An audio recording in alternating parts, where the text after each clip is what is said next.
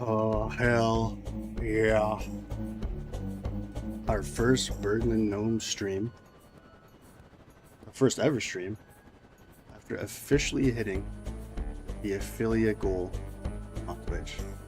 That's right. Your boy, Johnny Fuego, is officially a Twitch affiliate. Or until I fill out the tax paperwork, I guess. But for now, we can safely say we've hit the goal. And we got a big stream ahead of us. Planned for, I believe, this Saturday.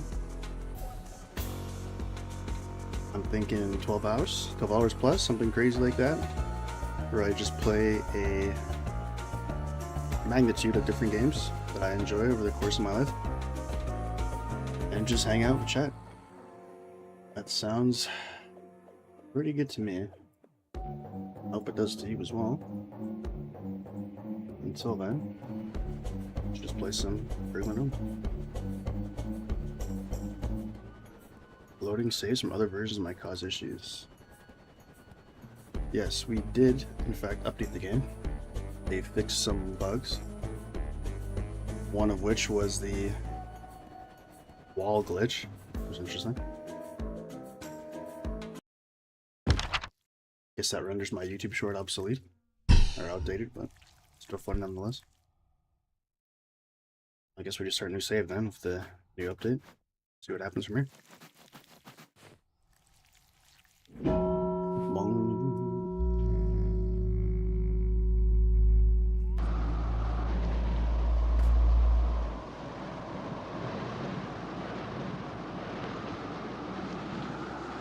Thank you, Mr. Firmino. Appreciate it. With your support and some of the others in chat, we have officially done it. A milestone has been hit in what feels like, I think, 2 months.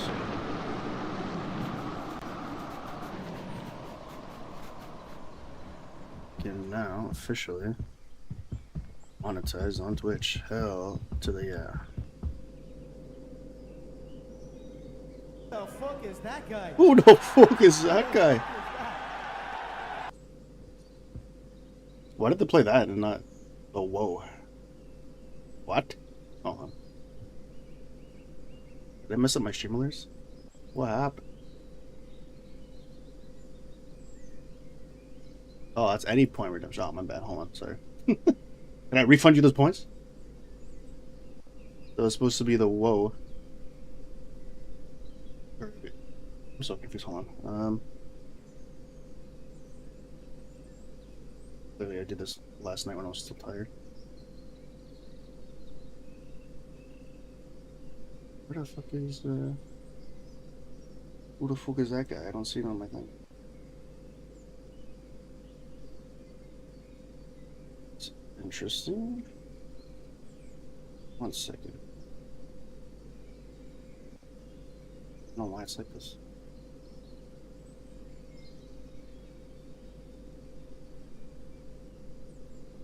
No redemption point. Yeah. And it's sure. Who the fuck is that guy? Is here? Yes. The war name's there? Yes, okay. Then why is it not showing up on my stream list?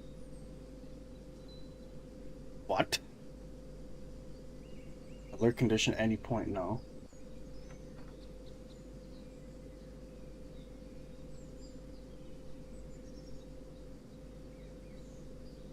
It's terrible. It's not showing up on my list. I can't even select it. 1 sec. I have to refresh it. Perhaps. See if it's here now. Finally, okay, yeah. Sorry, I just have to refresh it. I'm bumbling. I did all this work setting up these stream alerts, and I didn't even like correctly link them. Apparently, this is another one here I didn't even get done.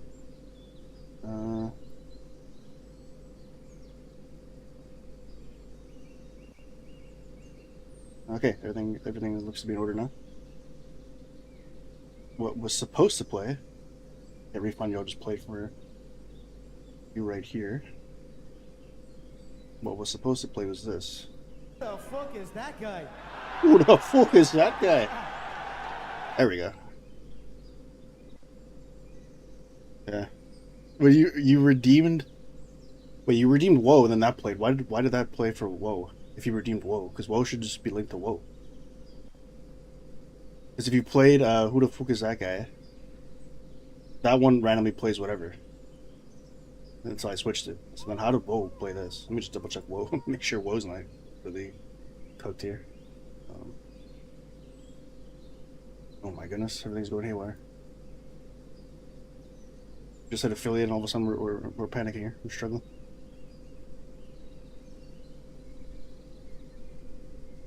Oh my goodness, oh my damn. Like wasting all our day one time here.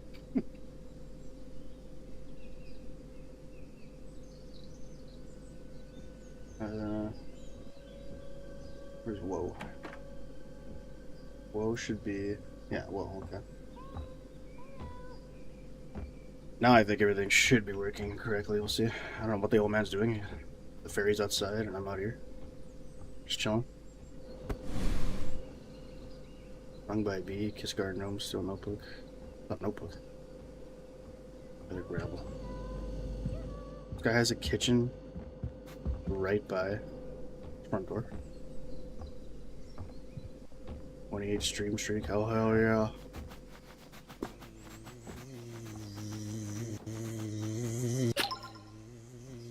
Yeah, I only need to get something by one beat. Stop. I don't need another step. No, stop. Go with me. Ah.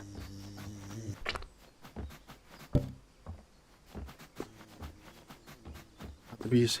Not the bees. I think we missed some garden gnomes. Perhaps by the front. Hopefully they're all back here.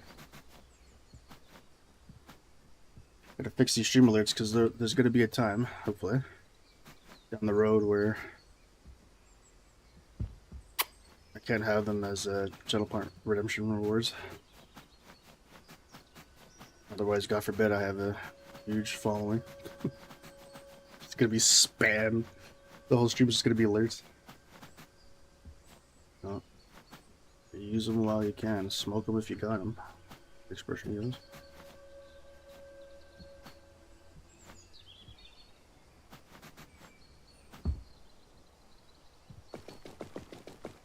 No, I took the day off yesterday. Actually, no, I did stream. I streamed yesterday morning. Got my last stream in for the affiliate goal. Put in a little over 3 hours on Misery. And then I took the night off because I wanted to celebrate my inevitable affiliate status and go support my buddy's stream, watch him play a game. After a while, you get burnt out of streaming the same game over and over and over and over and over and over and over again. I was getting a little bit of a break. As funny as that is, it's doing nothing but really play a video game. This is a absolutely cut room. 3 locked doors, I can't even get out of here.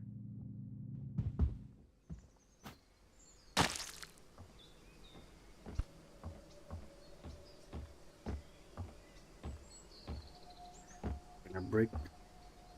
Yeah. Oh my god, why is this whole man roaming around here? You gotta be kidding me. Are you surveying your backyard? Like, what? Is this dude's problem? Gotta kill like 3 minutes of him walking all the way back inside his house. Just to throw me back out.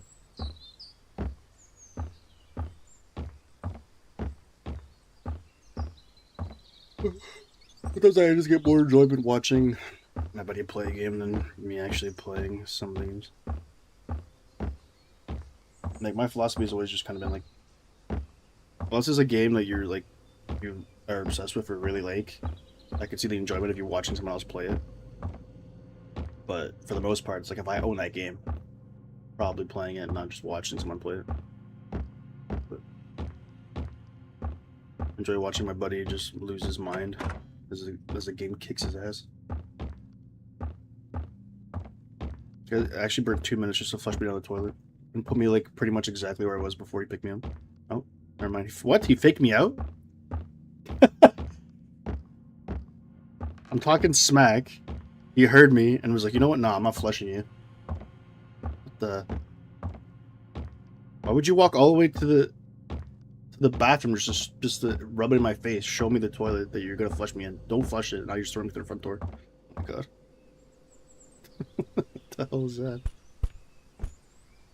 This game just got patched, by the way. Like, come on.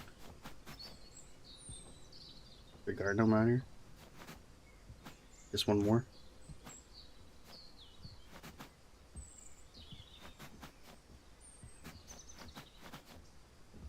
No.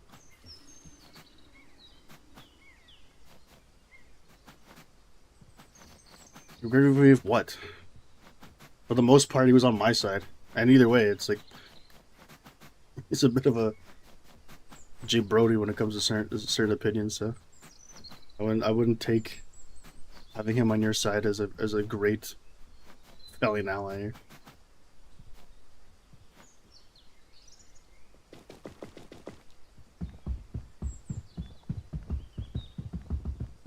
Oh wait, I already kissed this thing. How was the last one?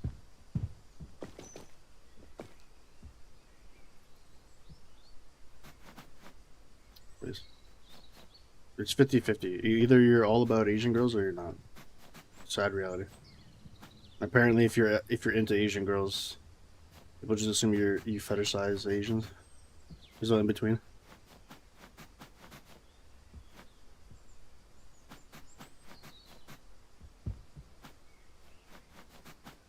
I can point out 1,000 girls hotter than Lucy Liu. I'm sorry.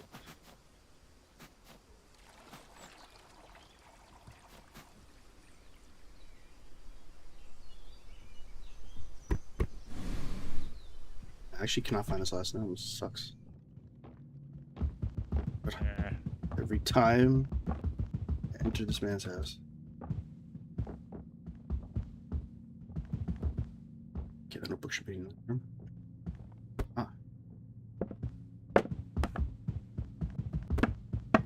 I have codes. I don't know if I can flush this notebook. I think it's just better if you play it safe here. A little toss. Oh my god, it was a big toss. Shit.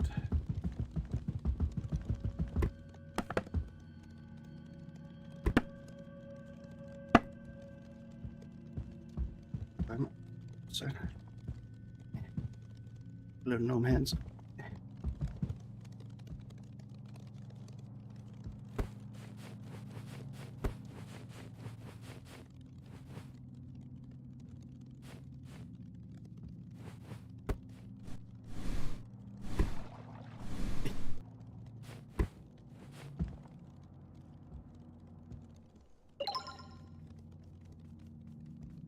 Gravel.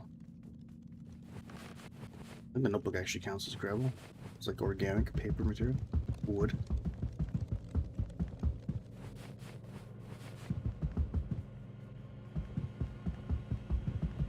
This mouse trap probably counts as one too.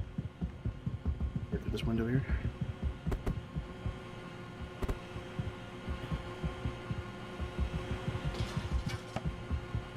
Get to thread this needle through the broken window. I am a Burglin Gnome god.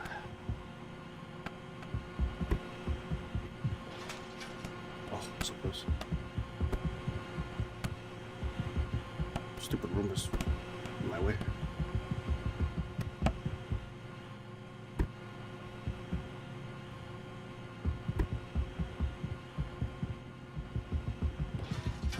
Breaking all these windows. They're actually going through.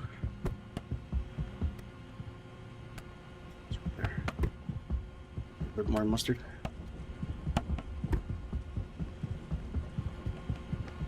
Shit. This guy's an RPG. You wouldn't launch it. You don't got the balls. What are you gonna do? That's what I thought. Oh, nerd.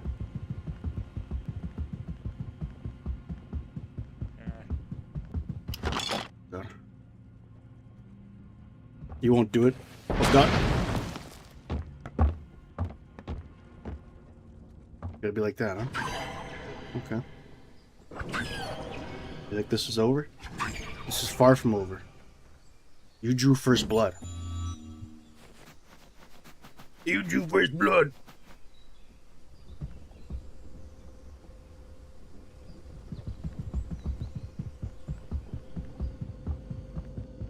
All his RPGs were loaded again. Where'd he get another rocket? God. Some bullshit.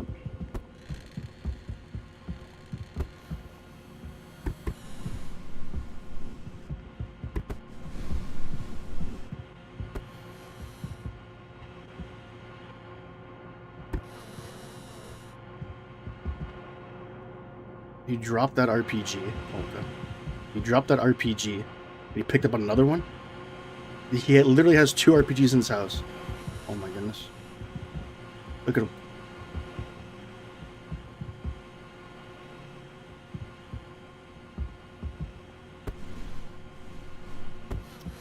Just want to get up here for 6.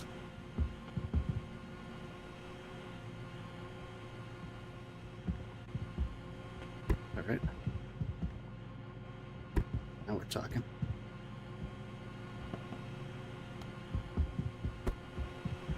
Yeah, how tough you are now.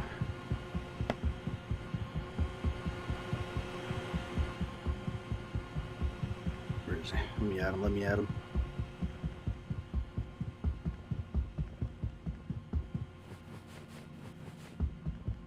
Gotta get him. Sneak attack. Come Rambo in the woods. No. I'm not getting evacuated. This is personal now. He's not in this bathroom.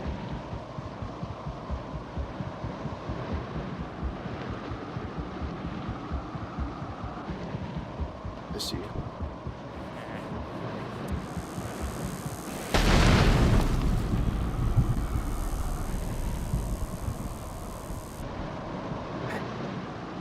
Mission failed.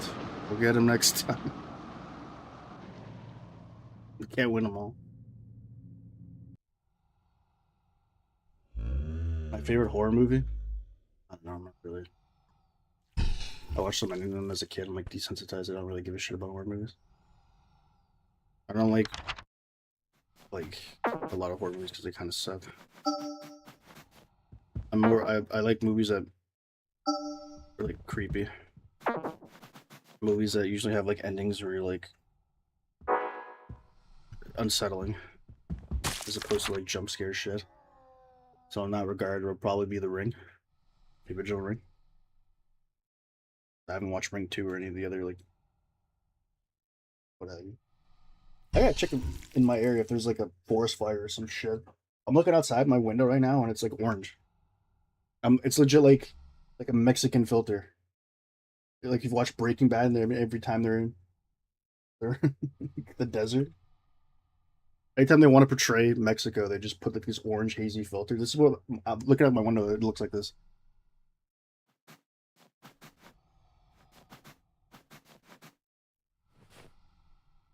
I could only imagine like something's burning down by me. I didn't get like a weather warning or anything, so I have no idea what's happening.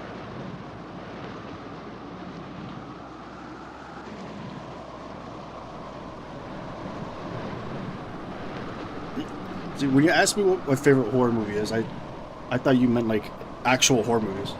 How the hell is Freddy vs. Jason a horror movie? It's a comedy. It's a comedy slash like slasher. I don't really consider many slashers horror. Many slashers to me don't. They're more entertaining and like sometimes comical than they are terrifying.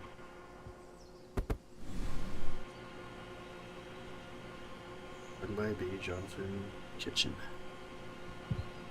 Already in the kitchen. It's done. Still, it's wastebasket too.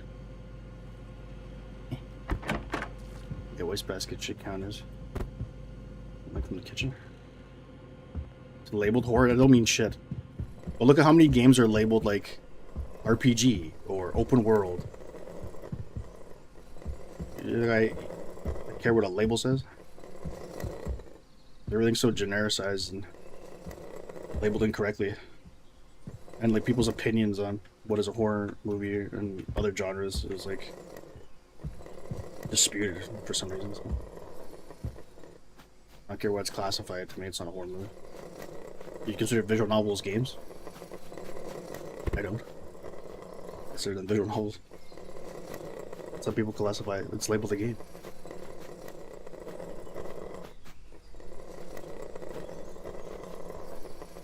Back when you were young, it's a horror movie. Please. When I watching that shit as a kid, it was like, it was funny.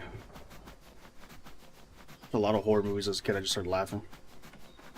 Remember, I was at like some party, must have been like 10 or 13, somewhere around there, and it was like the first paranormal activity movie came out, and that scene where she's getting dragged by some like invisible force out of her bed and like assaulted.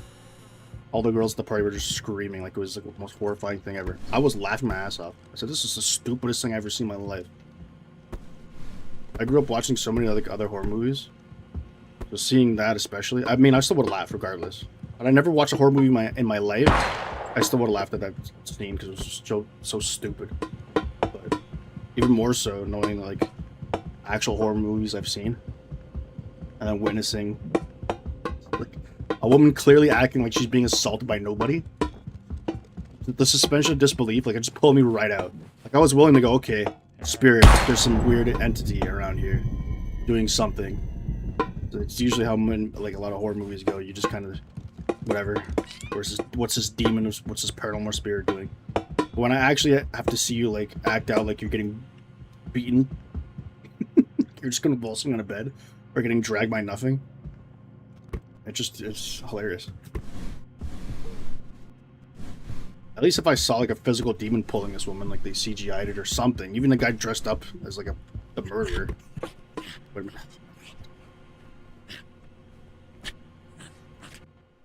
I just like I can't catch a break on day one apparently. Just holy shit.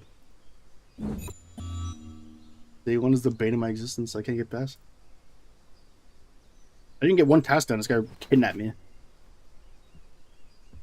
Doesn't know I'm outside. I need Jonathan's help. This is too much.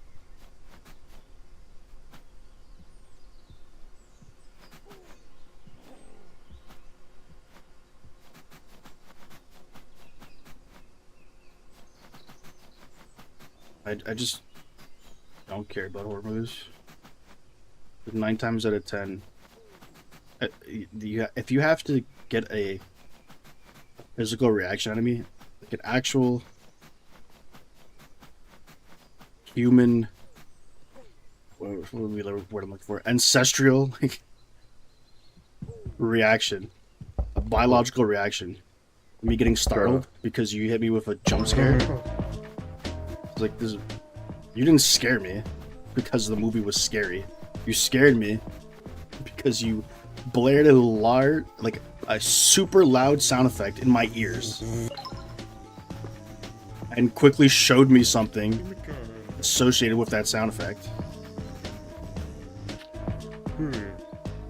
Like, we've been biologically programmed, the dawn of man, to be terrified of large, sudden sounds and movements. So.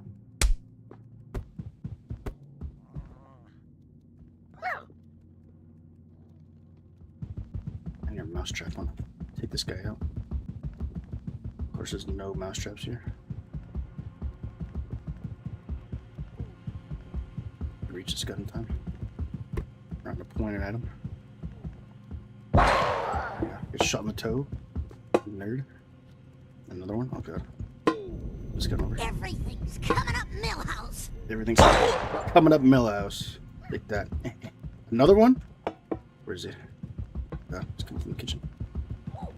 Oh my goodness. I'm like John Wick here. I'm gonna shoot myself.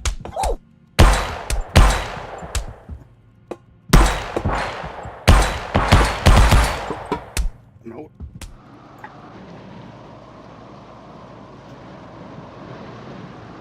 Day one.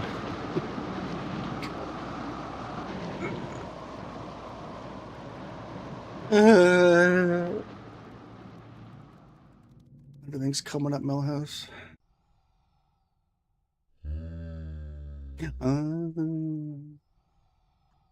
30 minutes. I haven't gotten retested on day one.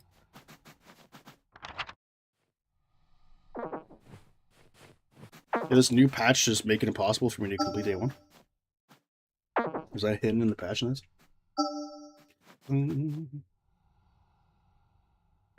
Alright, show me.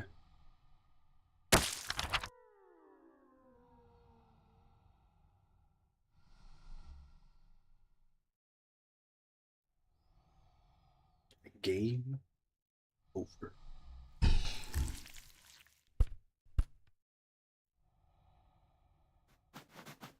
Alright, that time's a charm. What am I gonna get assaulted with now?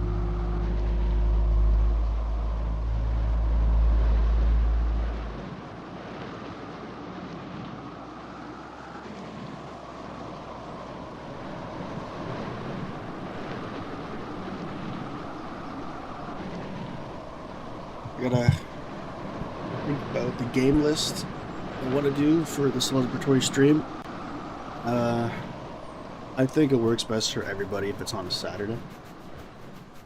I was thinking either Friday or Saturday, but I imagine it'd be better on Saturday since most people would be working.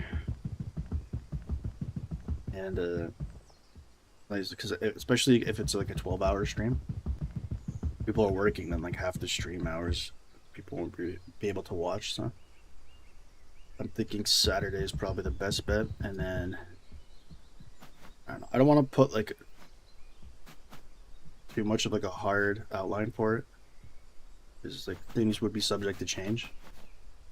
But I probably would start around like, I don't know if I want to go early morning.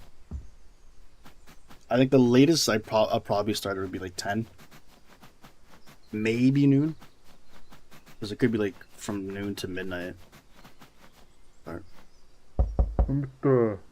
And then like scheduling it if I want to do it like 1 hour per game. I don't know if I want to have it like super strict like that. As soon as I hit 1 hour, I change the game. It could interrupt the flow of things, especially if we're having fun playing a particular game. And that would mean like 12 different games that day. I don't even know if I'd be able to set that kind of thing up. Most of them would be like emulated games, I think.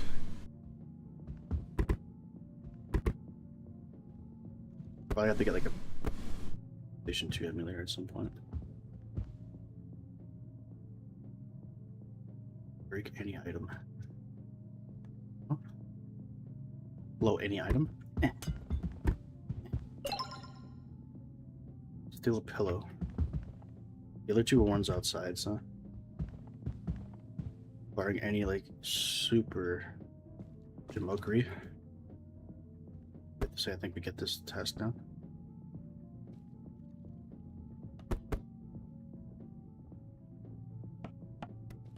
Okay, 1 for 2 with the freezer on.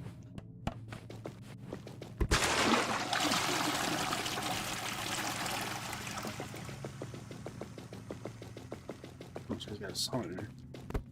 Would you look at that?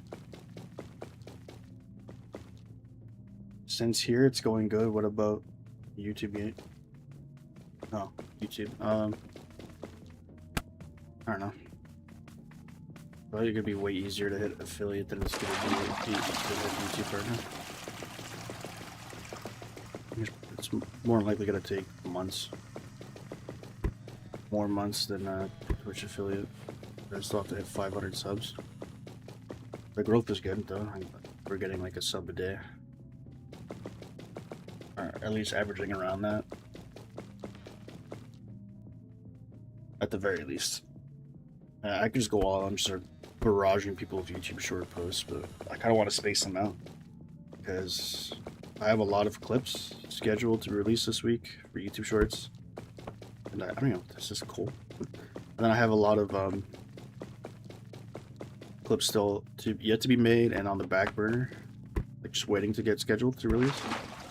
I don't want to burn out multiple shorts a day. I think to get scheduled to get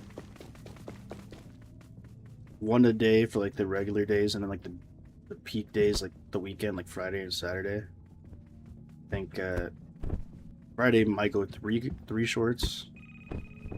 Saturday at most maybe 2. Then the rest just 1 a day. Or you can kind of slow drip the content because I don't want to let blow the load, as they say, too early. And then like it's all fun and dandy, like look at all the subscribers we got this week, and then next week and having like no content for shorts. The Shack Master! Watch out for the beam. That's on the ground. Don't. Oh, I told him. Oh, God.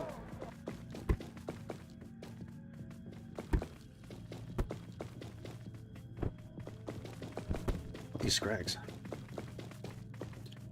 He fell on his arse. He fell flat in his fucking arse.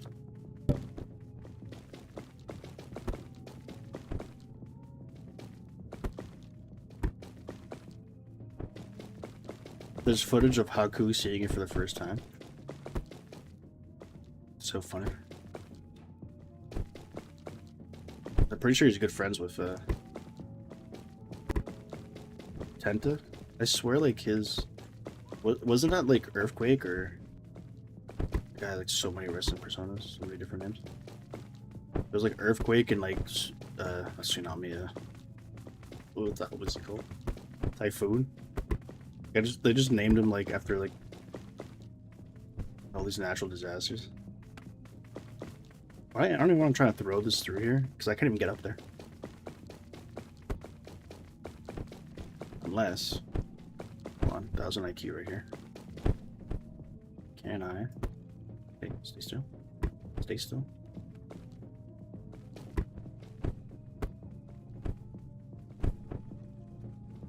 There's the cylindrical shape. Physics. Got 1000 IQ player there.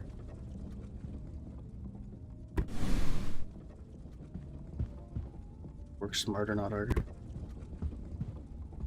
It's the smartest gnome in the universe.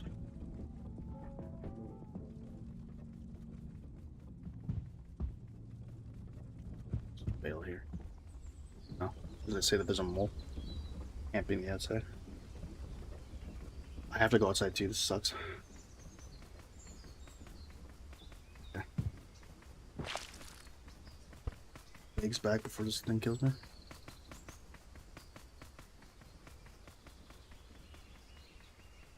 Today, Junior.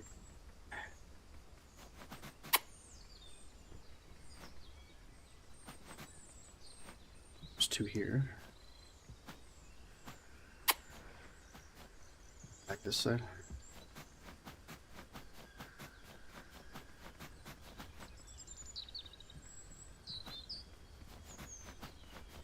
Mitä sä haluat? Mitä sä haluat? Mitä sä haluat? Doesn't want to come outside anymore. Huh. Mitä sä haluat?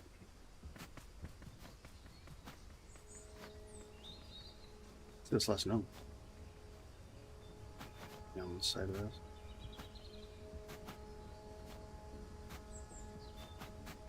Oh God, I told you.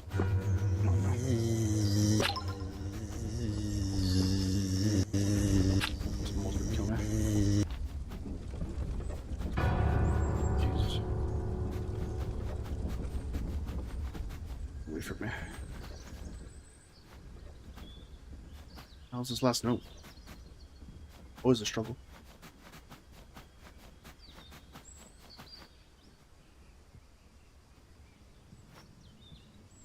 They're literally be beside the house.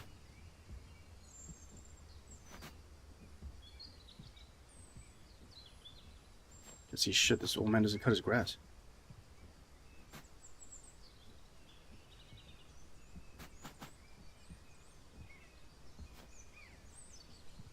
These 2 are standing upright, and sometimes there's one that's like halfway into the ground.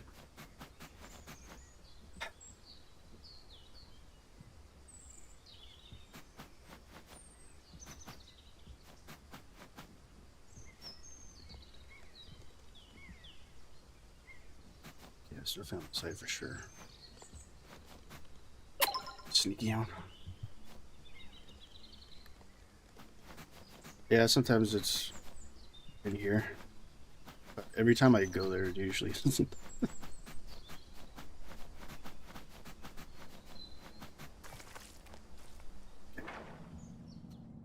Oh, you broke the door. That's nice. Feel a pillow. You don't have to recheck your message. Like, why does it get his? Always get the check there.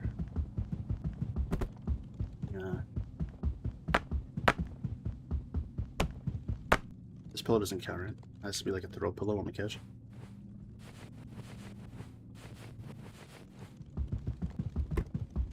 Coverage.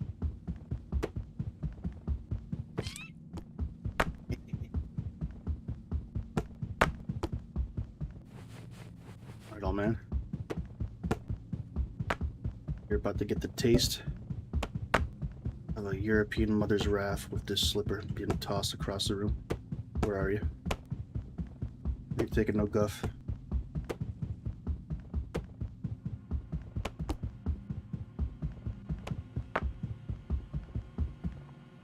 Oh, wait. Long ass kitchen.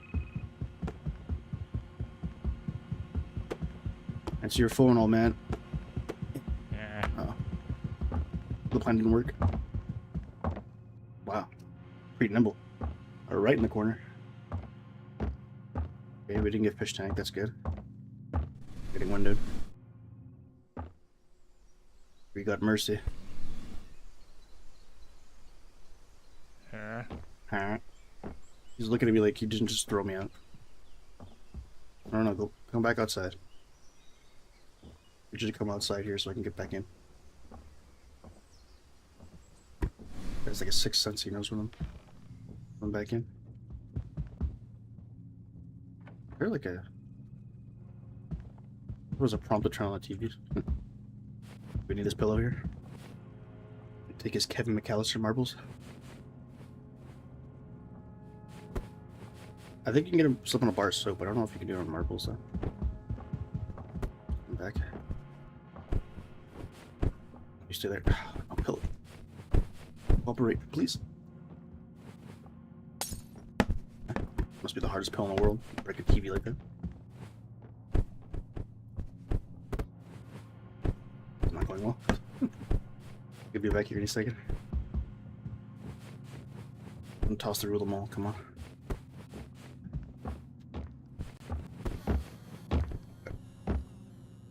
What's he? What? This guy lean back. Lean back. This guy's doing limbo. And there goes all my stuff. Counter. Sweet. I suppose I don't have much to lose at this point. So try to head back and grab some more stuff.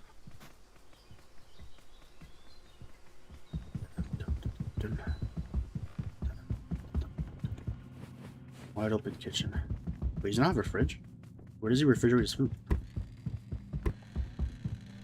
Is these dry goods? Canned goods?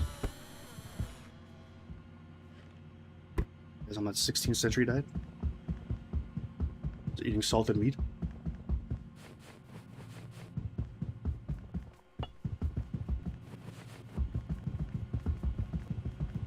Monk.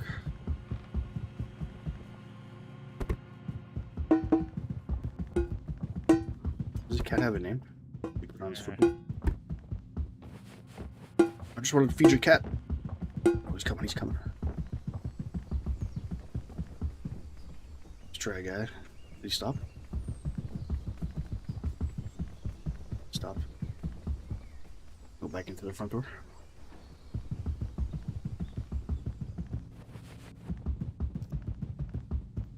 What stuff he has on top here? Cluttered.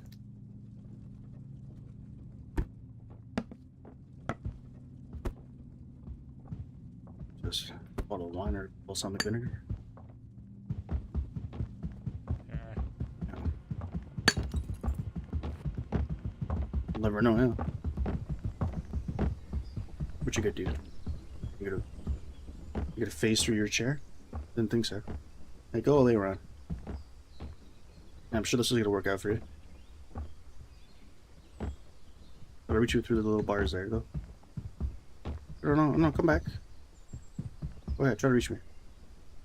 Oh, nerd. Can't be chasing me now. Take his phone. Little V-Tech phone here.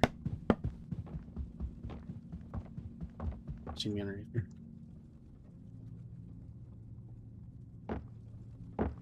I know my phone. Put that thing out.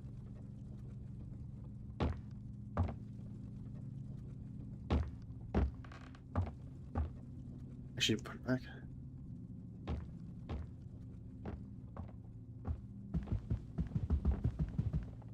They set up the full Yeah. trap. How did he see me from around the corner? What's this guy have? Eyes in the back of his head? Oh, might have to juke his grab here. Oh. Never mind. What's up, phone? What up? I don't know. He's guarding the exit. Got him to crouch down. Go for the grab. Oh, grab. It wasn't even a full grab.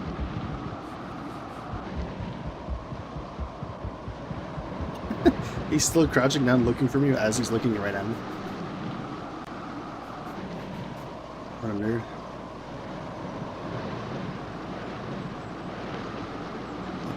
After 2 poor attempts at day 1. A 5 for 5 day. Let's go.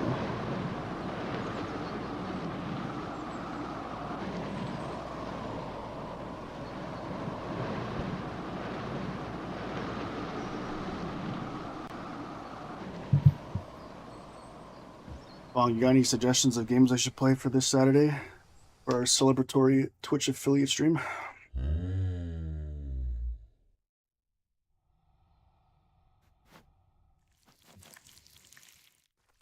The tongue for good luck.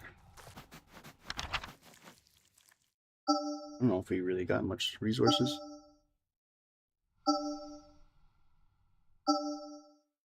Shoes helmet. But we don't have an. Oh, yeah. We don't have enough clonk for their grappling hook. Feels bad. Can't build a smacker either. But we do have enough for the Mikey T gloves, so. Almost full build after day 1.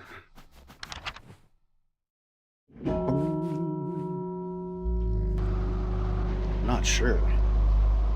You gotta think of one game.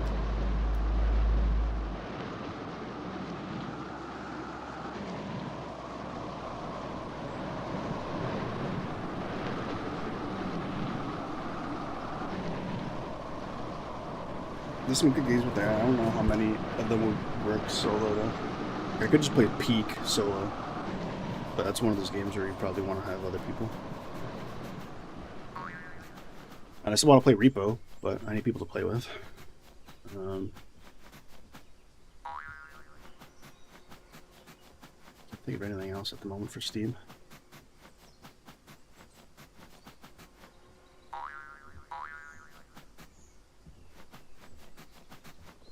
I gotta like change it up, something different. I don't know if I really want to do Burglin Gnomes and like Misery again for that special day, but people seem to like the Burglin Gnome stuff, so.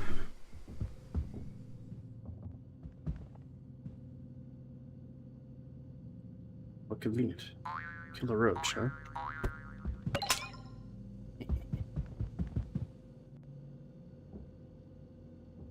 Sewage system, open window. This is all pretty easy. Is there a vase inside here? A vase, a vase? What's the most commonly pronounced way to say it? Is it vase or vase?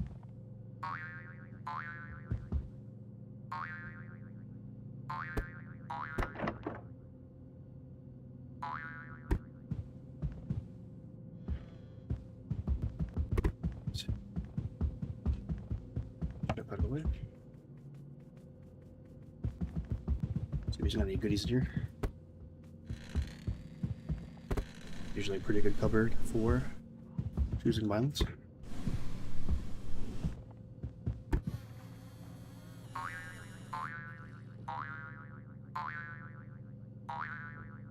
Nothing. Cupboard made me look a fool. Oh.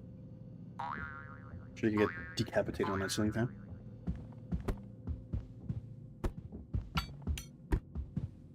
clonk here.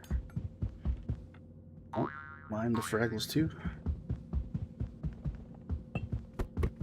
Turn down an easy way to get a fraggle. Especially my clumsiness. Always break them. I'll take your potted plant too, why not? What is this, a ficus?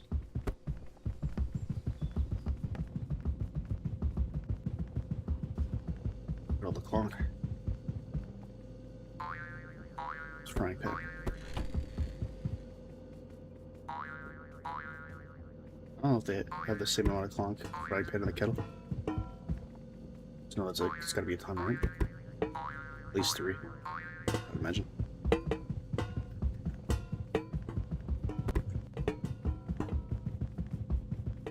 Where's the old man has to come down here? Taking a sweet time.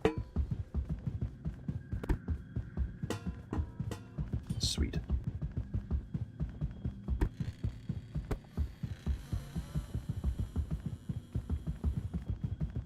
Think I can eat this? Suppose. Oh, you gotta be kidding me.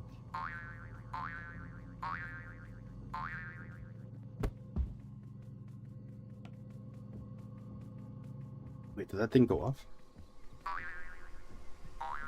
Hold up. Did. We use it to. Actually, there's a plan B right here. Jonathan, I need you for a task. Meet the Shahala? No, meet the Shahala. Mitä se haluat? Yeah, got the secret password. Secret code engaged. Come here. I could ask you a favor. I need you to walk into a straight line. Don't ask questions. Just close your eyes and keep walking until I say stop. Are you ready? Go.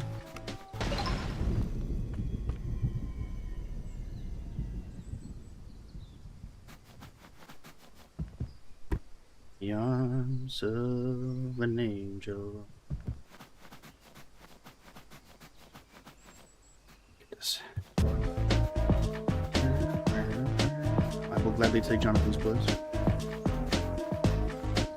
I'm pretty yoked too. See these moves? See, just broke that trend. Open a window? How about I break a window? No? Doesn't count?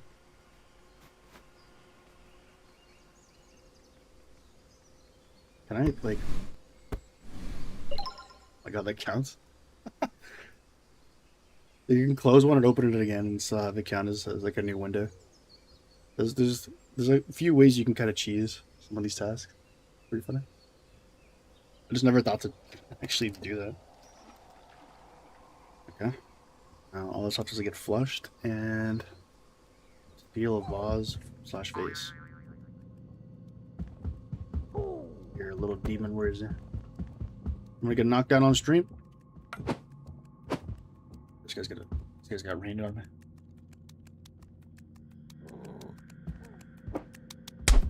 I was hoping that was a knockout punch. It looks so good in my highlight reel. Get out of here. What the? Where'd you come from, you little? That's the best, like, death sound effect.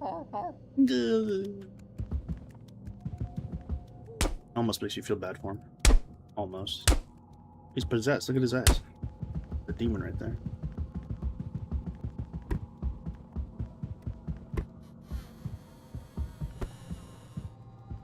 Is anybody familiar with Gnome folklore? This game borrow a lot of story elements from there. Or they're actually like red-eyed gnomes. Little evil gnomes, I think. There's no boss over here. Let's see the old man. I hear him though.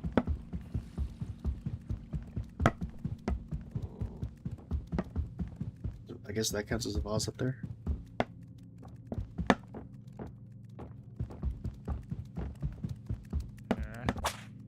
Oh no. I didn't even get to set the grenade off. There's 3 little minions by your feet and you grab me, Avalon. Front door, please. You. I'm getting yeeted here, though. No. Challenger approaches. Come here.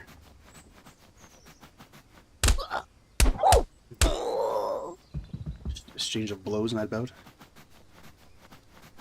He almost took the belt. And I dragged him into deep waters. Is it like one of the most overused terms for like MMA? Whenever an announcer is like, oh, he's gonna drag him into deep waters. My favorite is when like an announcer predicts like, oh, it's gonna go deep. There's gonna be some long rounds here. It's gonna go to the finish. He's gonna drag him to deep waters, and then it's just like a KO in the first 30 seconds.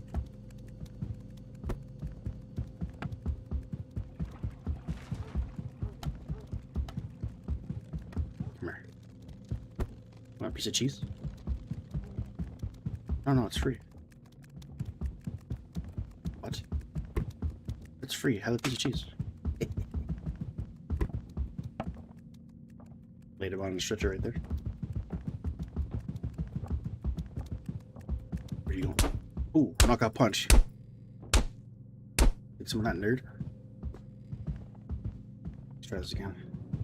I don't want to set off that grenade because the vase is there. I want to get the vase. Vase, the vase, the vase, the vase.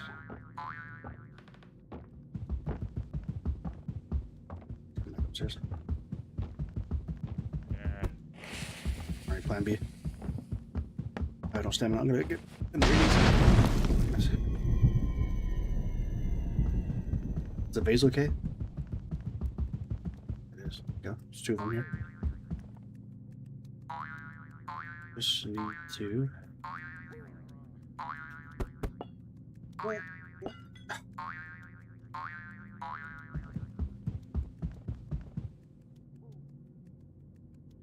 Let's think about this. Did we just climb up the actual shelves? Yeah. Hopefully.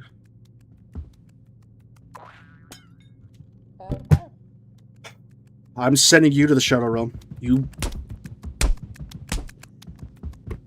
jerk. You're like, I don't know if that counts as a boss, but this one should. Try this for a third time now.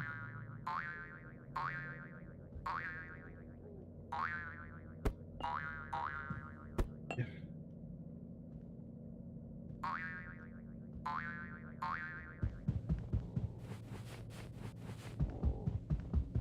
Body might get in the way. Possibly.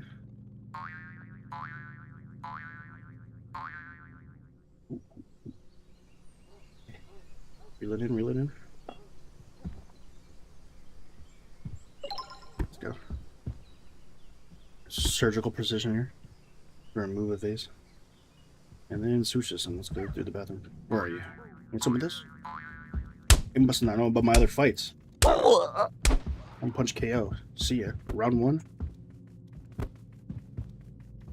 TKO. Get out of here. Yo, get. Go to the flight.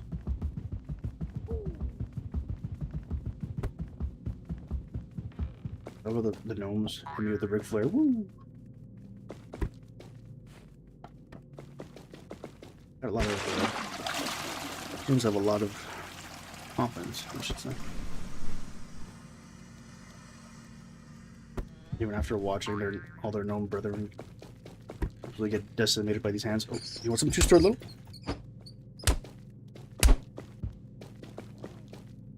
A memo needs to go out for all these guys. These hands are dangerous.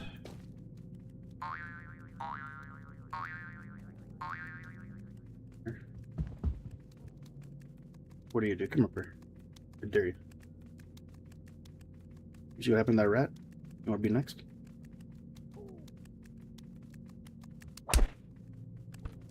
We both knock each other out.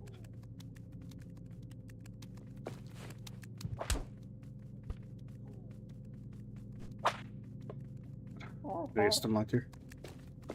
Back up. Got a bob and weave. Yo, is he up there? Here.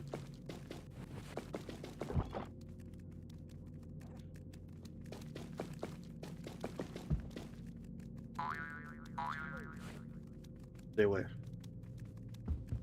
Try to get up. Gotta get out of here. What? Oh no. You ambushed me in the bathroom? What? Where? Oh! What the? That just happened. I just glitched through the pipe work? What was that? My items. I just got robbed.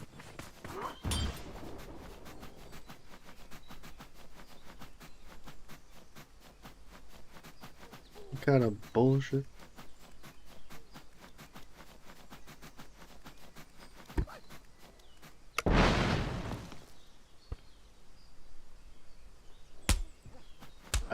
Launched directly into the mill. Yeah. We 5 for 5, but at what cost? At what cost?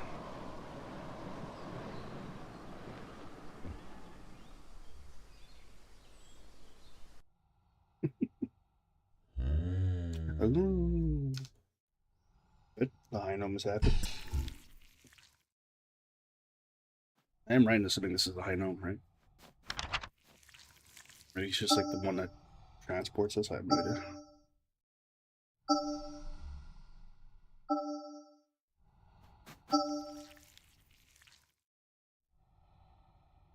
Like a combination of like a mushroom.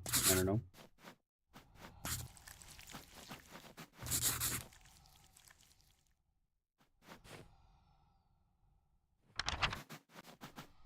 Let's see if we have any materials left for gear. Nope, completely out of plaster. Sweet.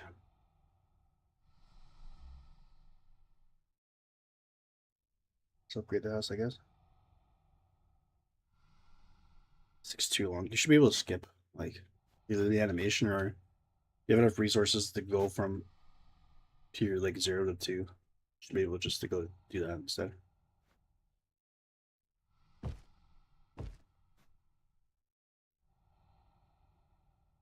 Especially because you can't like ring the bell.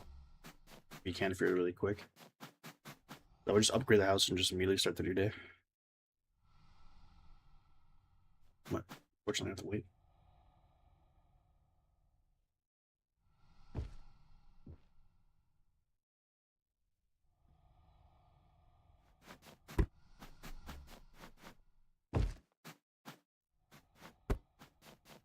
Put you in your usual spot.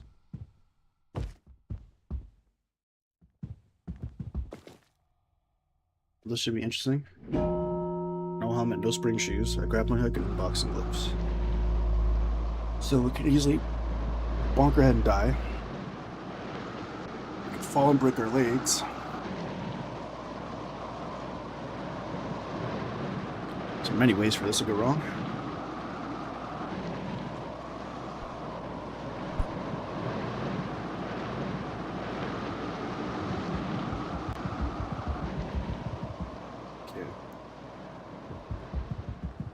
Well, I think for sure we should do Burglin Gnomes this Saturday. Dedicate a spot to that. Because I think I owe a lot of my recent success to Burglin Gnomes. So I owe it that much. And it's a fun game, so I'm not gonna argue or quarrel for me. But that's one game in a 12-hour period. We're gonna have to find some others to add to that list. Oh, Johnny boy. Meet the Shahalo. Da. We got kissing on here. I know I'm just not liking Jonathan in this room. I'm gonna burgle all the gnomes. Burgle their lives. My right hook.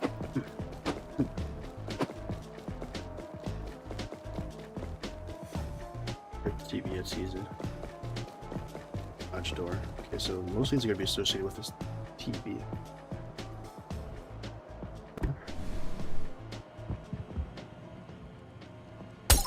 The garage door opener should be underneath here too.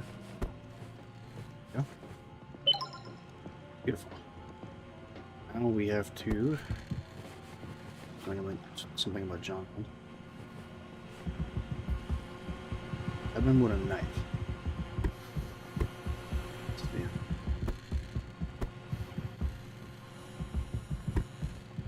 Sometimes we don't find the knife.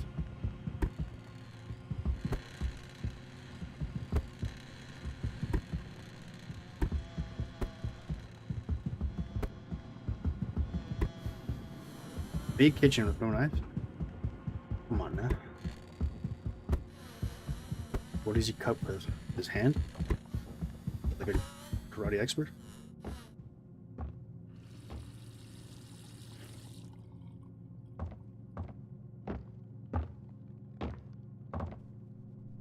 Man, dude.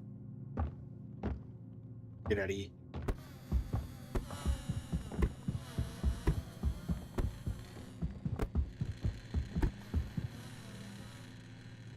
Grab something from the drawer. Is he armed and dangerous?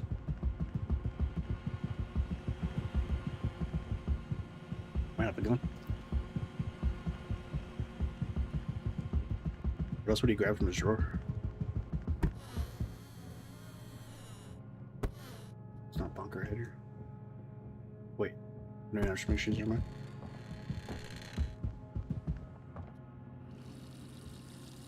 What's he have in his hand? Okay, he's got the Glock.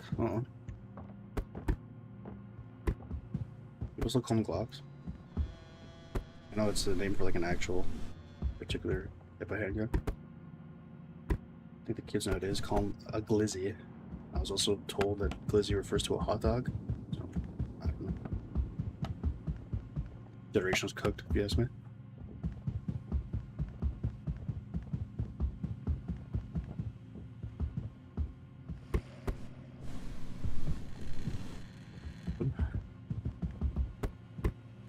Surely there'll be a knife somewhere.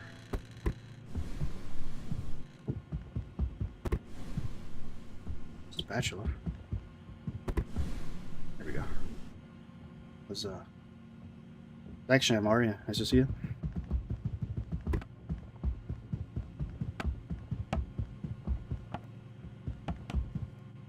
Let's just set this down here. Glitched. I'm gonna cut myself. Ooh, that was close. Yeah. Where'd he go? Hold up. Yeah. Let me. No! You're having a mod? Come on for a while. Just don't show up.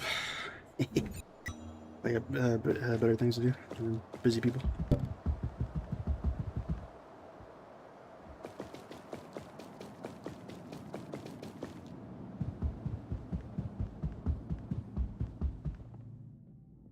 Is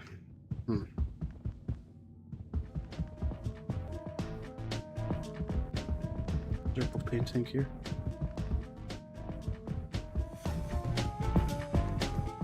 It'll do something with Jonathan if he leaves. We're kind of soft locked on his last two tasks and we're doomed to get fraggles. I have to do something here to get him to drop his music box. Now that we have no items in our inventory, I think the easiest thing to do would be to grab marbles. Though I don't know how we get into the house now.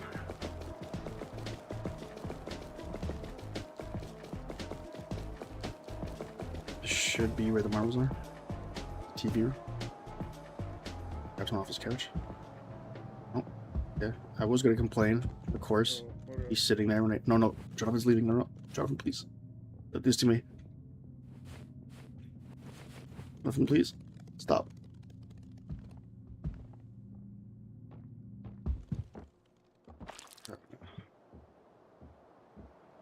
Now we're soft locked. We have to do the Fraggles collection. What?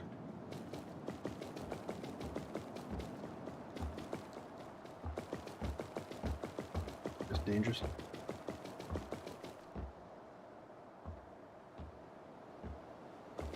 Do you know how much of a pain it is to get 10 Fraggles? Getting Fraggles alone is already a pain. 10 of them? I'll just start the new day. Talk about Twitch mod, not modding game. Yes, I know. That's what you're referring to.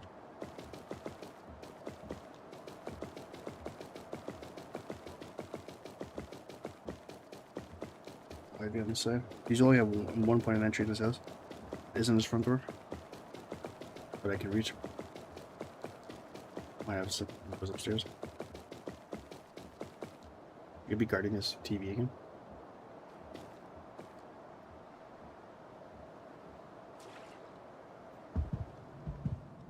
Something in the bathroom.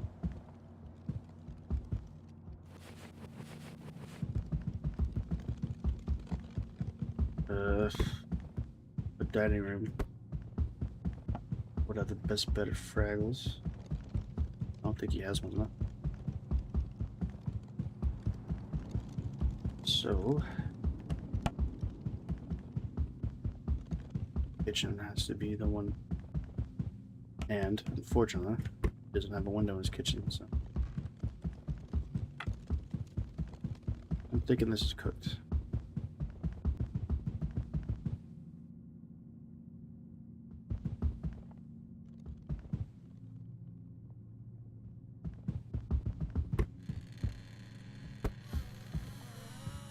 Ton of new redeems. We added quite a bit stream alerts for the upcoming celebratory affiliate stream this Saturday. Mark it on your calendar. Appointment view. I'll probably make like a post on apparently you can do it on YouTube. It's like a community post section. So anybody who's sub to that channel will also get a notification. Oh, you gotta be kidding me.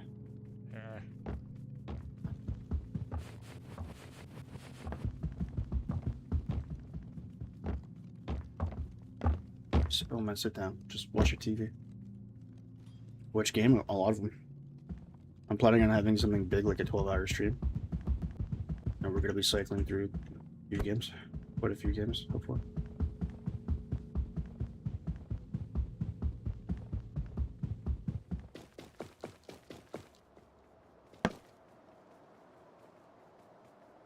Out of 10. There's some nerds over here.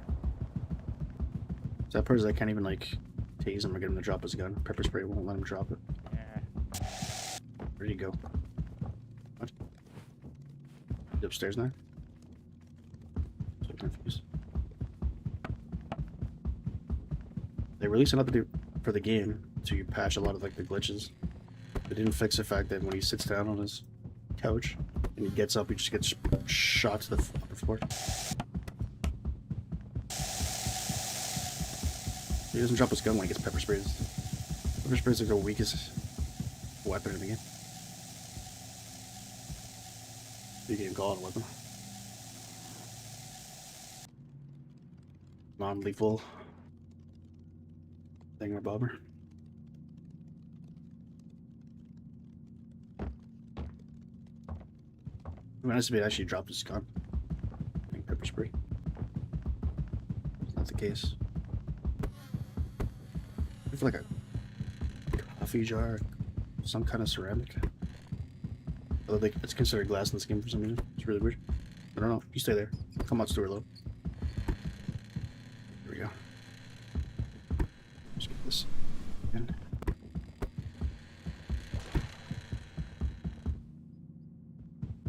You think this is real coffee or decaffeinated Colombian coffee crystals? Why you?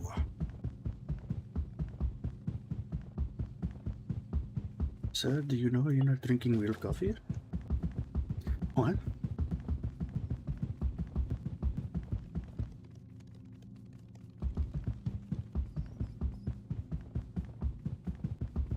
Ceramic.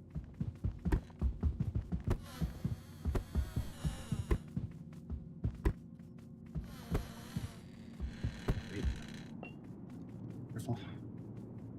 I want to slip with these marbles. Gently put you down.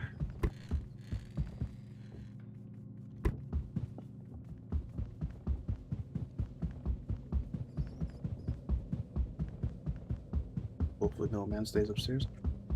I don't get a pistol round right in the back of my head. Come here, Bob. Go grab this. Still only 6 out of 10. Like, this is brutal. How many more fragiles do we need? I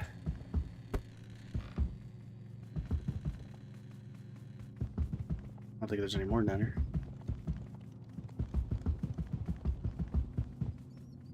At least not on the ground floor.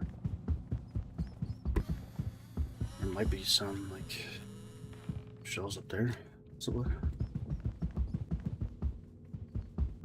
Tell from down here, though.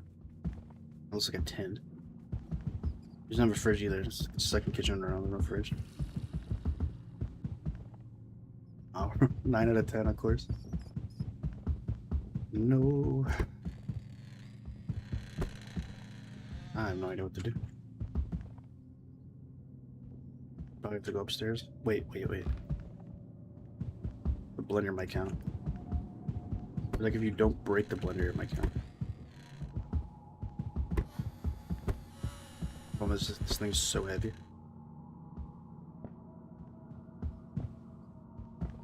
Well, I might be coming down here, so get this quick.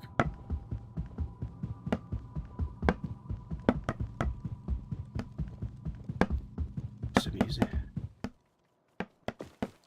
Let's go, Bob.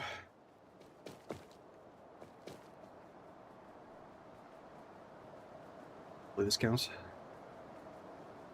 Will there be a 24-hour retro? No, I can't be 24 hours. Not on my age. Too old for it. Maybe in my younger days. I don't even know if I'll be able to do 12. We'll see. I want to do like a minimum of 12.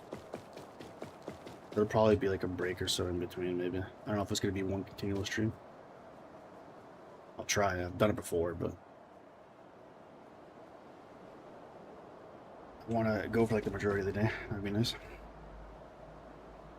It'll be dual streamed. The YouTube side of things we'll get it to.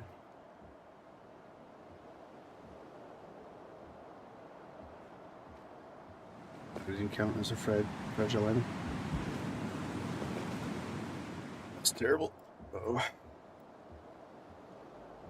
Upstairs. There's a window up here. Do you not have any other windows? You gotta be kidding me. There's one window in the house? There's one here. There could be any fragiles here. Like a minute to do this. This is so bad.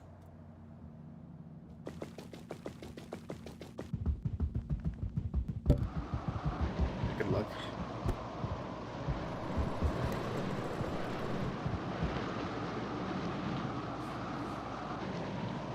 I think this counts as a fragile item.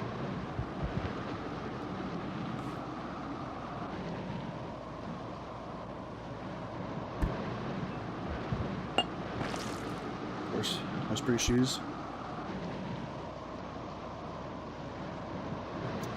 Tray. I gotta get them to flush on the toilet maybe, but no spring shoes and you just completely broke the vase.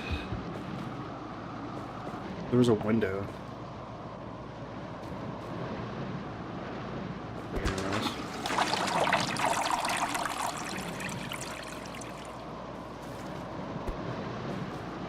That sucks it up.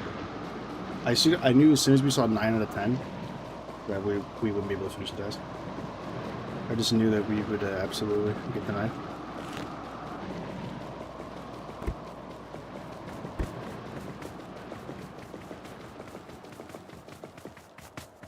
Right there. Gonna get past like day 3. This is so bad. This is one of those streams.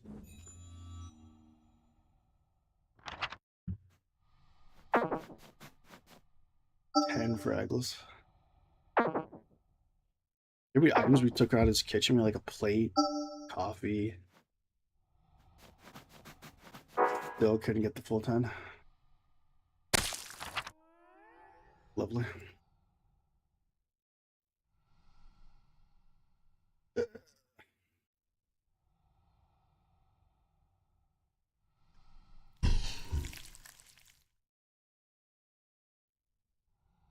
Okay, I'm gonna use the washroom real quick.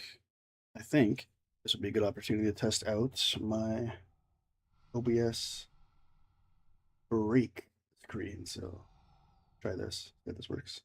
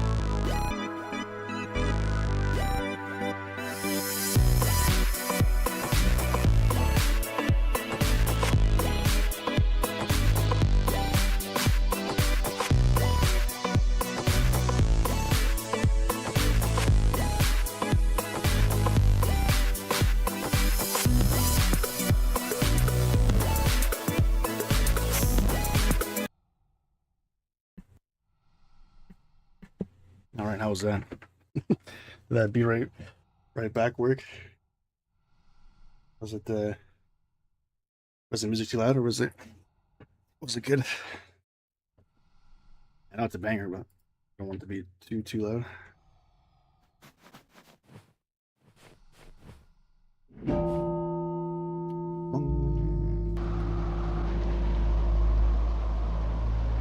Something I'll probably never get right. It's audio levels.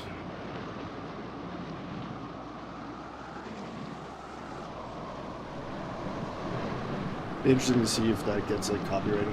It's a remix of a song already.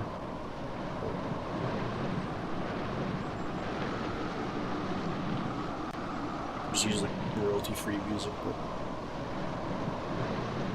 not too many bangers are royalty-free.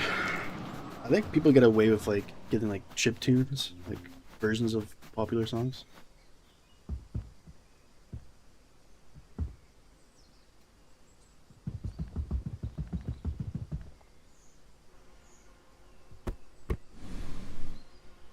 Kind of want to get in the habit of like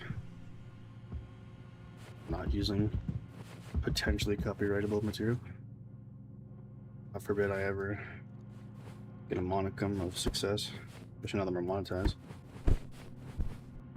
Kind of don't want to trip that line, you know? We'll see. Like YouTube auto detects that music, or if Twitch is like, oh, this VOD is tainted now that you use that song.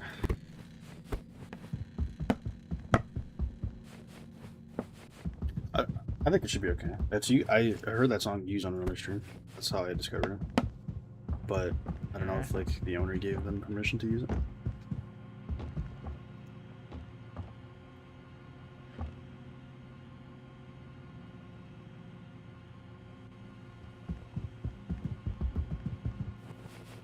That's all, man. You a nerd?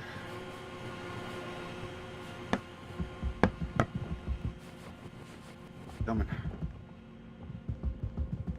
I'm gonna trip on those marbles so bad. I want to be the gnome Kevin McAllister and just absolutely destroy this man like he was not Joe Pesci. Yeah. Joe Pesci got a fairly big beating in those movies, but I think the other actor, he got a way worse. He was more of the comedic relief guy. Joe Pesci was more of the hard ass, so to speak. Break the TV, flush the steal a video game controller. Yeah, I just steal a whole video game.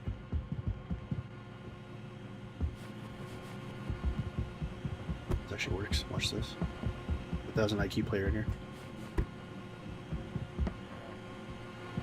Okay, never mind. Trip you.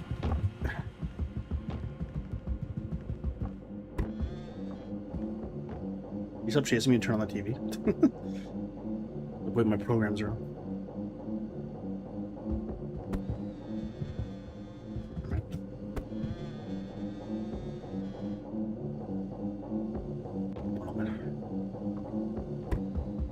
You show off my 1,000 IQ play.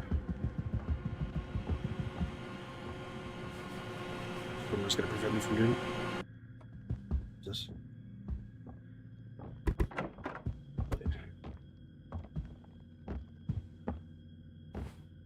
It's bent over. Surprised it doesn't throw it us back.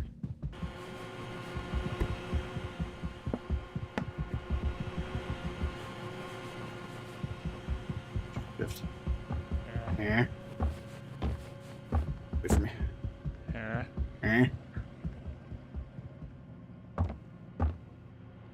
What? Sitting there. Yes, video game control. No. Go wait. You can pick 2 birds, 1 stone. 12-hour stream this weekend. Which day? Probably Saturday. I'm floating it around, but I'm pretty sure like people are probably. It was either gonna be Friday or Saturday. I guess Sunday's a possibility, but thinking Saturday is probably the best day for everybody.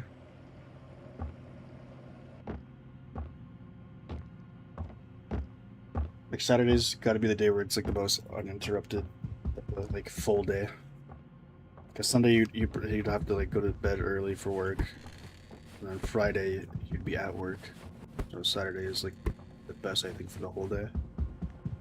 But it's also like people kind of want to use their Saturday for doing things outside and whatnot. So I don't know.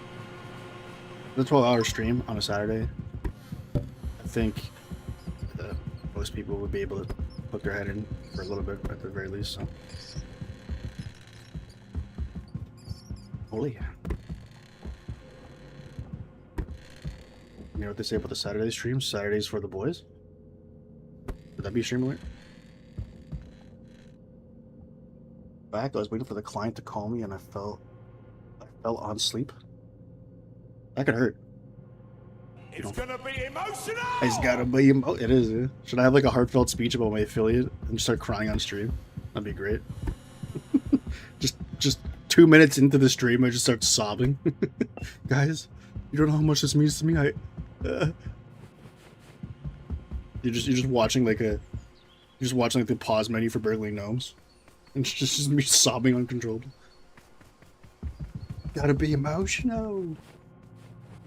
Save up all your channel point redemptions. I just get bombarded with like a million. What? I try to do an intro like, "What's up, guys?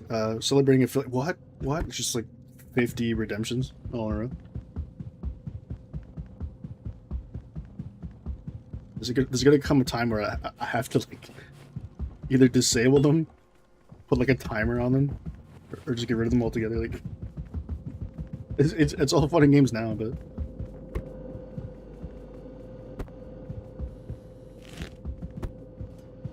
I ain't paying attention to the task. I can just play my own game at this point.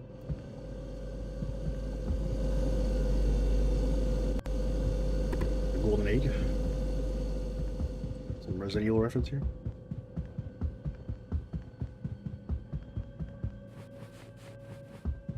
I think I added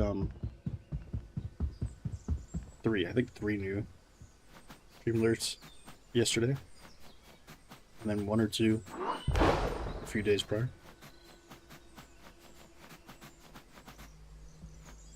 Get this window test done.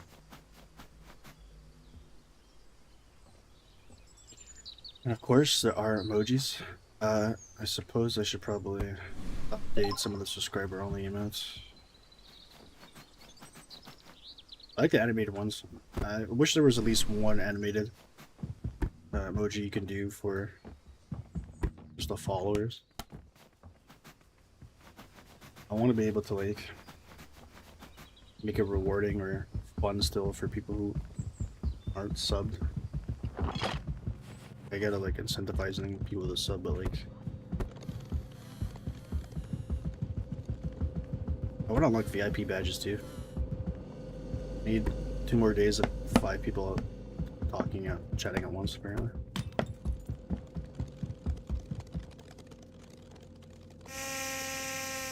I can start giving out the VIP badges to the day oneers.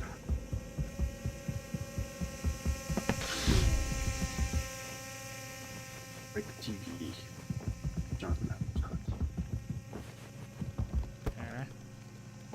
Oh man, it's always where I need to be. Get away. Go. Get out. Go read the Sunday paper. Do something.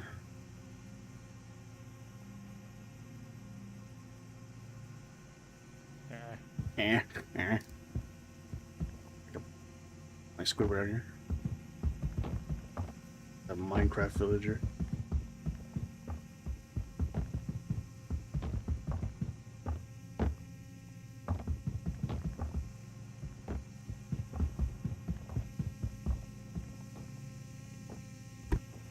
How apropos would it be if I just broke his television or book?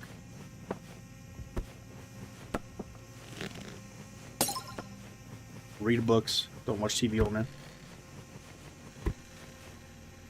Okay. Get him down the toilet and get Jonathan out of his hut pretty easy. Go by his bathroom. Yes, 2 of them. An item you can flush. Do you have anything in the sink? Check it out. Our soap. I think this is Dove soap. The Irish Spring.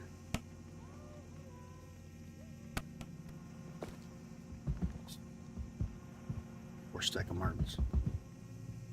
Oh, I want to try using the marble cannon more. Kind of underwhelming when I last used it. Maybe I can find some use for it now. It's pretty fun. I like the sound it makes, but in terms of like actual usability, it's not the greatest.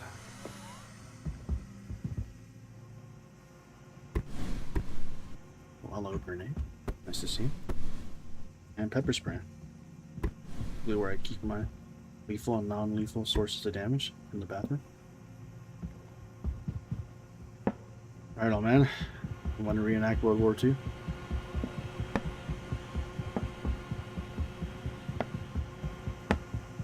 Now when I eat him, he ain't nowhere to be found.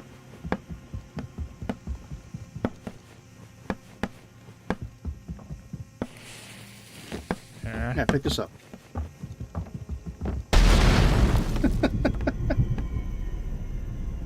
It's like a heat-seeking missile with that in his hand.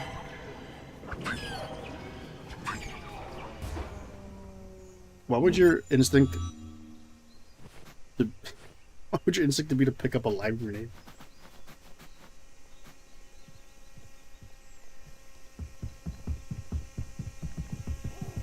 Interesting tactic for sure. I had to get my Calster marbles there. You know how, like, people from the 90s consider, like, hobbies, like, dead at this point for, like, the newer generations? Like, nobody knows what a VHS tape is anymore. Like, do you think people from the 90s see VHS tapes and, like, those type of hobbies that are dead? Like, people from, like, the 80s see marbles? No one from the 90s played with marbles, right? But I hear talks of, like, I remember like asking my father when I was super young, like, what's with marbles? Like, apparently like people in the schoolyard back, I guess like in the 80s used to collect these things. They would like trade them or play the game of marbles, which I still don't know how that's played. And then like you'd basically gamble. Whoever won got to take like marbles, and there was like different kinds, like cat's eyes and pearl. There's like different types of those marbles, and what I found was really weird. Like, how could one marble be more rare than the other? If they just make these in a factory, like they just buy them. But I used to be able to see them like in bags and stuff at like the dollar store, and there was always like a wide variety of them. So I don't know how rarities were designated. Get rinsed. What's up, MVC2 hype? Hobbies are dead AF, pretty much. At least the ones that we even love. I think games gonna die too. I cannot believe that these corporations feel confident enough to actually just remove physical games. That is absolutely crazy to me. But I feel, I guess, more anger at the people than I do at the corporations, because if the people wouldn't allow that, then the corporations would never get away from being able to do it. I see some people vehemently defending this change to digital sales. There's so many ways for them to take advantage of this. It's not even funny. There's like, even just yesterday I was hearing about like, oh man, that's a good take. Like, there's like 4 or 5 different things I didn't even consider that like phasing out physical games would absolutely just ruin. So it's just wild to me.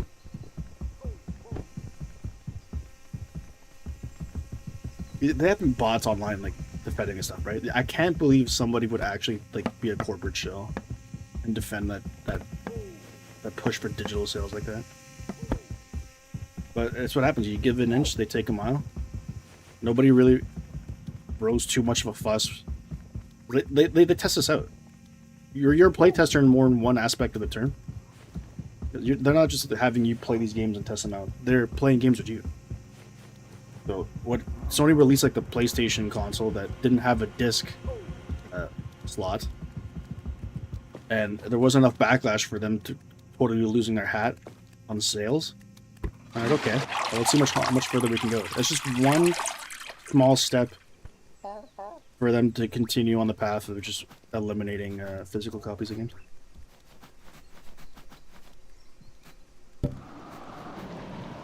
Your mother and grandmother had a base full of marbles. I don't think any of my parents had any still. It's interesting hearing stories about like, oh yeah, like a pearl was a rare marble. There's something like innocent and childlike about wanting to have that experience, like rarities of things. Like we've had like, I don't know if anyone remembers like Mighty Beans or whatever, but there was definitely like dollar store-esque stuff that you collected, and even to this day, like gotcha like little mini capsule dispensers. Like there still is a this corporate like way to capitalize on the child's like mentality for rarity of things, like collecting things. I never knew how to play marbles, but I always did see them around randomly, like Beanie Babies. Beanie Babies is remind me of Furbies. Some of the like 90s, remember? Not surprised though, physical games have been gutted for decades. They kept getting worse and worse. But I'm saying like it's a slow, gradual step, right? Like they can't outright just spit in your eye. They shake your hand while they spit in your face.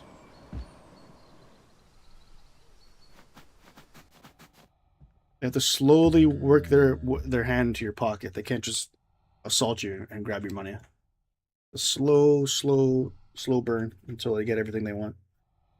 Yeah, I can argue that it started all the way back to like. Do you remember presentations of games? Do you remember when you opened up like a Nintendo cartridge, the box, everything like the box art, the manuals?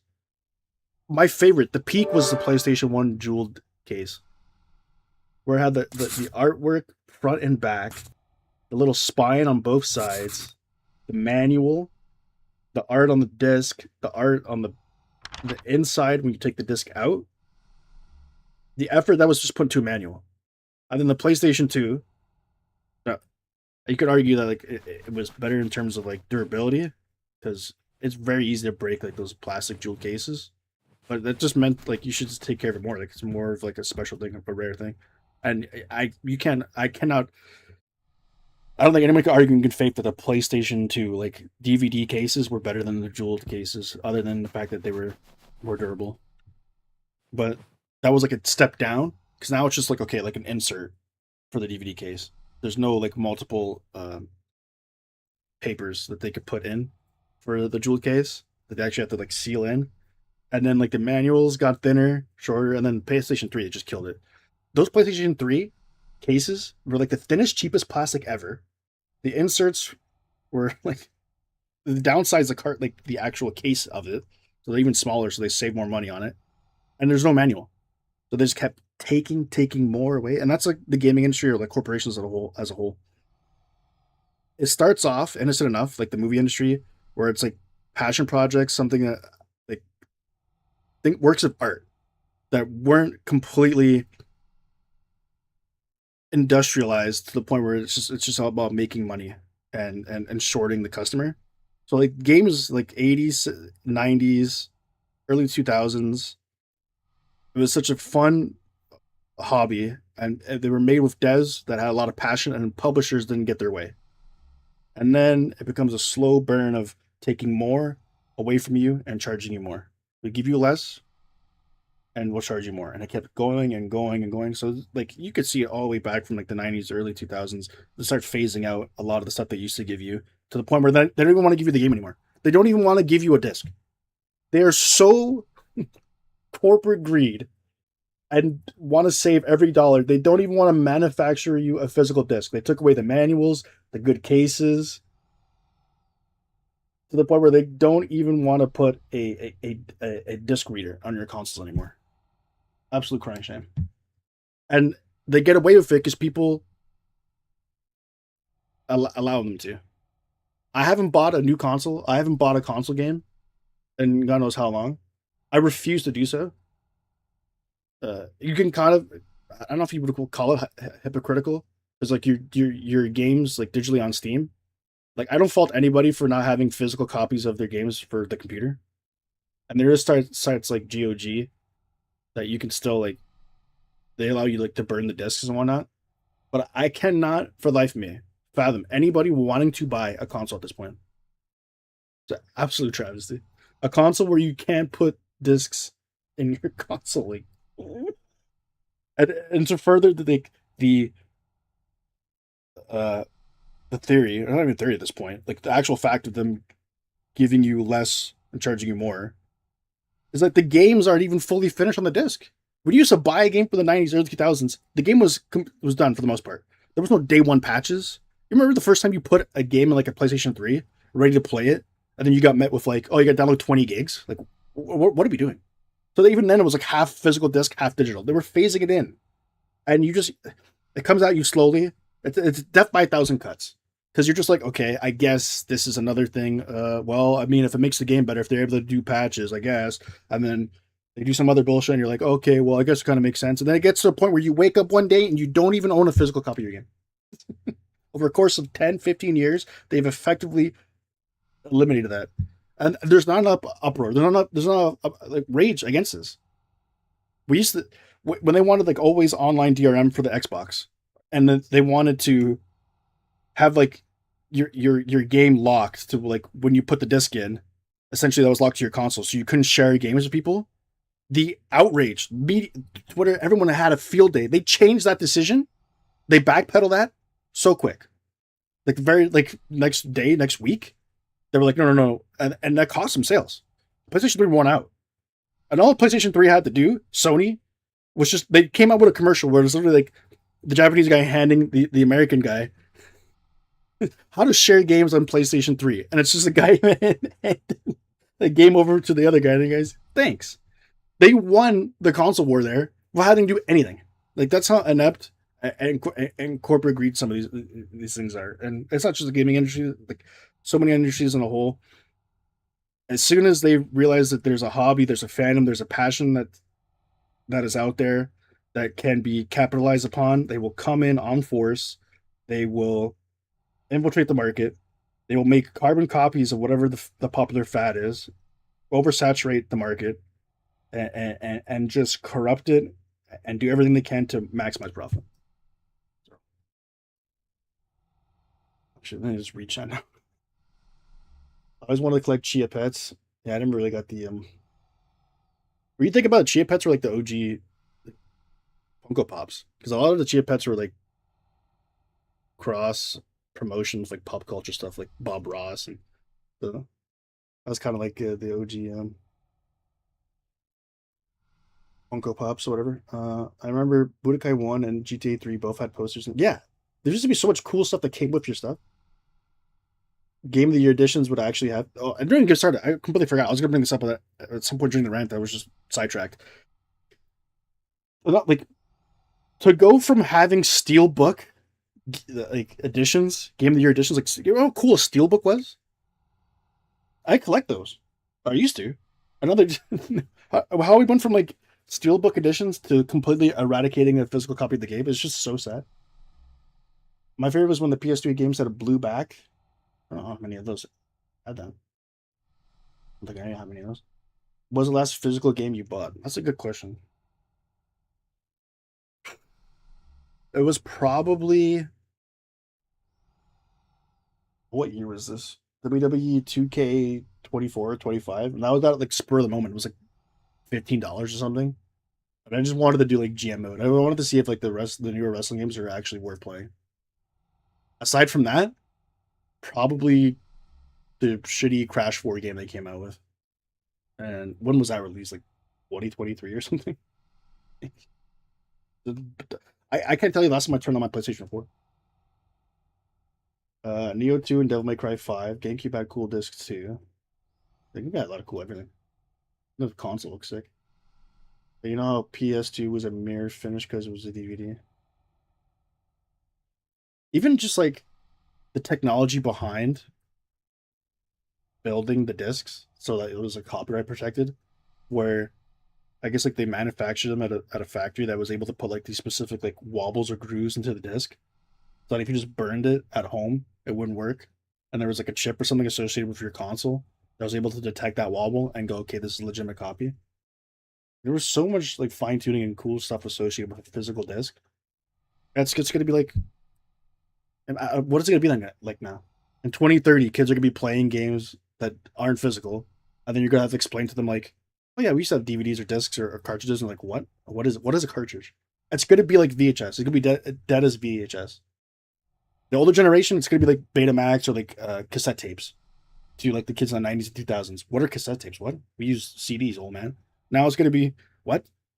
CDs, discs, cartridges? No. We just use downloadable files. What are you talking about? It's a generation. Yeah, speak now. A degradation. There we go. It's a degradation of society. Decade by decade, generation by generation. A generational degradation. Sometimes they'd use the CDR disc. Can it be blue? Oh, that's cool. Remember that cool AF mechanic on PlayStation for Monster? Yeah. So I have like the well, I should play the game. I just find it hard to talk about something I'm passionate about while I'm actually playing games. It's pretty tough. I gotta say, they I guess ported it. I don't know would be the proper term. They have Monster Rancher 1 and 2 on Steam, and they were able to like incorporate that CD swap feature somehow.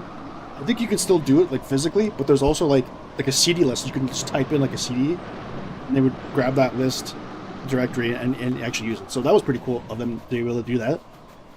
But like, you used to be able to take a PlayStation 1 disc and put it in a CD player and listen to the soundtracks on there. It's not just like sports games. It's the medium as a whole. They are giving you less and charging you more. Now they're saying GTA 6 is going to be like $100 or something. I think $100 US. We're getting to the point where like one game costs about like a quarter of the console. So it's like, would you rather have the console or 4 games?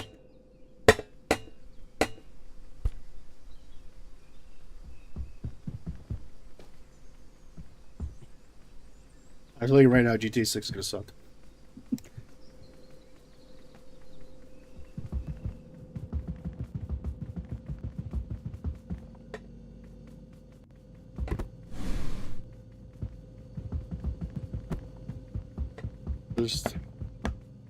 It's very, very, very difficult for me not to come across those old men yells like clouds. Every generation, their generation was the best, and the new one sucks. Like, maybe there's a point. Like, maybe at a certain point back then, it actually did get worse every decade. And you don't know any better. Your parents from, like, the 80s or 70s or what have you are talking about how much cooler it was playing outside with a ball. And you're like, I get to play, like, this PlayStation. This is so sick. I watch, like, these terrible Instagram posts of people, like, interviewing these super young guys and gals. And asking them what their favorite game is. And it's like the most generic PvP flop. I can't take you seriously in your video game opinion if your top, like your favorite game of all time is just like a flavor of the year, flavor of the month PvP game. If your favorite game is Marvel Rivals, I don't know. I don't know what to tell you. It could be your favorite PvP game. I'm not going to fault you for that. But to say that that's your number one game. Have you played other games? Like,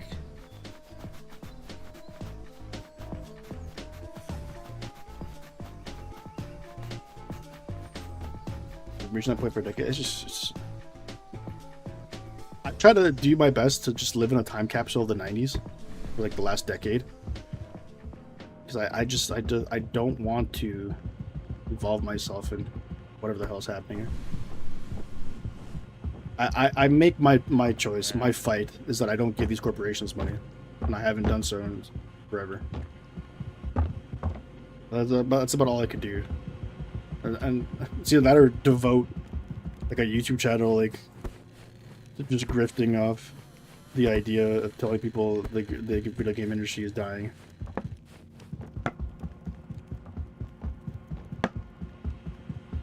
It'd be no different from like a guy on the left and a guy on the right monetizing their political grift.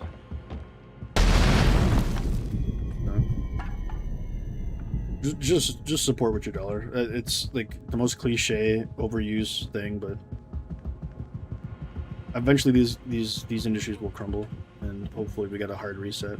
The only way for it to get better is for it to get worse. Unfortunately, we're past the point of like the redemption arc. We have to have Thanos snap us. We have to have half of us reserve it. We need a ground zero for the video game industry. This is actually ill-placed. I can get out the front door now.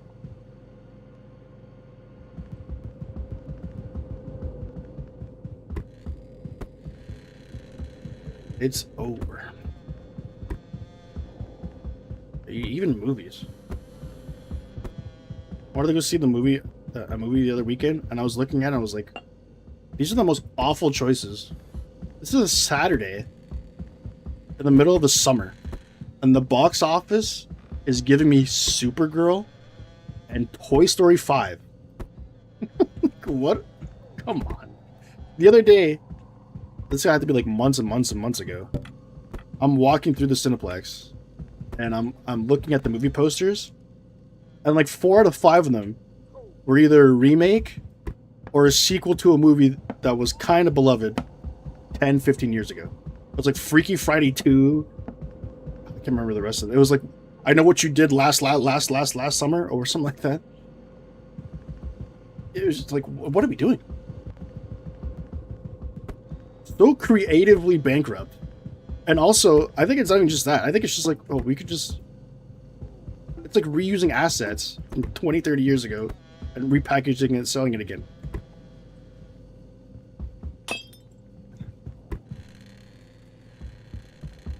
There's a blender right here.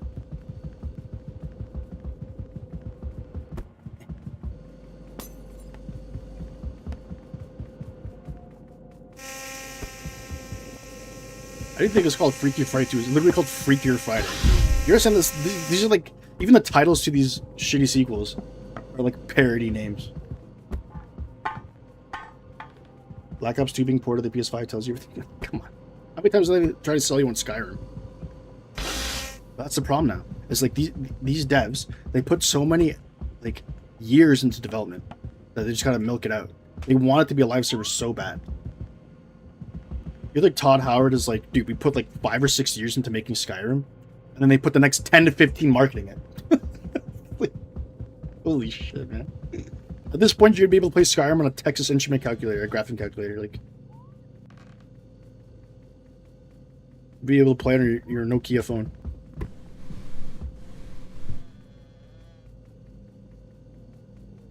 Make the TV steal a pet fish? Or I should just take this man's fish. It's just scummy video game business practice. And it's like the publishers are like a main reason why this is a lot of the scummy stuff is being allowed. You remember when publishers had like little to no control over the dev? Remember there was actually like a functional working relationship? Now, like devs and publishers, to me, is like the perfect analogy is pimps and prostitutes. The publishers are the pimps, obviously.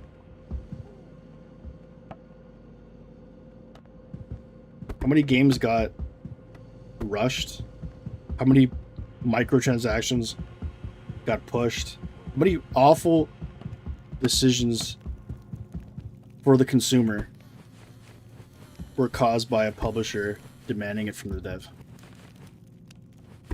Remember the the only negative I have about the CTR remake is the monetization. Being able to like buy coins. And I think like some like exclusive skins you could only get by like corporate means. Like there was this one skin that you could only get if you were like to redeem a code off like a Skittles pack, and that pack was like only available for the United States. So like anybody in any like other country couldn't get that skin. Yeah, that's just scummy. And then you get people like fear of missing out, like the FOMO of wanting to get that skin, and then like people capitalizing off scalping that. I saw like somebody try to sell a Skittles code for like $50 on eBay. Just terrible. That's another thing too I hate. Again, it's not just the corporations, it's the people. I don't know, like COVID definitely like made it worse, but it was already heading this way. People scalping hobbies, like I'm sorry, you're the scum of the earth. Like there's no other way to put it. You're a terrible human being.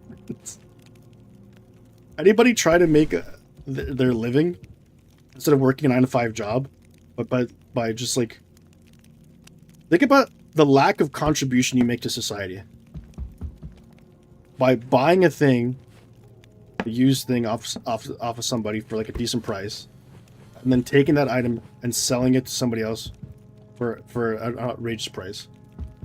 What are you contributing to society? You're literally leeching off it. And I see these posts on like Instagram, like people are like, oh man, like Pokemon cards, people selling at like fan expos, and I saw this one Instagram post of a guy like at a garage sale complaining that like a game was like $3 or like $5, and meanwhile he was showing that he could sell it on eBay for like 15, and he didn't end up buying it, and he posted, and it's like, dude, you get a job, bro. Like, I guarantee you make more. Like, people are so against, right? But then like force fed this idea of like content creation or like being an influencer or doing literally everything but work a 9-to-5 job, especially a manual labor one. People are so against manual labor 9-to-5 jobs that they'd rather wait in line to scalp a children's card game. Contribute to society. Please, pick up a broom. We used to make fun of people who like grave diggers or like janitors. That is such a fucking noble profession compared to scalping Pokemon cards, bro. I can't take you seriously. I'm an entrepreneur. I'm a business owner. Oh yeah, what do you do? Oh, I wait in line at a vending machine that was designed to prevent me from scalping Pokemon cards, along with like 40 other sweaty neckbeards. And then I take those cards I open them and I resell them for 50 times their cost. What?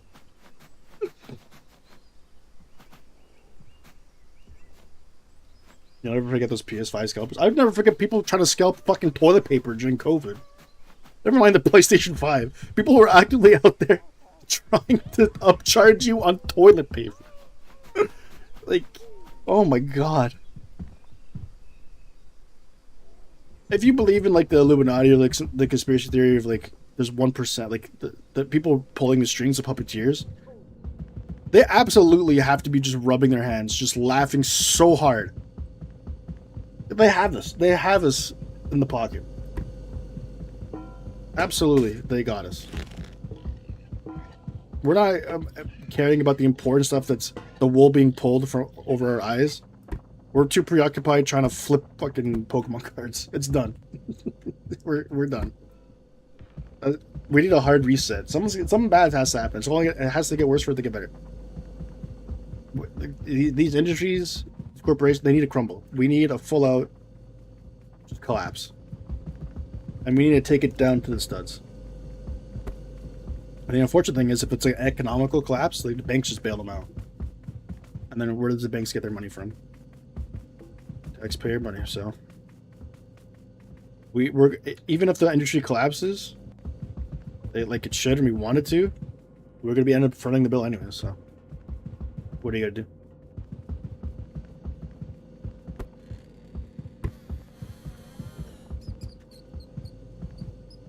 Just play retro games, and then every so often you'll find a pretty good indie title. You have to sift through 1,000 shitty movies to find one that actually was worth watching. You have to sift through 1,000 shitty streaming shows to find one that actually doesn't insult your intelligence. I have to spin it. Hey, where's this TV?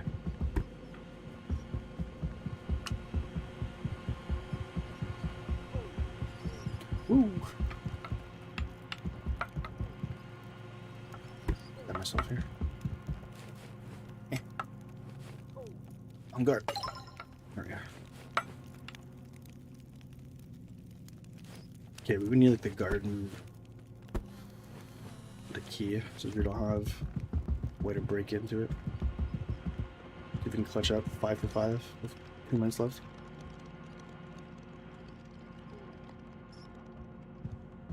I get more nostalgic every year as things go by. Like, every so often I'll stumble upon like a childhood memory that can never be captured again. Like, it can never be done now in modern times. Like, even something so simple as remembering when television just went off the air and seeing those colored bars and hearing that loud audible tone. Just so iconic for me. And knowing that like no kid is gonna experience that now. No kid is gonna experience the wonderment of opening up a Pizza Hut box and finding a demo disc in there. No kid is ever gonna have that feeling of Friday night, you and your parent showing up to a Blockbuster and having a new movie to rent and a new game to rent. It's just and you could say, well, yeah, we have like modern exceptions, like we have like modern ways of doing that. It's just not the same, man. It really isn't.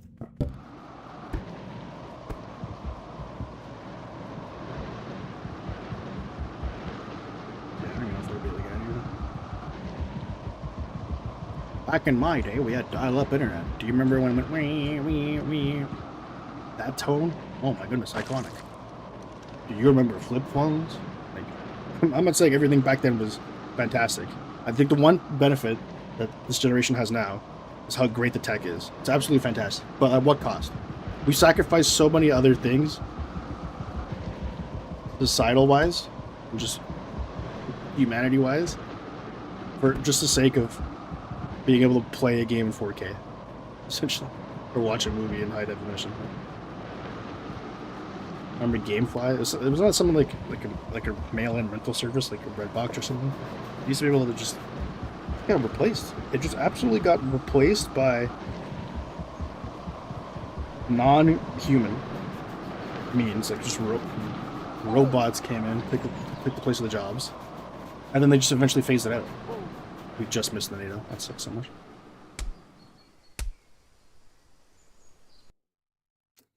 I heard somebody talk about this. I don't know if it's a podcast or some show from something on YouTube that you used to be able to go like every week, form like kind of like a bond with the person working at like the Blockbuster, like the store, and you could ask them recommendations. Like they'd suggest you like, oh, this game is really cool. It's like that's gone. When as soon as you introduce like, oh, it's just a machine that you rent from. Like, would you rather have somebody behind the counter be like, oh, dude, this movie's pretty cool. It's got this and this and that, or Netflix being like, oh, suggested this movie because this is action and you like action based on the last 3 movies you've watched? Like, this is not the same. Not the same.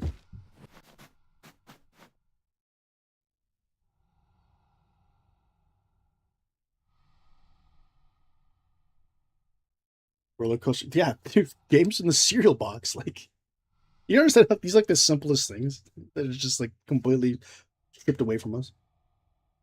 They send you a game you wanted to play in the mall. Yeah, it was kind of like what Netflix used to be, like the Redbox. Like you used to.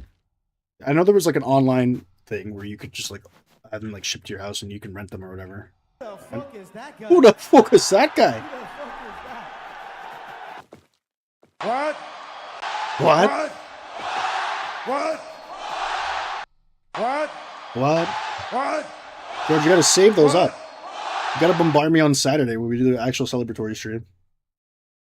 I'm only 30 minutes uninterrupted stream alerts, completely just drowning out the gameplay. What?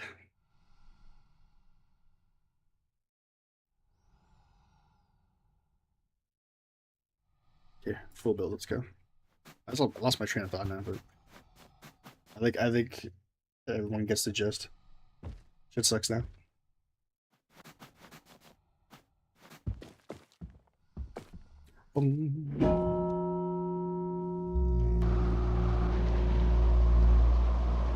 It's over.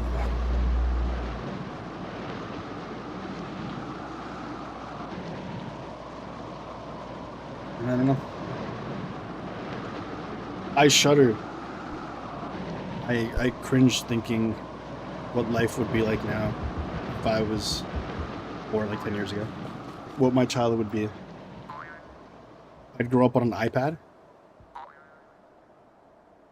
I'd be watching more YouTube than television. The cable would be phased out. You wouldn't really know the struggles or appreciate technology because you weren't there for it when it was still in its infancy. So now you're just used to everything all at once. Binge watching something. Yeah. See you, man. The one, I guess, benefit from, I guess, like most media, just at least like mainstream corporate media, shitting on its people, and it getting worse and worse, is that more and more people are turning to YouTube and Twitch for their means of entertainment. Can I activate this?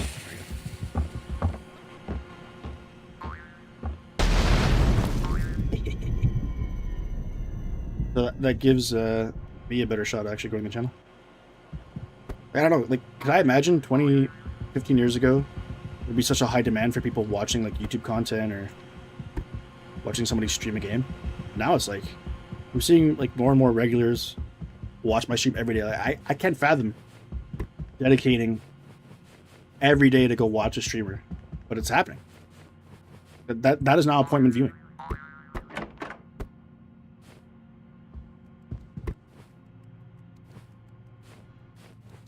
And for good reason. When you have shitty TV shows, movies, games, no wonder you turn to somebody. People are making actual, like, now more so than ever, a lot of people are making actual livings. Just uploading video game essays and doing YouTube stuff. Because there's a market for it now. There's so many people watching that stuff. They're turning to that.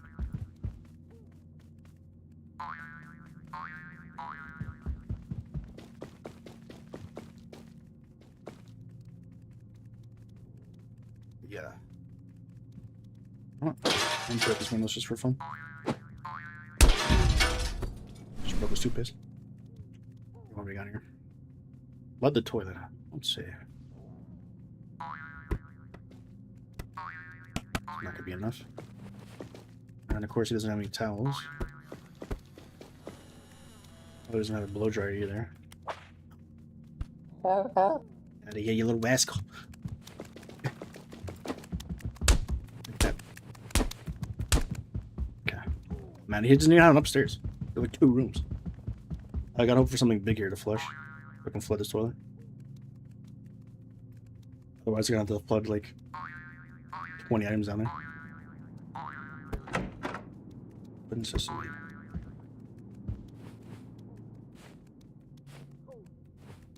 What do you think, George? Do you have any video game suggestions for the big stream on Saturday? Otherwise, it's just gonna be like a bunch of retro games. So when I get some more Steam games incorporated. That key. Oh.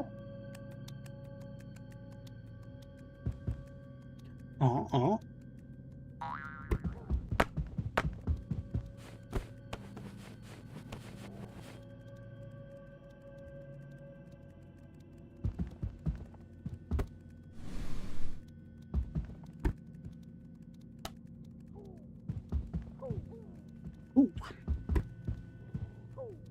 Ooh. Get that in my text out. It's the little gnome going doing an old Ric Flair. Nothing here is large enough to flood the floor, unfortunately. I don't even think we have enough small items to even do it. There's like no shells. There's like nothing here. It's terrible. Terrible. I try maybe the slippers, if I put like 2 slippers or something in there, but... Do you have me a longboard or a good bike? I'm watching these guys now, they're on like powered like unicycles, and you know the big thing? This is probably gonna sound like old man yells at clouds. The big thing around here now is these stupid like they have to be partnered with the city. These like motorized like scooters that people like use their phone, like their app, to like rent out, and then they can just place them on the sides of the street when they're done with them. That's everywhere now. Nobody actually physically moves their body. I see people with like electric like bikes now.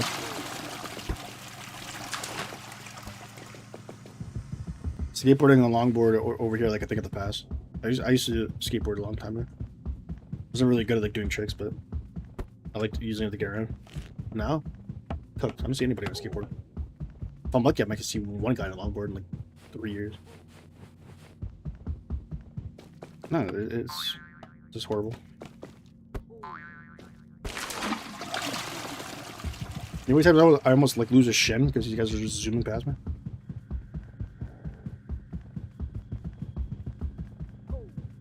It's like, what are you doing? Just get your own like. If you really want an electric scooter, that just buy one, or just get like an actual like physical cheap little scooter you can scoot around yourself, or get a bike. Why are you paying a corporation to rent out something you could buy and use yourself? Oh man.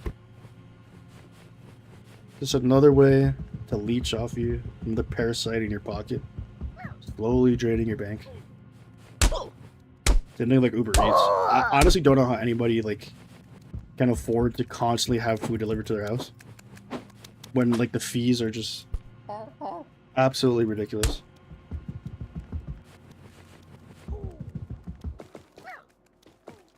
And obviously, COVID expedites is the word. A lot of these shitty practices now.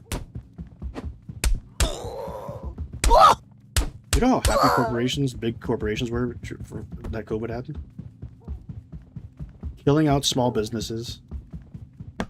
Being able to blame like shitty customer service or service in general because of COVID. Corporations are still doing that, by the way. Still making excuses as to why something's delayed or behind because of COVID how many years ago. And being able to phase out a lot of things that COVID allowed them to do, and they never brought back. And the bump that they got from like delivery services and whatnot, like, oh man, if I was a big corporate guy during that COVID period, like dollar signs, absolutely through the roof.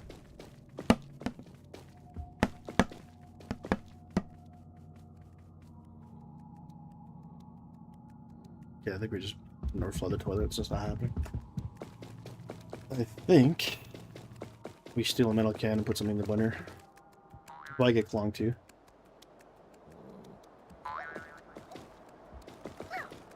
So many gnomes here. Wait for me. How is this kitchen? Gotta be here.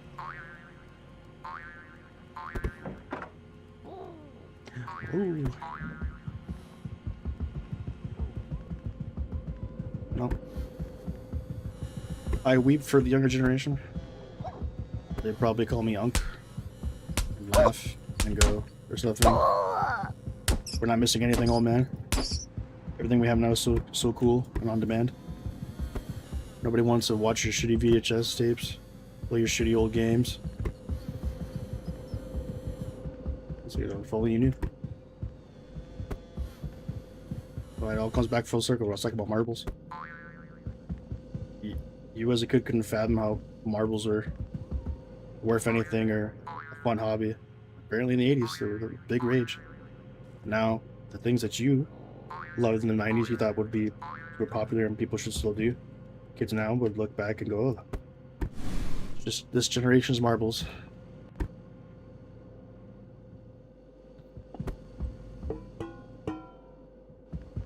Every generation is gonna have those moments. Like, obviously my generation was no different, but I don't think it's as bad. Like, we had the little fads and toys, but we had like tech decks. We had cool stuff like Beyblades and what have you. Now they're coming out with like, the older one is fidget spinners. Now they're making toys based on memes. Yeah, I know I'm in the right here. Check the zoning laws. I think they'll prove me in the right here. I know I'm in the right here, chirping this generation. Simply because I walked into a dollar store and I saw a toy called the Skibbity Toilet. I know, I've already won. That's it, checkmate. Like, I am self-aware. I do understand how it could come across. And, you know, it is a bit of old man yells at clouds, but at the end of the day, I think your generation's cooked if you have a Skibbity Toilet as one of your toys. Terrible, absolutely terrible. Imagine having toys marketed after memes. Like, what? Horrendous. Absolutely horrendous. It's over.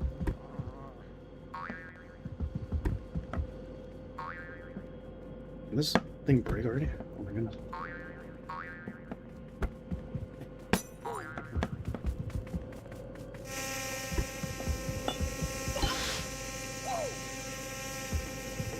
So many guys here. No, not the knockout punch. Get up. Get up, Mikey T. Oh, you knocked me out twice. This is terrible. This is so bad. 2 knockout punches.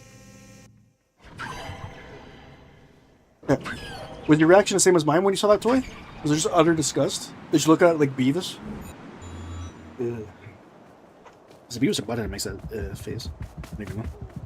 I'm gonna be a 90s guy. I never really watched Beavis and Butthead too much. Oh yeah, it's the first thing I did was I Snapchatted that to like 6 other people, and I captured it like this generation's cook. I couldn't believe what I saw. I needed other people to see this. Like I wasn't like making this up.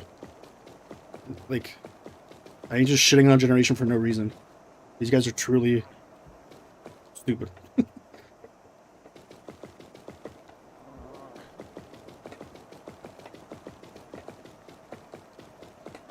Dude. Again, every generation has their own slang and terminology. But when people used to say like groovy or that's sick, man, or that's cool, I was never cringy. Like, okay, it's just like your generation's terms. It wasn't really cringy. There were still actual words that were used to describe things, like actual words. Now, the slang and terminology that they use is so alien and stupid to me. And like the whole point of a lot of like slang and terminology is like short form things. They've somehow found a way to slang words that already, how do I put this? Like slang and terminology kind of originates from finding a better way to say something that already existed, or to shorten it, to make it easier, quicker to say, especially like during text and stuff. This generation somehow has found a way to make slang terminology for words that already perfectly describe what they want to convey, while also making it longer, more syllables and more letters. They've completely gone the opposite way, lost the plot on what slang and terminology is, and a lot of it still doesn't even make sense.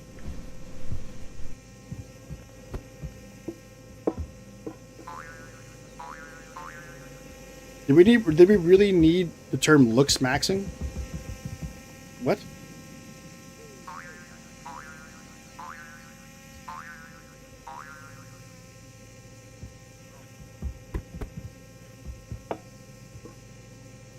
And we're just replacing words of other other words for no reason, just phasing them out. Because the new way of saying like loser or virgin is now just saying incel.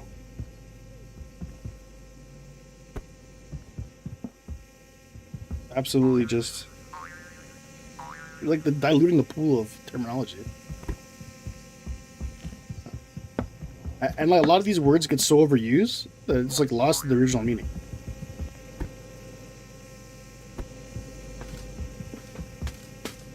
I had someone the other day try to explain to me, like, they basically called somebody an incel, or they try to backpedal it as like, oh yeah, like incel mentality. Well, the guy's married with a kid. It's like, by definition, you cannot be an incel if you're married and with a kid with a member of the opposite sex. Like, what are we talking about? It's like, oh, you don't get it. Like, it's just the mentality. What?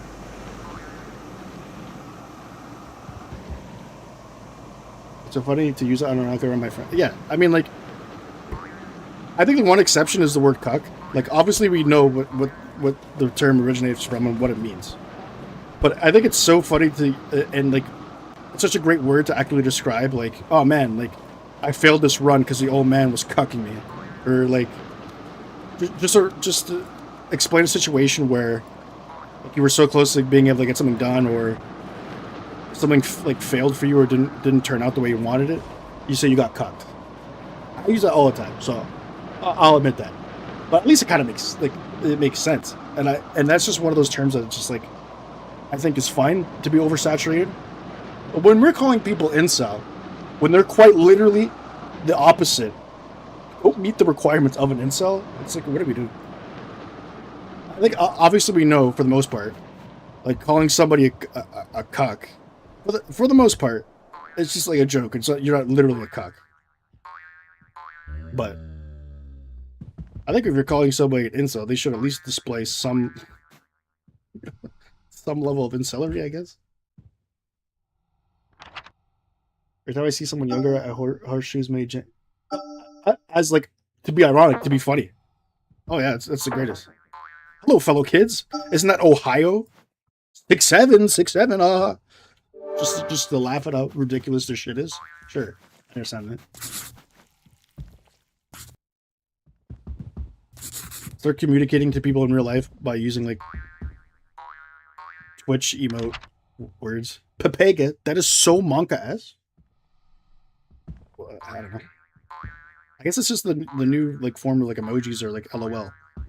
I understand like the generation before us are probably using like complaining about it the same way that they complain about, like me complaining about the slang terms and stuff being used now is probably the equivalent of the older generation before me making fun of or complaining about like lol leet speak, like the LOLs and the LMAOs, like those kind of acronyms.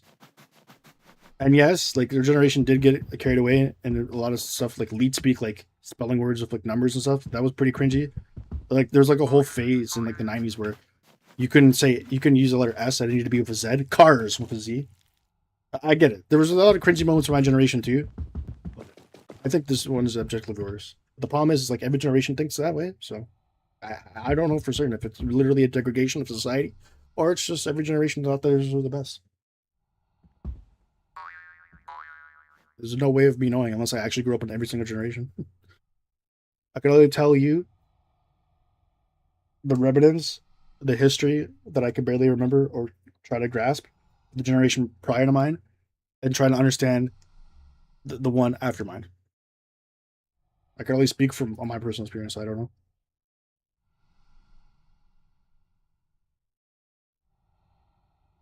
Get the potion stand on here. And the repackager.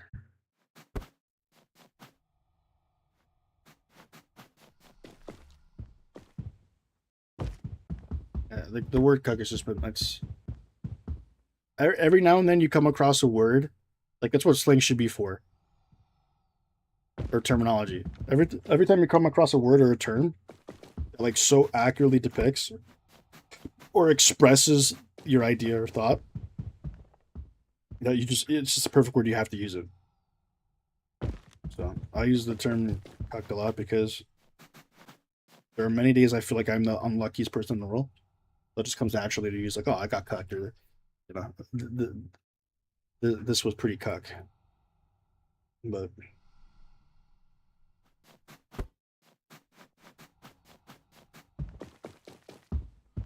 there's just certain terms that you should never like phase out because there's no meat on that bone, or there's no fat on a steak. Like it's just perfectly just enough to get a idea thought across. There was one term that I thought was pretty good for like a new Gen Z term that actually like fit the description of concisely conveying an expression or a meaning in a very short and eloquent way. I can't remember what the term is, unfortunately, but I will give them one at least. But for the most part, it's just what are we doing? Bro, it's such a vibe. That's an aura. Okay. We're vibing out. Big aura. I guess it's not cool to say cool anymore. Oh, that's pretty cool. Oh, we're chilling. We can't say chilling. No, we say we're vibing. Such a vibe. He's got aura. He's looks maxing. Oh, fuck. I feel like Conor McGregor. Who the fuck is that guy? Just looking around like, what? When did this happen? You don't have scrags for the backpack? Oh, yeah. Okay. So let's get rid of the helmet. Oh, no. We don't have our dummy anymore. We can't afford it. No. Okay. You know what? Just dump the helmet, I guess. Fine. Because I want to get the blow darts going.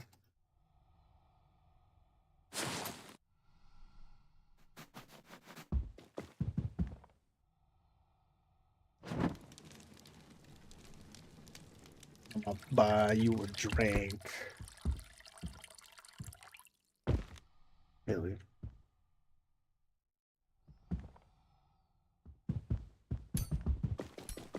Even some of the music I listen to that the kids are really about, I never felt like that was probably like my come to terms moment. Like I always joked around, but I finally felt like the uncle at the barbecue, like the old man moment. Like, oh, I'm like there's more years behind me than there will be ahead of me in terms of like good years. Is when I showed up. I won free tickets to a Boogie With a Hoodie concert,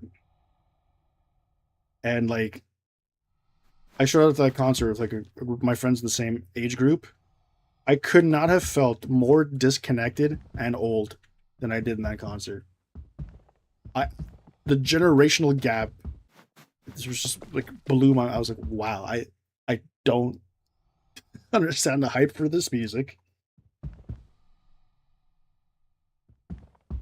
I don't know if this is like an official term or if others have come to these terms and called it this, but the only accurate 100% way I could describe the genre of music that Boogie With a Hoodie creates, it's not rap or hip, like it's quite literally cam girl music. Don't ask me how I know how, but it's quite literally music designed for women to strip online.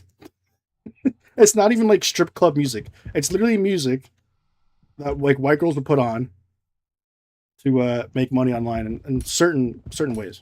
I wouldn't know. Some people are saying. Some people are saying. I'm not saying it, but I'm being told there's a lot of people, quite a lot of people online, taking clothes off, dancing to a little Boogie With the Hoodie. It's ironic because they don't have a hoodie on. It's taken off. Don't ask how. I don't know.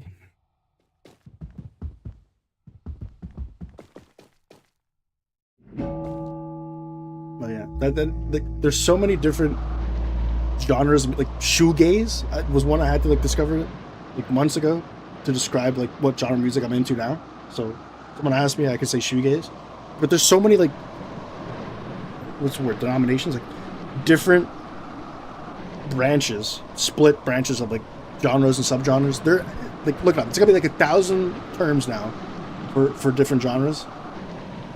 Why can't cam girl music be a genre? I'm just saying. I wanna add it to the lexicon of genres. I think it perfectly accurately describes Boogie With a Hoodie's music.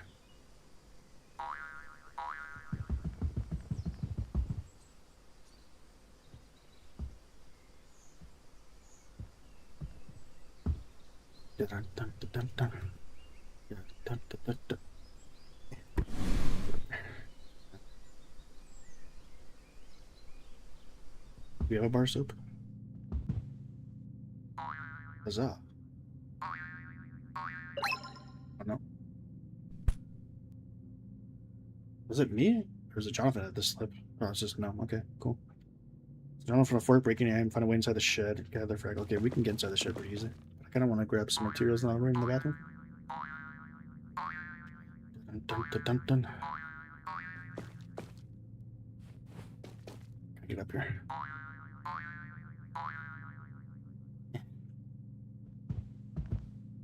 Give me the sponge.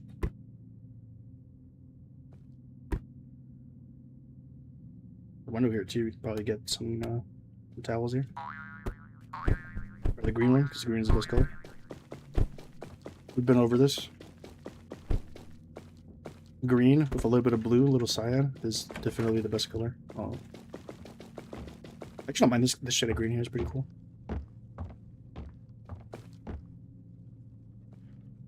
This is all my niggas staring in the corner of the bathroom. This guy had dementia? You ever just walk into a bathroom, stare in the corner for 3 seconds, and just walk out? I always get recommended random episodes of Sunday Night Heat on YouTube.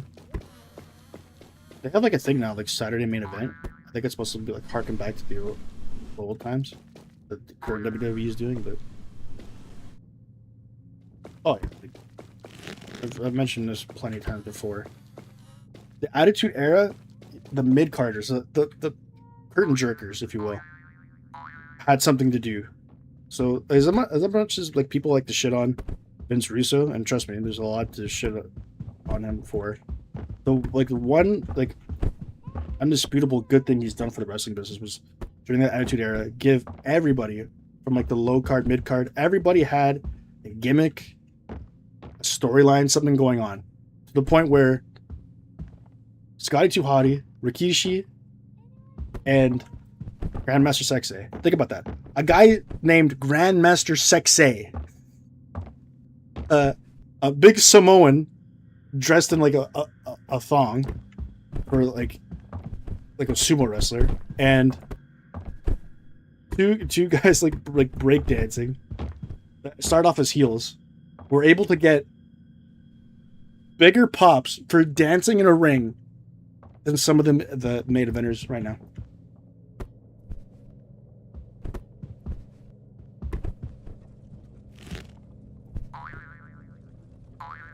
sometimes I'll watch like some older match. Like there's some like really good like mid carders, like cruiserweights and like guys who open up matches that were still pretty talented. I get disillusioned though sometimes because I'll remember like a lot of like mid carders or I would like the jobbers and whatnot. Like remember them being a lot better and like, wow, why didn't they get a proper shake? And then I'll watch the match and go, oh, this is actually kind of night and day difference. Like the one thing like obviously modern wrestling has now is how talented like everyone on the roster usually is. So you can see like a difference. Like okay, like the jobbers and mid carders are probably way more talented that they are now than they were back then, but. I don't think there's any substance. Like, I don't want to watch wrestling unless it's entertaining. I'm sorry. It's like, I guess the equivalent would be, which is kind of funny because it's kind of like the opposite in a way. I only want to play a video game if the game plays like first and foremost, like the forefront of the game design. Like your game has to be fun to play. It has to have good gameplay. The story and everything can come like elsewhere. And a game of good gameplay to me is like wrestling with a good story or like gimmicks, like entertaining wrestlers. And ironically, like the story can take a back burner, like can take a hiatus, I guess, for like a video game if the gameplay is good. But I can't say the same for wrestling. The story cannot take the story, the gimmick, the characters can't take a backseat to the athleticism and skill that the wrestlers have right now. So like the wrestlers' skills and like abilities, like their actual technical wrestling ability, in this analogy, would be the equivalent of a video game story. And the gameplay from a video game would be the equivalent of the wrestlers' gimmicks and like personas.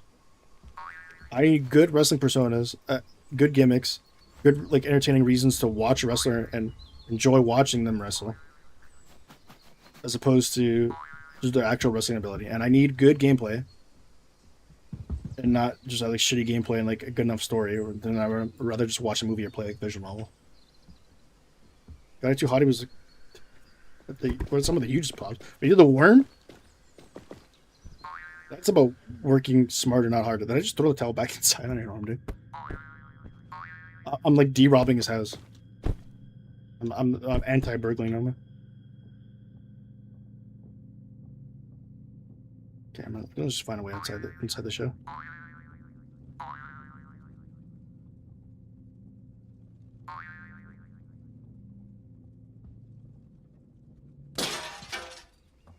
There was a time, the Attitude Era, you would never think about having to mic in crowd noise.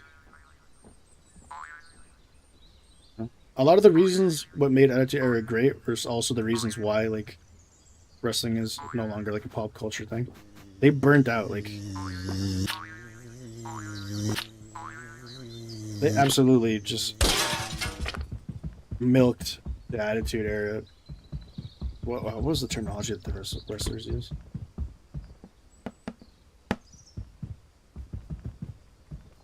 It's like I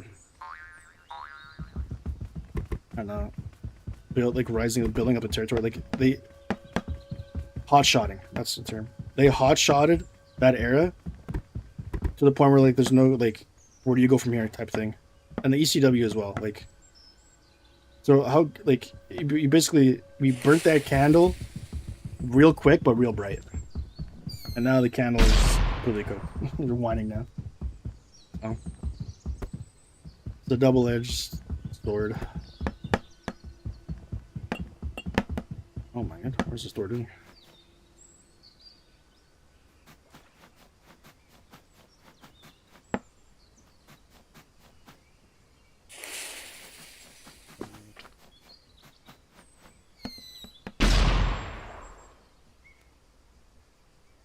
Okay.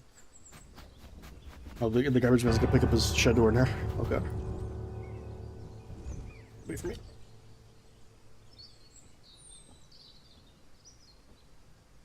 They got a Monday Night Wars edition of WWE. Yeah, more corporate slop. Didn't they have like a Triple H edition? Triple H was on the cover. Imagine putting Triple H on the cover of like a modern wrestling game. Like, what are we doing? They're still milking it. I mean, they're trying. The ironic part is they're making more money than they ever have, but they've also never had like a fan base or like lower pop culture status than they've ever had. So they've effectively they're like the definition of like the whale market, where they don't care about having a lot of consumers. They care about having enough consumers that absolutely will buy anything and everything at outrageous prices. That's why, like, go look at any fan, anyone buying their stuff. It's these guys completely obsessed with wrestling and just buying, like, just disposable amounts of income, just shelling out, buying like $500 wrestling belts. Absolutely crazy. You can't afford to be a fucking modern day wrestling fan. Most people are priced out.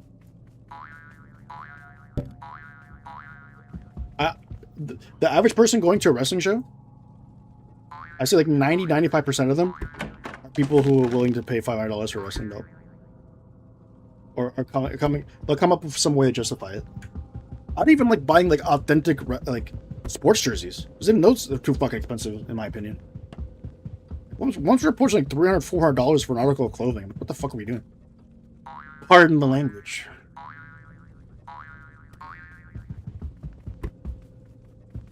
So a guy at work a few days ago, and it was an NWO style shirt. I didn't say new or ordered, but it was clearly inspired. But there's like, again, in any industry, as soon as something popular pops off, there's like 1,000 other corporations or people trying to profit off it and like ripping it off. How many like knockoff like indie shirts is there like of like the Bullet Club? Like Bullet Club is probably like the closest thing to like the modern day NWO in terms of like marketing for the shirts and stuff. That's pretty funny, but like it's kind of lost its cultural relevancy wrestling altogether. I remember working one day at a grocery store way back when, and one of the drivers there, an Indian fellow, came up to me and he was like, he saw me, I was wearing like this Austin 316 shirt, and he came up to me and was like, Austin 316, what is the meaning? And I had to sit there and go, oh shit, like this guy doesn't know. There was a point in time where people would look at you funny, like what? They'd like slap you in the face, like what are you talking about? It'd be like asking, I don't know, I'm thinking of an analogy, a good funny quip here. It'd be like if somebody's asking you, like, what's the purpose of wearing shoes? Like, why are you wearing shoes? Someone asking me, like, what is Austin 360? Like, how do you not know? Like, what? This is like common knowledge. So actually, I had to sit there and go, you know, what does it mean? Like, but like, if you're asking me that question already, I have to explain it in such a way for you to understand. Like, I can't just be like, oh yeah, dude, it's Stone Cold saying. It's gonna be like, what is Stone Cold? What? So I had to explain like such a goober. I was like, okay. So in wrestling, there's this guy named Stone Cold Steve Austin. I think he was like, oh yes, Stone Cold. Like he knew Stone Cold, but he didn't know Austin 316. So I was like, are you like halfway in between your generations? Like, how do you not know? Like I was like, how do I explain this? Like if he's not a wrestling fan, like how do I explain? Like, is he gonna know what cutting a promo means? Oh, he cut this promo, and you'd be like, what? I try to tell people, but they say wrestling is bigger now. Money-wise, absolutely. Maybe brand recognition, just because like they're marketed out there. But I will tell you, 100% certain, popularity-wise, there was a time where everybody, boxing, like everybody wanted a piece of wrestling. They wanted to get involved. And now it's the complete opposite. WWE, like CEOs, are trying to do everything they can to cross-promote with other things that are way more popular than themselves. You cannot tell me that wrestling is more popular than it was back then when they're actively trying to, like, they're getting Logan Pauls, they're getting social media influencers are now taking front stage of their fucking wrestling shows. You cannot tell me this wrestling is as popular as it was back then when fucking I Show Speed's in a Royal Rumble. Like, no. Absolutely shut down that argument right away. All you have to do is send you a picture of a GIF of I Show Speed getting fucking speared in a Royal Rumble. When they're literally, what do they cuck? I think Akira Tozawa. When they're taking Akira Tozawa out of a Royal Rumble spot, whether it's on camera or backstage, they did it. He wasn't in the Royal Rumble, and their excuse was they needed to put I Show Speed in there for a spot. Again, there's been countless cross promotions in wrestling history to get like their exposure out there. But I don't think any of them have been quite as egregious as that. When we're looking at social media influencers like Twitch streamers to push your product, sorry, it's just not as popular as it used to be. And even if even if really bad, like pre-Attitude Era, like the dying days of the WWE, I think are still more popular than they were now. So to make that argument, you might have been able to say, like, if wrestling never had an Attitude Era, then maybe you could say, oh yeah, maybe it's more popular than it is now. But you're literally trying to tell me that the most popular era in wrestling, Attitude Era, that had everybody talking about it at the schoolyard, or people watching it, pop culture references. It was everywhere back in the 90s. Everybody kept up with wrestling. Everybody knew what wrestling was all about. And to sit there and say that it's more popular now than ever, after we just had the Attitude Era, you're losing your mind. Break any item 6. I don't think we're going to be able to get that. Jonathan with a fork, gather fraggles. I think it's cooked. We're too busy just talking. I'm on autopilot right now. I'm just down here right now. If you're looking for like professional Burglin Gnomes gameplay here, go watch like my 20 other VODs. Because today it's not happening. It's just going to be discussion as I just zombie my way through this game.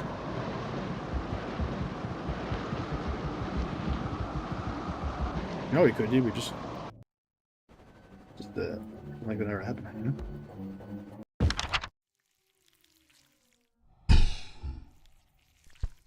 It absolutely makes more money than it ever used to, but it definitely has way less consumers.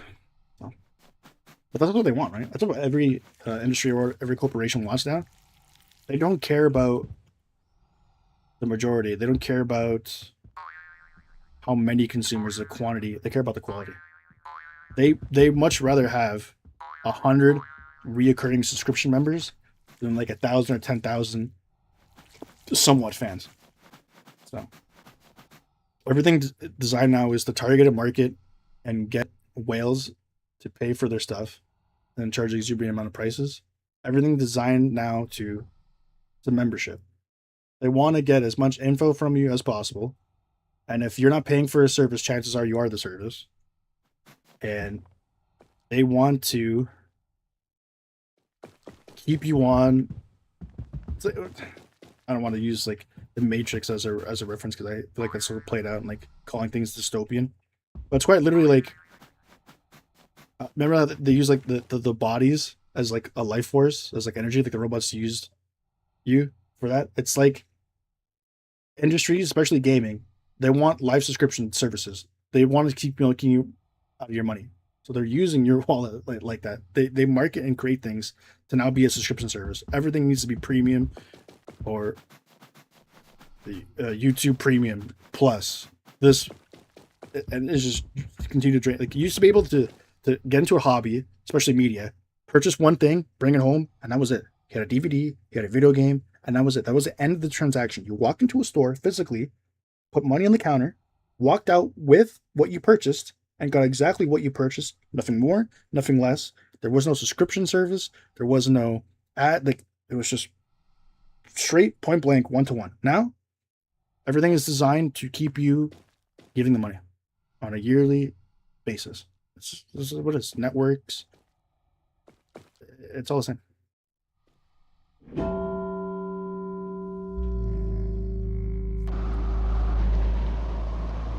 At the gas station, I saw Macho Man running 7 action figure next to the Slim Jim. I mean, he was the big Slim Jim advocate, the poster boy for them. Now you see Slim Jim on the ring canvas, on the tables.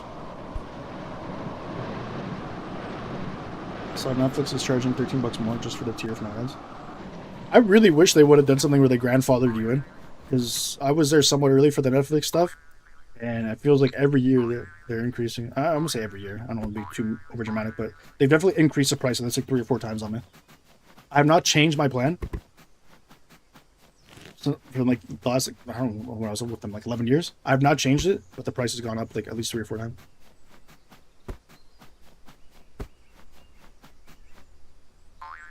Everything now is just designed to continue milking your wallet. It's just the way it is.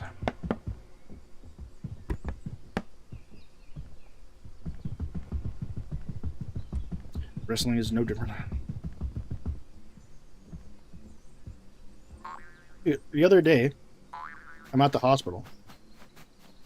There's another big thing too, is like getting your information. Every place now wants like an email address, or I'm buying a fucking pack of batteries. Why do you need my email address?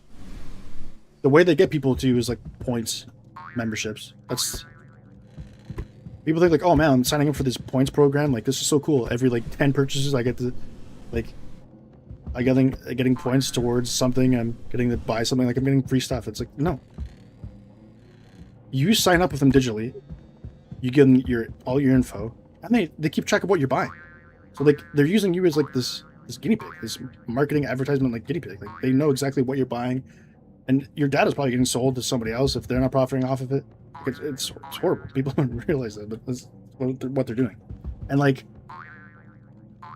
to bring it back to what I was saying, like I was at the hospital the other day, and they asked me what my religion is. It's like, why do you have to know that? If I was a Christian, would I get better healthcare? What like would I get like a discount on like certain things? Like what is my religion?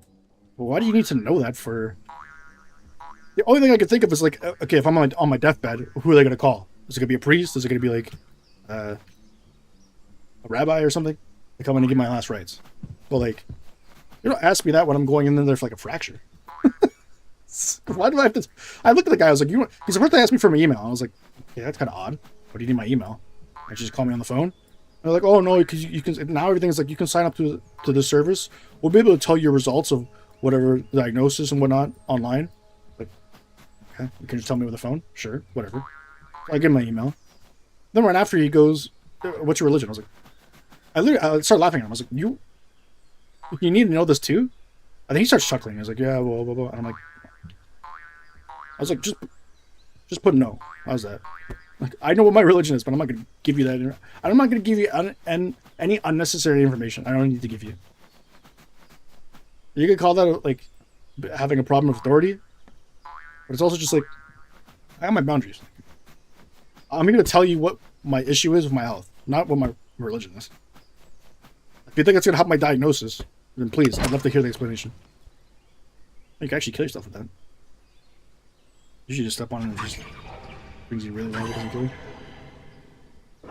I know for a fact my data is getting sold because I get emails to spell my name wrong and like it was put through a translator. Well, it's also like there's sites that are like grabbing your cache, like your cookies and whatnot, and they're able to find out like your emails and stuff, and then from there they'll personalize like emails sent to you that are trying to like scam you and get more information from you.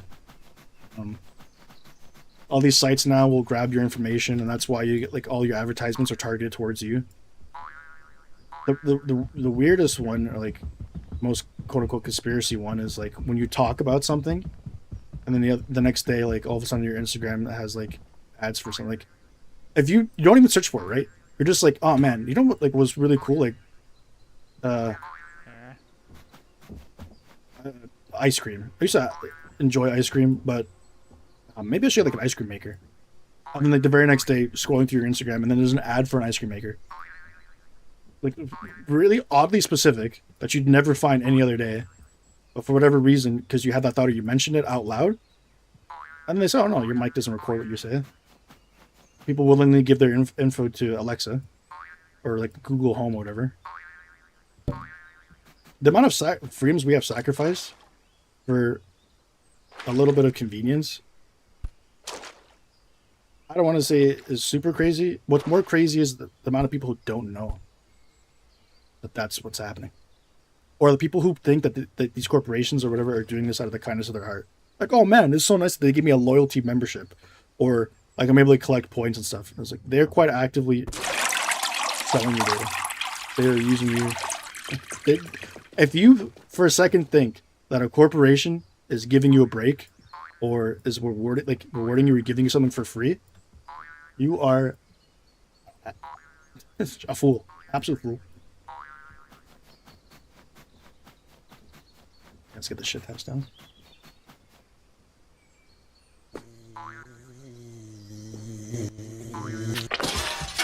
They just continue to get away with it. They quite literally get away with murder. I don't know like what YouTube serves terms of service. If anything gets flagged for mentioning, or if I gotta go, you know, I'll be the next one to go. But they quite literally murdered a man in prison that had everybody's business ready to be aired, and did it in broad daylight. They knew they could, and they got away with it. Like, people could still bring up a stink or mention it. Nothing's gonna change. So they quite literally got away with murder in broad daylight. They don't care. They'll get away. They'll do whatever they want. Now, you can call it conspiracy or whatever, but I think it's just objective reality at this point. So if they're willing to murder in broad daylight, do you think they really care about you as a consumer? They'll do whatever it takes.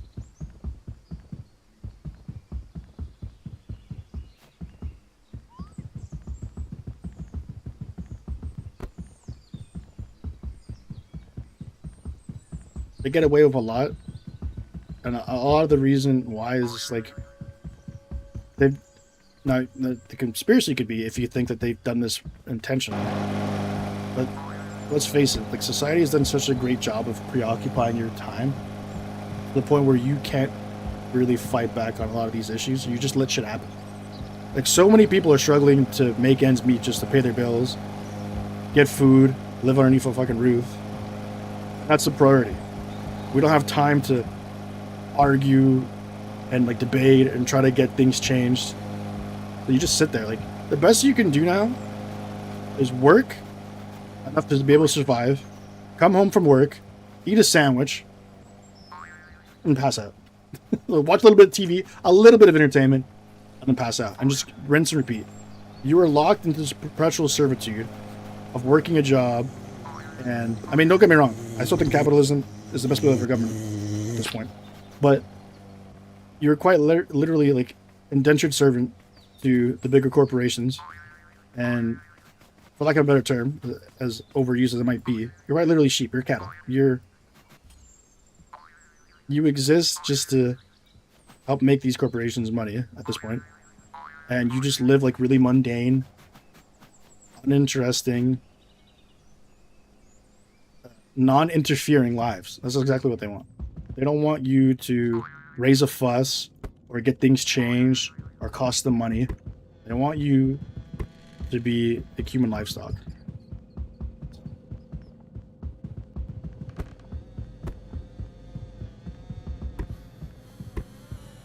And what better way or easier way to control a population? I use this analogy, and I like to toot my own horn, but I do think it's pretty brilliant. If you're a rancher, or even just somebody, like, if you're a rancher, do you think it'd be easier to own a ranch and take care of a ranch? There was multiple, like, different animals, pigs, chickens, whatnot. Or do you think it'd be easier to run a ranch, even though it might be bigger and more of the particular animal? Do you think it'd be easier just to ranch for one animal?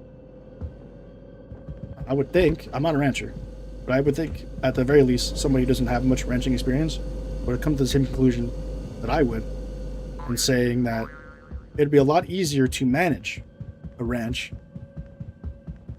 if there was only one particular animal. Because that way you could standardize everything, you know exactly, you have one method of doing so, and you don't have to, like, divert resources, use different resources for different things. It's all in one. Blah, blah, blah, blah, blah. You get the gist. Now it's just like, okay, well, it's like people. We have tried so hard, and I say we, I really want to say, like, the people pulling the strings, to try to homogenize everybody into this one thing so that it's easier to control it. Now that sounds conspiracy, sure. You can get into the theory of how they're doing it, why they're doing it, but you have to at least admit this.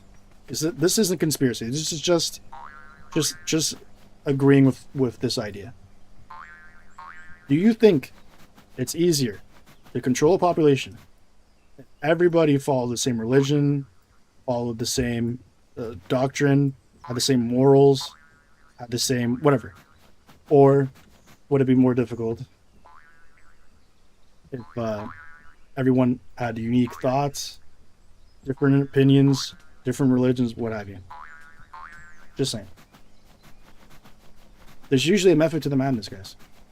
The reason things are happening on the grand scale of things is because somebody is pushing the button, somebody's pulling the strings, and there's always a reason why it's happening. My advice is never to take things at face value. Always question things. Not to the point where you are one of those nuts who think everything is a conspiracy.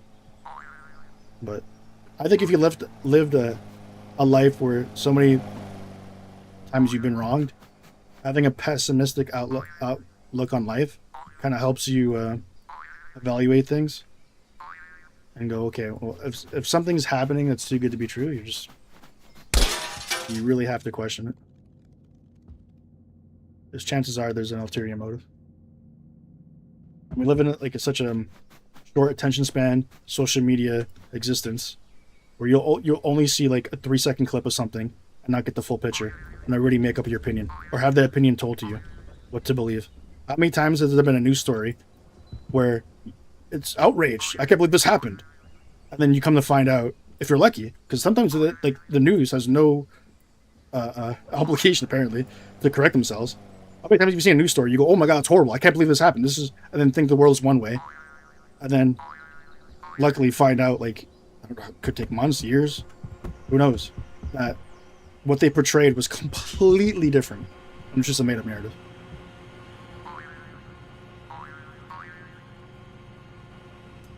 Kill a rat, huh? Kill a rat or flush items down toilet. It's only 3 of them, and. No, if this bathroom has enough.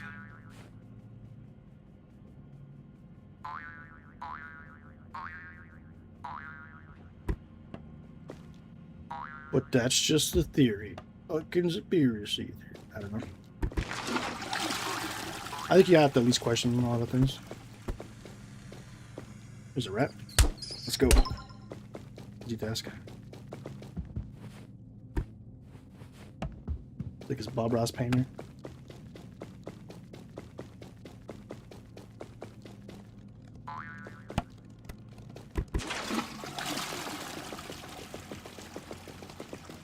It all comes back to giving an inch, they take a mile.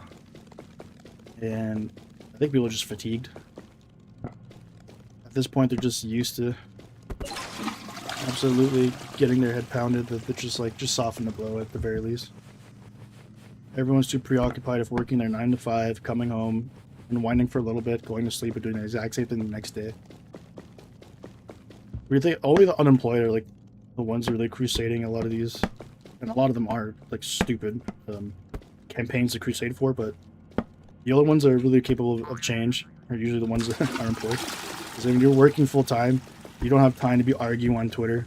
You don't have time crusading against things or researching things. For the most part, you work your 9 to 5, you take things at face value, and just go about your day until you die. You get told a certain thing is one way. You probably don't question it for the majority of your life, and then you probably end up dying thinking it's that one way. And it's impossible for everything to be taught to you or told to you to be 100% accurate. Absolutely impossible. But you just have to live your life. Most of the time going to the grave thinking something is one way.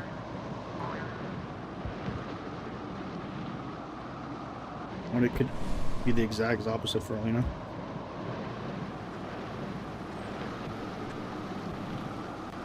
You're supposed to unemployed would actually contribute to change that matters, and not just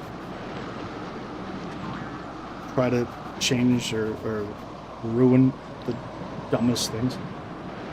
Their campaigns, their arguments, or what have you. It's just there's way more important things to kind of crusade against or for than what they're wasting their time on now.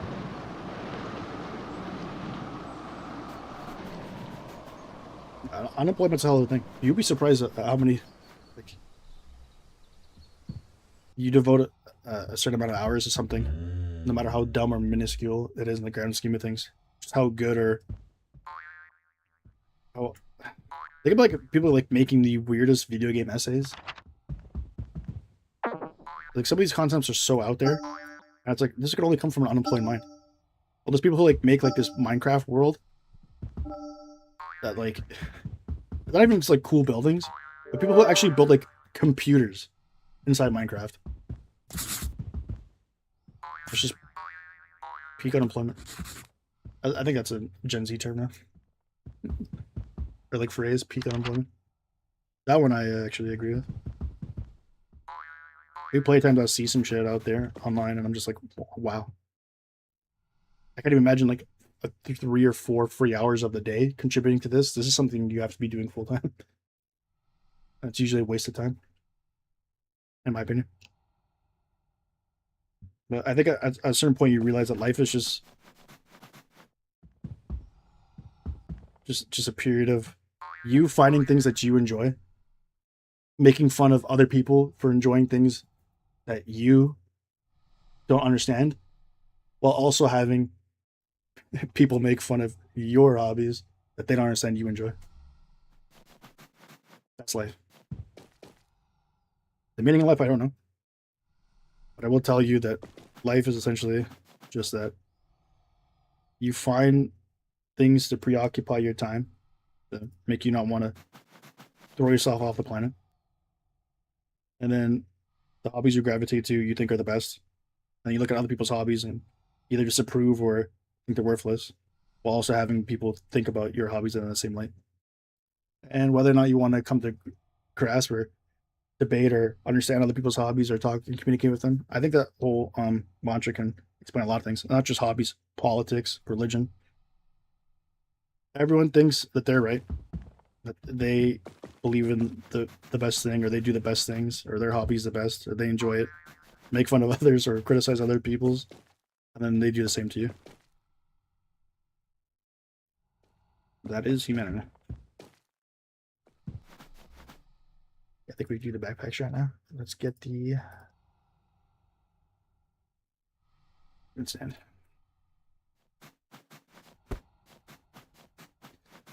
It's getting a little bit philosophical or heavy in a stream where you're literally just here to watch me burgle as a gnome.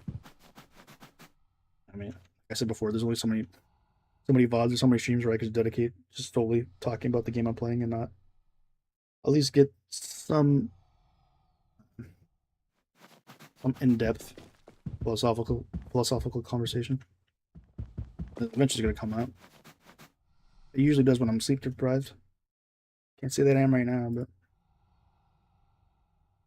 backpack, let's go. Blow dart. Give me some flight. All right. Gotta build these things yet.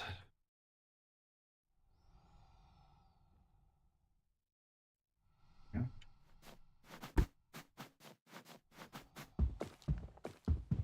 Over here.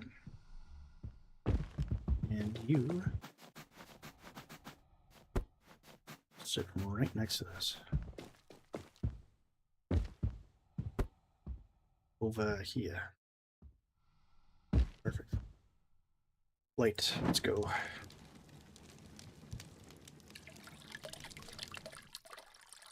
So, take the opportunity. In 3 hours, might as well get another plug here. As always, VODs, long form content, and YouTube shorts from the various games I play are exclusively uploaded to the YouTube. You will not be able to rewatch a VOD or anything on the Twitch side of things. Might I change it down the road? Perhaps, but as of right now, if you want to enjoy non-live content, the YouTube channel is a pretty decent way to do so. Well, it's the only way to do so, so you have no choice.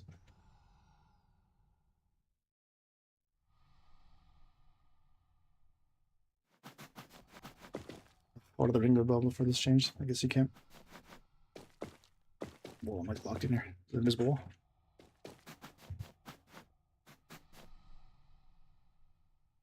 Interesting how they keep like every furniture item the exact location as they like remove it and then replace the new ones. Interesting bit of programming there. I can't imagine that's not like nuanced or very oddly specific, or it probably wasn't that easy to code if I had to guess, but I'm not a coder, so I thought there would be like a easier way, or I couldn't just like boot it out your furniture every time and had you replace it or something. I was expecting like a more lazier approach to having that work out programming wise.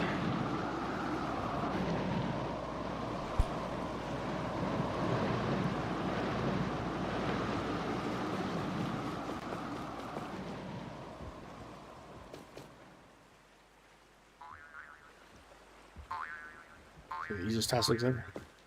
Day 5 and tell me things are gonna get harder, and they literally give me this. Steal food, wow. Tough.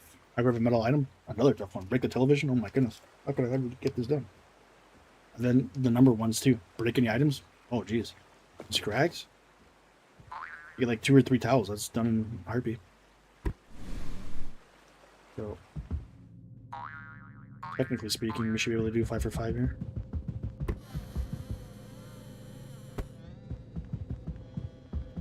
Got a window here, that's good. This loaf of bread's coming with me.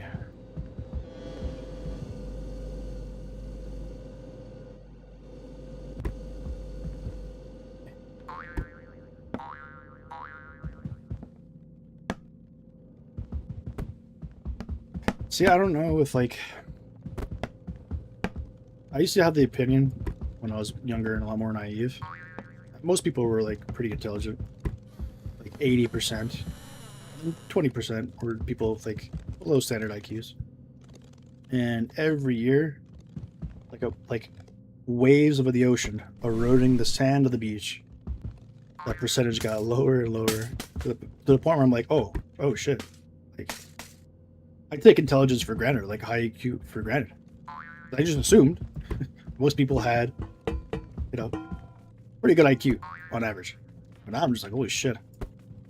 Like, so thankful I'm not completely stupid like majority of the population, I feel. That number went down from like thinking 80% of the population was smart to like, I don't know, what are we at now? 40? 30? I don't know if like anything has contributed, if that's even true, if like the actual IQ is lowered.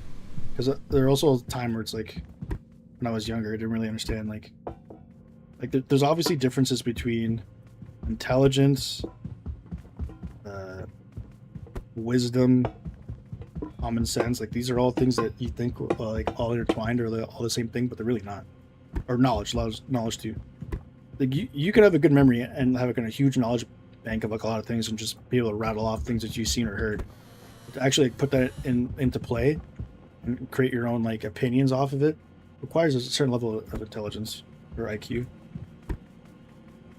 And you just think like intelligence or knowledge is based on, it's like equivalent to, I say this, like having like a lot of knowledge that makes you smart, but that's equivalent to a high IQ. When really it's like people still think like IQ tests are just like tests you get at school, like yes or no questions or like knowledge-based questions. When really it measures your ability to learn. Like how do you like pattern recognition. Like your ability to work through a problem. That's what like a measure of your IQ, your intelligence is. Not if you know what the capital of this place is. So in a lot of ways, I think schooling en masse, especially in North America, is pretty flawed. Not exactly a hot take there, but if a majority of your tests, like you're basically quizzing somebody's memory. Like if you're able to get a good grade on a test because the night before you're able to memorize all the answers, how does that determine your intelligence? What benefit does that have to you? It's horrible for me because I could like work out problems and stuff, but when it came to like memorizing, my memory's so bad. So the test that can reward somebody for good memory but low IQ could penalize somebody with a good IQ but a shite memory. Like, as soon as you standardize something for everybody, like it's just not going to be. I know it's like utopian to say like you need like specialized schooling. Like every student needs to be fine tuned. It just gonna at this point cannot happen in such a huge global population. But man, I just remember there's so many wastes of time. I feel like school was in a lot of ways.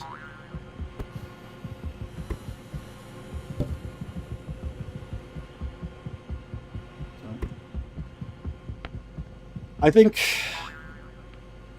I don't know like what the way to is IQ based on genetics? Is it based on pure like I don't know what you can attribute to for someone's high IQ or lack thereof, and I have no idea if they'd even track that or figure out if IQ is lowering. But I will say I think common sense is probably what's that stupid thing? Common sense ain't so common anymore. Guffaw. But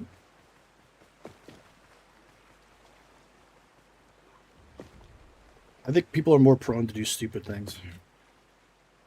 I think we're encouraged to do more stupid things. And I also think if at the very least we're not more stupid than we were before, you think that because you're able to see it, like technology and like social media has made it so much more available to see it. Yeah, I'm sure we all did dumb shit as a kid, and thankfully there wasn't like cameras on mass to record it and upload it and chase for internet clout. But I will say my generation never did something so stupid as to eat fucking Tide Pods. Like that was a fad. My generation was not that stupid. I know like the kids in the 80s played with lawn darts and stuff, but to sit there and try to like explain people eating Tide Pods, it's just, yeah, I think you're just stupid. Probably. Although it doesn't really explain much, because there's probably like a ton of people who have like dumb parents, but they ended up smarter, like genius.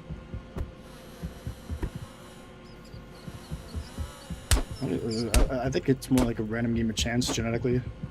I don't know if like I have to look into it. Like if there actually is research that because obviously like athletic traits, a lot of traits are passed down. Like 2 athletic parents or 2 tall parents most likely will have a tall kid. But I don't know if that translates into intelligence. If like 2 geniuses have a kid and that kid is also like maybe on average has a higher IQ. I can't even make a boxing close, but tell. Maybe on average has a higher IQ compared to everybody else, but I don't think it automatically makes you a genius or increases your likelihood.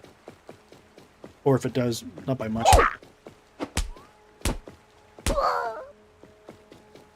Tied to punch, that's just like again using dumb shit. So like while the argument can be used like it's like, oh, it's not as widely publicized how stupid kids are. I mean, my generation, I don't think, social media or not, would be eating fucking Tide Pods. I'm just saying. I think it's just a degradation of parents, more so it is the kids.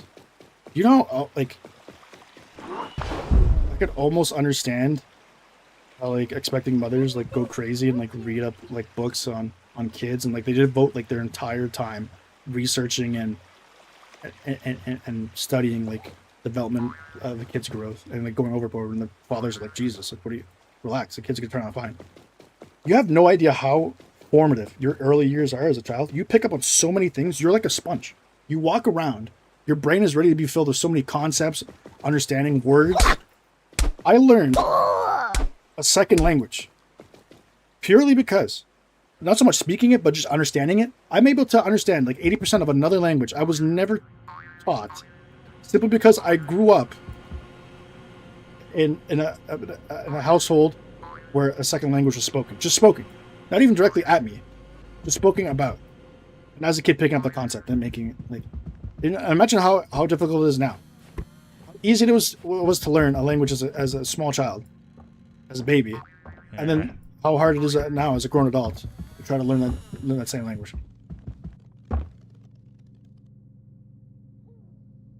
Those years are just so formative. You're such a sponge for information. So I think now parents are worse in terms of just not being a good parent, teaching your kids certain things, being responsible for your child. I think there's a lot of parents that how do I put this?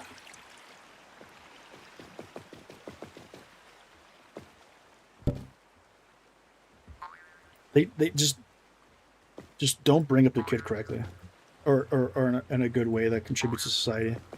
How many times I'll watch somebody do something out in public, and I'm like, oh, your mother raised you poorly, or you probably didn't have a mother. Like, why would you be doing those things or saying those things out in public like that with such confidence? Like,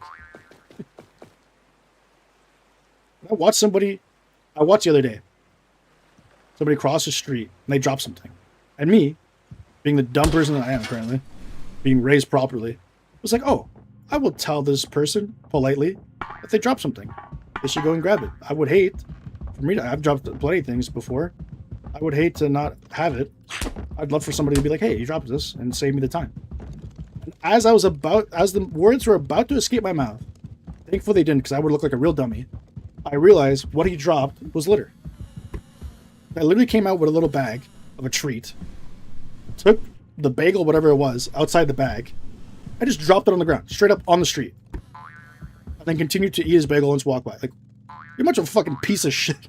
I'm sorry, like, the vitriol. I don't get this angry when, like, people commit, like, heinous crimes. But when I see you, just a complete and total fucking lack of respect. I'm not some environmental junkie. But for fuck's sakes, you couldn't, like, find a receptacle to throw that out of. You had to, like, boldly cross the street, take a bagel out of the bag, and just fucking drop it on the ground. With little to no remorse. Your mother did not raise you properly. And there's more and more of that, I think, nowadays. To the point where it's like, no wonder these kids appear more stupid, more selfish, more generations going to shit. Because at the end of the day, you're a product of your environment. It's a degradation as a whole. Every year the parents get worse, therefore the kids get worse, and it's a never-ending cycle. I've seen people who can't even take care of their dogs. How the fuck do you raise kids? For me, it's like, I've never owned a dog. But every time, especially just watching other people own dogs, I would, not on the level of like having a kid, I think it's ridiculous people who treat their pets like children, or value like an animal's life over a human's.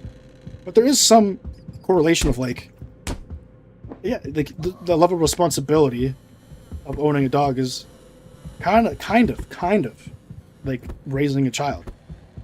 You should devote some time to disciplining and raising a proper pet, especially like a dog. A cat's or whatever, but like a dog. Don't let the dog run rampant out there, you know, do all these things that annoy house guests or people on the street. Like, I have such respect for people who are able to, and I shouldn't, because I would think it should be more commonplace. I just have to, by the virtue of the fact that it like doesn't exist as common as I'd like it to. The people who like really discipline and really train their dogs, like they got them down to like a T, like yelling, like saying a command, and they immediately obey it. To me, it's just like, that's a well-trained, well-disciplined dog. I have to think those skills would correlate and translate to a good parent. If you're able to teach a wild animal, or like an animal that's been domesticated fairly recently, to do something on command immediately, you obviously have like a grasp or a knowledge of, like, or at least the care, passion to spend time and properly teach something to somebody. And I just, I don't know. I don't know if it's a combination. Again, like, society has made it so that you're like a slave to your job, and all your free time is devoted to just work, and then maybe for like a couple hours of entertainment, to the point where you don't. It's hard for you to actually have the time to discipline, watch your kid. I see people have multiple children outside. They don't even watch what they're doing. Like how many times they've only like bumped into me, or just stood in my way, or hit me with like a soccer ball, just not paying attention. And I'm like looking around, I'm like, where's this kid's parents? Like, what is actually happening here? How are you letting this happen? Like, again, I have like another anecdotal story. I've been at like a gas station. I go out of my way to make things so much easier and convenient for people. I don't want to take a lot of time at the line. If there's an opportunity for me to give change to the cashier to make like a bill instead of just giving me all this change, I do it. Like, I want to be as quick as efficient at the line so that other people aren't as inconvenienced, and it makes it easier on the person serving. So when I see like the exact opposite of that, and like the disregard for other people's time, that like infuriates me. So I'm at the gas station, and how can I put this? Essentially, this father's like ignoring his kid, or just like it looked like he didn't want to have the kid. To put it politely. So like he's in front of the line, he's getting a bagel or something, and they're both in front of me, and the kid gets his bagel, and I'm about to be next in line. The kid runs, like, before running back, is like talking to his dad like, "Oh, I wanted a warm bagel." And then, you know, as a father, you're like, "Okay, let me take this bagel to the counter," or explain to them how you can't always get what you want, or let's wait back in line. The father basically ignored him or said something I couldn't understand. And basically said, "Oh, like pretty much like, what do you want me to do about it?" So then the kid had to go up on his behalf, which I guess is kind of teaching responsibility. But from the way I saw it, probably wasn't the best way to do it. So now the kid goes back in front of the line after I already been called up next, and they were like, "Oh, okay, I guess he's next, whatever." And then he goes, "Oh, can you?" I don't even think he asked politely. He's just like, "You." He didn't ask if you could. He's just like, "Microwave this, like warm this up," and you can tell like the lady behind the counter was like disgusted at the lack of politeness. So then she goes to microwave it, and eventually I get my turn in line, whatever, and everything's fine up until that point. And then I get my order, and I can see them lurking around. They haven't left the gas station yet. I'm about ready to leave, and the two of them are in front of me, like blocking the entrance. And the kid is once again like arguing with the father, or like talking to the father, complaining to the father about, I don't know what it was this time. Maybe it wasn't microwaved, it wasn't hot enough. Again, it's just like another complaint. And the father just looked so like despondent, like couldn't care less. Was like looking away, didn't want to interact with his own kid, explain to him anything, like a teaching, like a life lesson. Nothing, just completely like absent father. And now both of them are standing in the middle of the entrance. There's somebody I'm trying to leave, and somebody trying to enter. And the guy who's trying to enter is like struggling to get through the door. Any rational, sane, good human being would look for like a second around their surroundings and go, "Oh, son, let's get out of the way. We're blocking this entrance and exit on two different people." If the father didn't give a shit about his kid, do you think he would give a shit about his surroundings, the people around him? Just stood there with his kid, and then eventually he just left. Like he went down the alleyway, didn't try to pull the kid's arm, didn't say to the kid, "Oh, get out of the way." He just left his kid there. So now his kid is standing in the middle of the exit, while his father's just ignoring him, walking away. Not outside, mind you, not leaving the store, just walking away in the store or the gas station. I'm just like, what is happening? And eventually the kid catches on, because I always like, I try not to make a scene. I'm seething inside at this point, just how like irresponsible, how shitty this father is. But again, I have too much empathy and sympathy. I always try to put myself in those people's shoes, but I do it also in the same way that it's like, dude, if I was that father, do you know how quickly I'd be like, oh, grabbing this kid's shoulder, getting him out of the way, or telling him, "Hey, there's a man who wants to leave. Could you get out of the way? Let's move." Like total like disregard for other people's time, or just, like not getting out of the way. It's just like, holy shit. If you don't want to give a shit about your kid, that's your business. That's your kid. You made him. That's on you. Now you're affecting my day. Just move. Just get out of the way. Take your kid and please displace him. I want to leave the gas station. That just irks me, especially as somebody who goes out of their way to try to make, not to inconvenience other people. When I get inconvenienced, almost like on purpose at that point, when I get inconvenienced on the stupidest ways, because people have a absolute lack of respect for other people's time, purposely, I lose my mind. Like, what are we doing? Like, if your life is shit, or you want to waste your time, that's fine. But don't be wasting mine. Drop that RPG, sir. Let's see.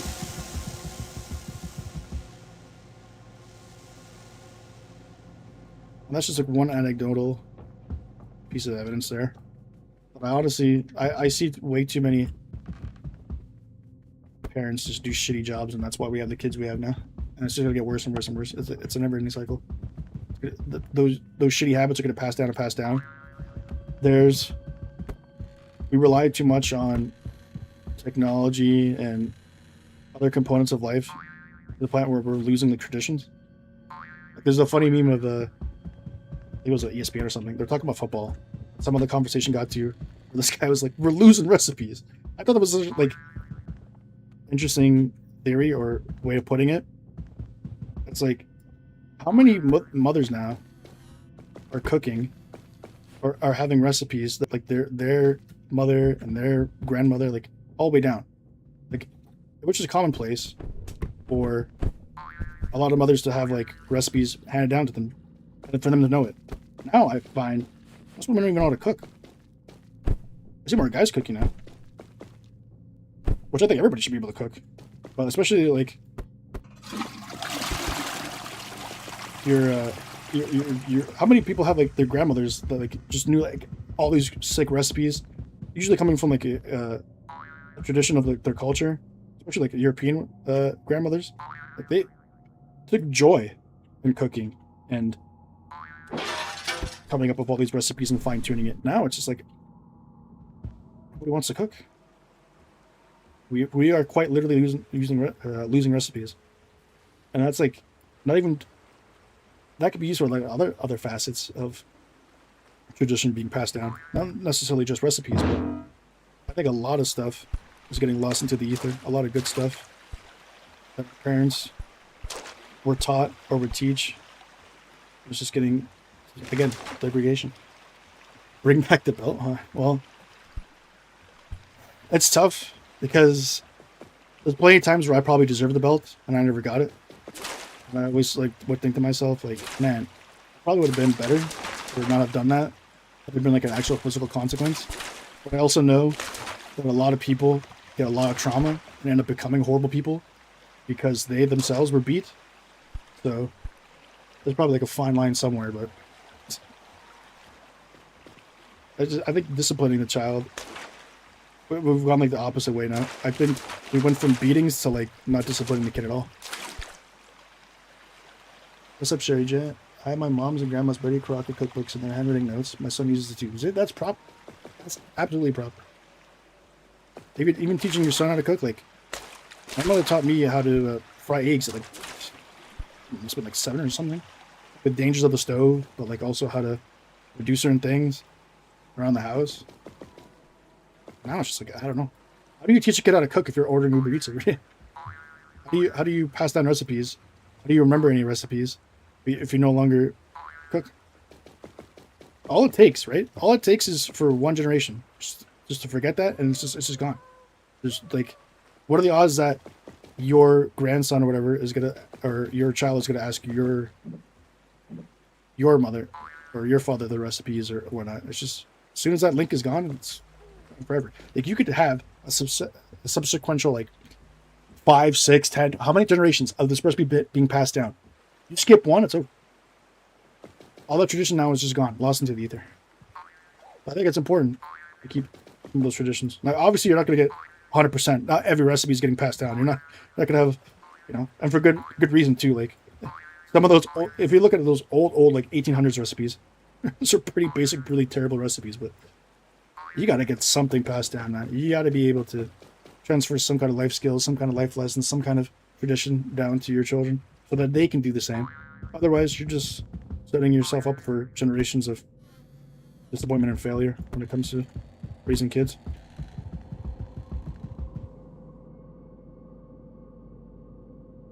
Now swing back to the other end of the spectrum. My son is 27. Wow.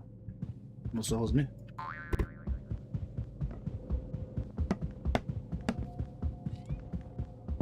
Yeah, it's never too early or too late. Well, I guess like if I want to teach like a 3-year-old how to cook, but for the most part, it's never too late or too early to teach something as valuable as a recipe or life lessons, cooking, all that other jazz. It should be handed down. And just because you didn't do it early, or you think it's too late, doesn't mean it shouldn't be passed down. This whole map, this RPG. Oh my god.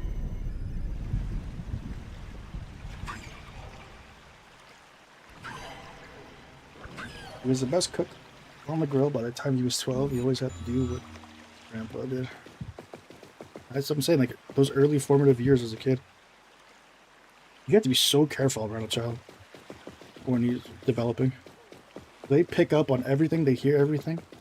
And whether you, like, subconsciously or not, like, it just sticks with them. They will mimic a lot. They'll pick up habits. So, I think you have to be on your best behavior from, like, at least like the first 5 years you have a child, maybe 10. Be careful what you say and how you do, because you could teach them one thing, but if they see you doing another, then it's just like, oh, why am I? Like, in their eyes, their father and their mother loses credibility. And then the tired old like, oh, do as I say, not as I do. And it's just like, no, you should do both. As much as they like learn from like listening to what you say, they learn watching as you do. This is coming from somebody who doesn't have a kid.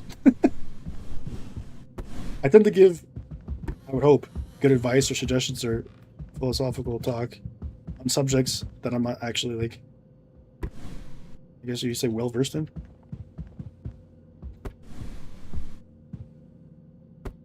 How could I give good marriage advice when I'm not married?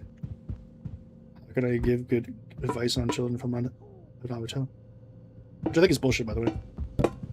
Do I have to play high level soccer to realize somebody like a soccer play is stupid, or you know?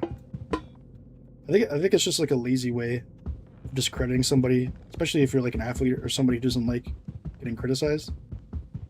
Of just discrediting what they say because they don't play or do what you do at like a high level. It's like, use this analogy.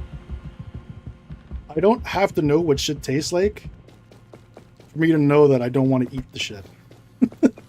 It's like, I think that's probably the best way to describe it. I don't have to get shot in the leg to know it's probably painful and I don't want to get shot in the leg.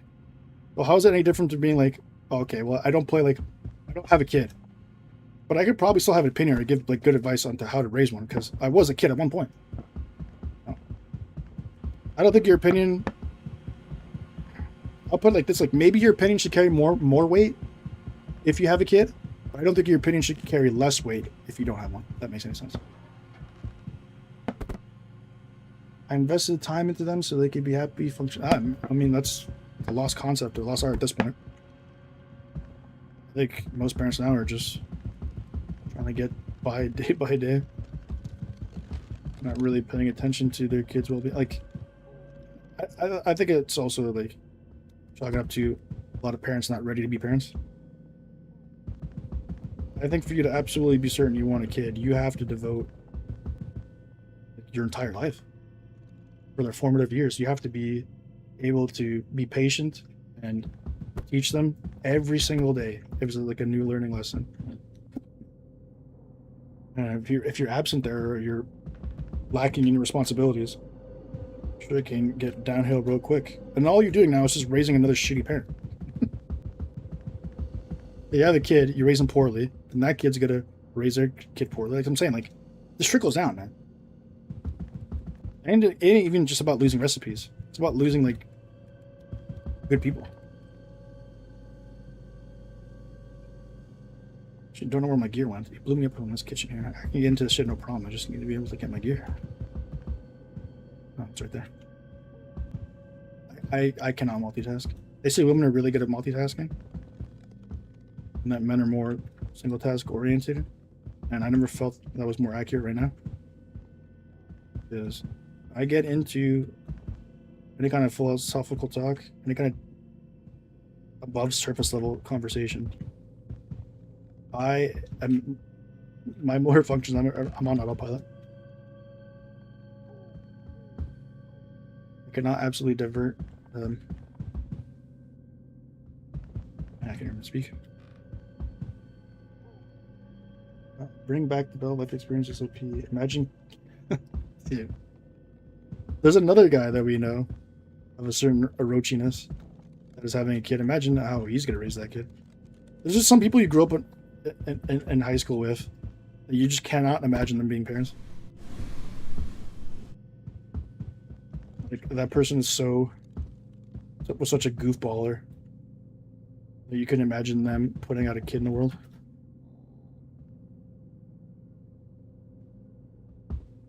Guess find the shed.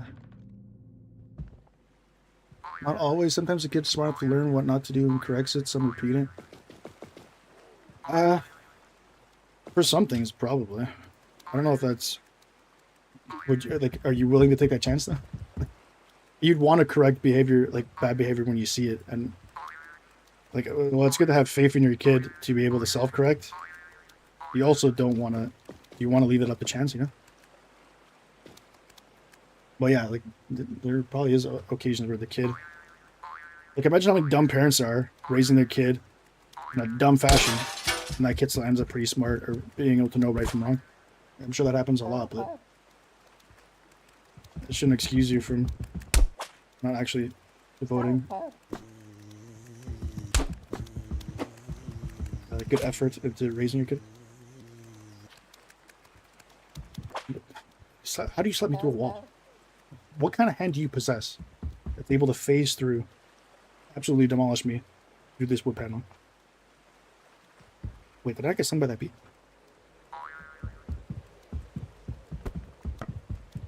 We didn't actually do the other tasks. These are actually really easy tasks, and I just may ignore them.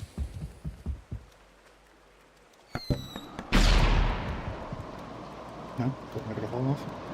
Okay. Well, let's at least get some by bee here. We could probably get the sewage system on the way too. Where's this bee at? On this side? Come here. Sting me.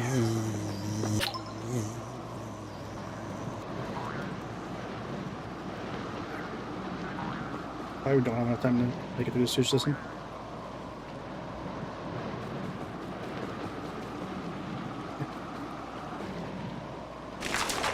That's what it was. I played myself. I literally flooded the toilet. I prevented myself from doing the easiest task in the game.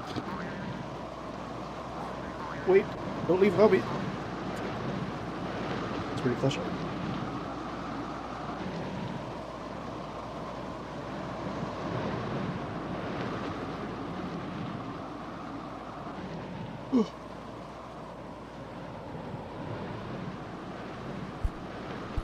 Basically, I'm just trying to pass down wisdom and knowledge in areas of expertise I have little to no experience with.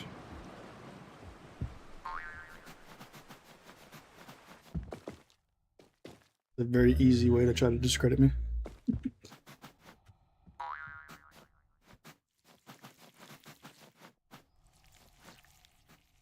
Alright.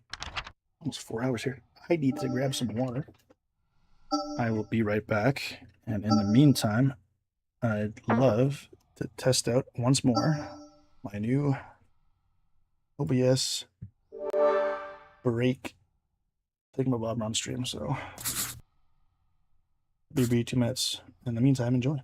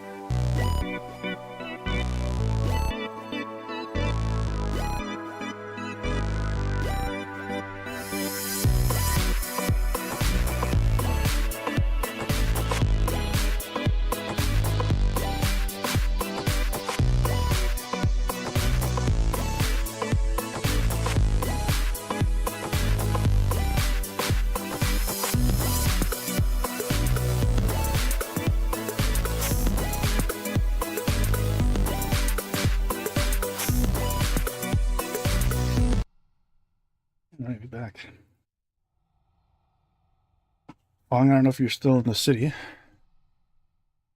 but if you look outside your window right now, does it look as orange as it does for me? It almost looks like a forest fire or something going on. We have the Albuquerque, New Mexico television filter here.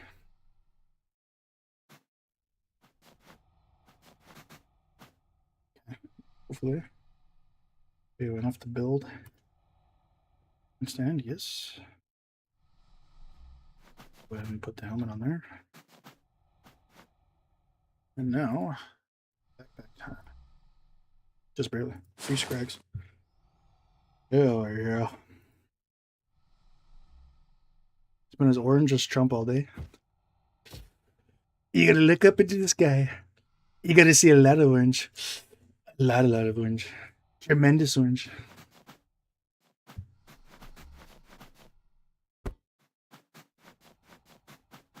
Is it because there's like a forest fire? Like, what's going on? What's the weather advisory? What's the explanation for this? I need to know. Will they be concerned? Has there been a bombing? Are we getting radiated here? Wow, I'm missing all this stuff. Keep rebuilding this. Repackager and potion station. Coolest furniture item in the game, both aesthetic and functionality wise. I'd build 1,000 repackagers if I could. Though I don't really like the name of it. Could have been something more creative. And oh, there we go. Where is? Wow, only have 1 scrag left for the flight. Ramirez, last mag, make it count. So I gotta finish more editing, and I have to put together the schedule for our celebratory Twitch affiliate stream for Saturday. For those who are unaware, I will be having I'm shooting for a 12-hour stream on this Saturday. It's the most likely date, but I will keep everybody posted. I'm gonna try that YouTube posts thing for the community. I've never done it before, but I wonder if it'll reach people. But this Saturday, probably for 12 hours plus, God willing, I will stream a bunch of games that I like, and in honor of actually making it the Twitch affiliate, which is pretty cool.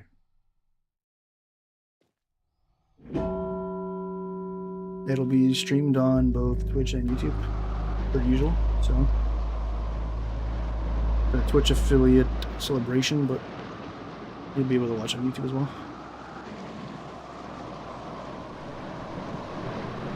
I also have to pick out a game list. Probably more likely gonna have Burglin Gnomes on it. I like the game. A lot of other people seem to enjoy it too. I mean, to be honest, I think most of my follower base has come from this game, which is pretty cool. So I should honor it, to at least have it on the DM. It's a proper word, DM. I don't think I've ever used that in my life in Pokemon. And I don't know. I don't want it to be exclusively like majority of just retro games. I definitely want to have some involved.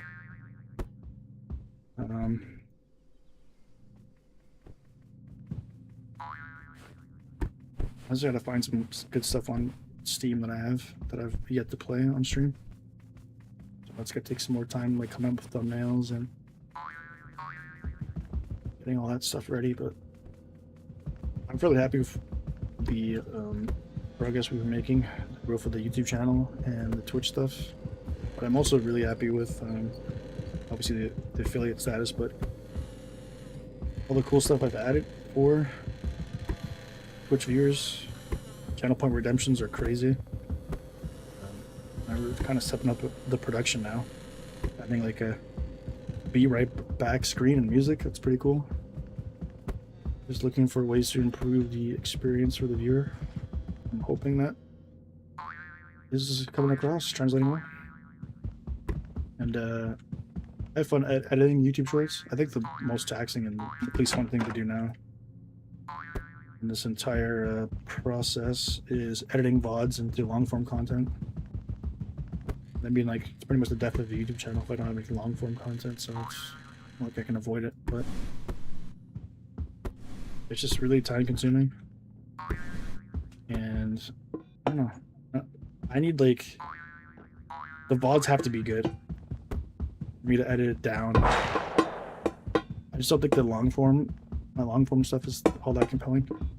The series I'm doing right now, so it almost feels like a sunk cost, but it's a good $20. But even if it's received poorly, and I know that it's mostly because of me, at least I'll learn from it. So I guess the problem is I am too afraid of failure. It prevents me from doing and trying a lot of different things. And it's just like the natural progression of things. Not right, a very surface level take. First you fail and then you succeed. Try and try again. Practice makes perfect, blah blah blah blah blah blah blah. I'll find Danny hearing it, but like actually putting it to practice is what most people don't want to do. It's way easier to try something that you think you're gonna like, having you be bad at it and just quitting.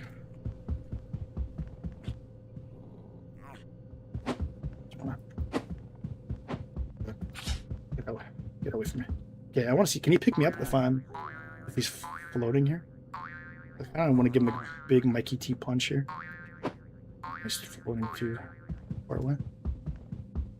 Just keep where you're having fun with something simple. Yeah, it's pretty much what I'm thinking as well. I don't know, like every day my notion of how Twitch growth and like YouTube growth works changes constantly. Oh my god, I'm gonna punch him in the air. I want to see if he can grab me if I'm in there. I think the more you don't, I don't want to say you don't focus on it at all. Obviously, you want to contribute to your growth in ways that you can. But I think the better that there should be more emphasis of just streaming daily and just doing it. And eventually, it will happen.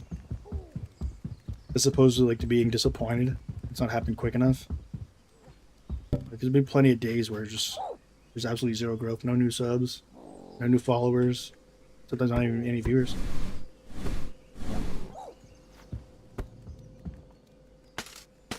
Everybody has like a checklist of like how to get success on these platforms, but I think the number one is just stream daily, essentially. You can do all of the editing, all of the marketing, all of this, but I think the most, like, you can't, if you're talented, people will find you. So in order for them to find you, you just have to keep streaming. So just rely on like being entertaining, doing what you're doing, and then consistently doing it. That above all else, the marketing, plugs, the editing of content, all of that. I think as long as you are good, people will watch, and people aren't going to watch if they see you, so you got to keep streaming. Basically it. As boring as and surface level take that may sound, probably the best advice I would give to anybody wanting to do this. I don't know.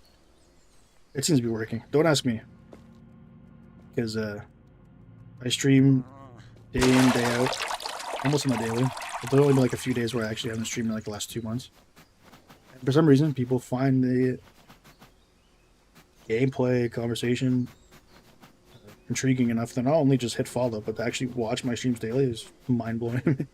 I know you probably should have more self-confidence trying to do this as a career or passion, but like, Huh. I'm still shaking my head sometimes.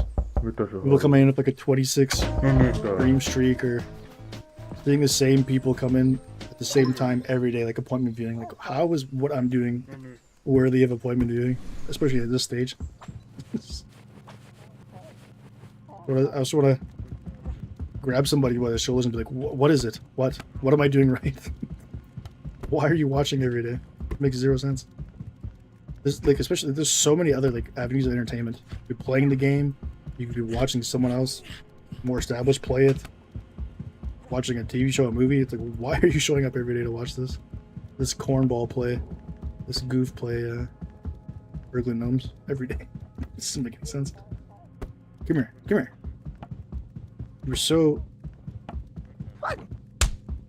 That's where I got set off. All right, paying attention. Get away. Take this toy. Here, have this ball. Okay. No. My stuff. No. Yo, this guy's so fast. We can talk about this. We can talk about this. Wait. Wait. It doesn't have to be this way. We're both the sick.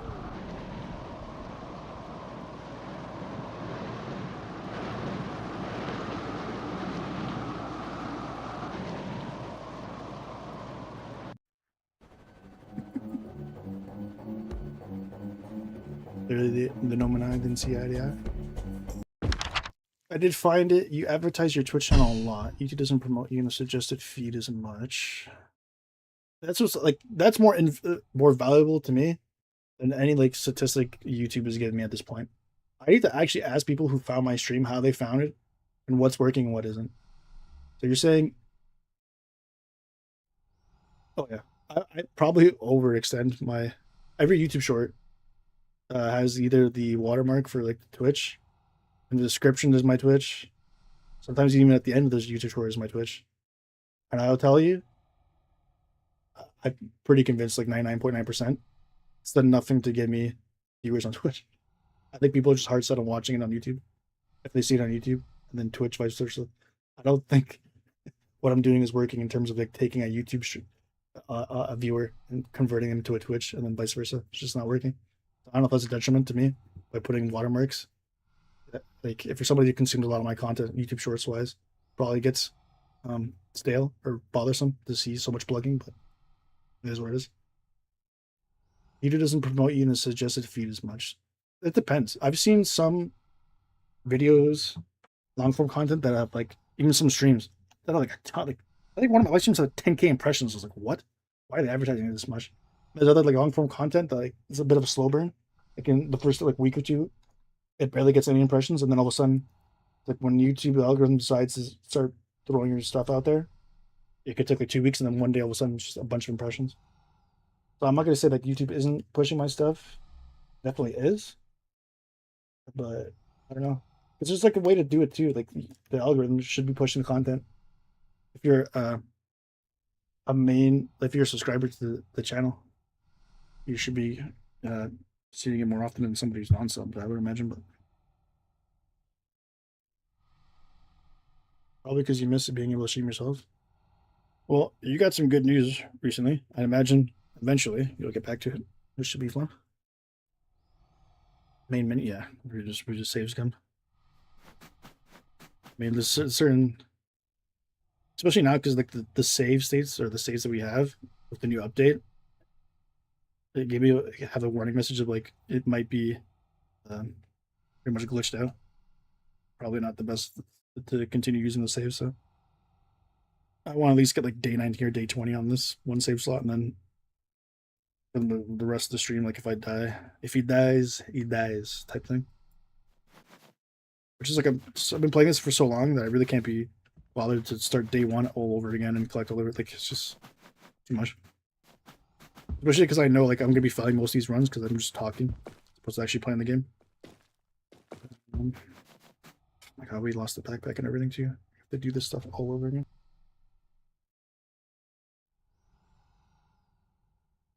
Could be the dude I first modded for on YouTube. As soon as he started promoting his Twitch, he went from 100 to 200. So he had 100, 200 viewers on YouTube, promoted his Twitch, and then he got down to less than 100. Pretty extreme. I didn't know they just went to his Twitch. Well, first and foremost, I think the Twitch experience is what I'm prioritizing, anyways. I think I'd much rather prefer streaming on Twitch than YouTube, but then like actually posting content and thoughts and stuff I would do on YouTube. So they both serve their purposes.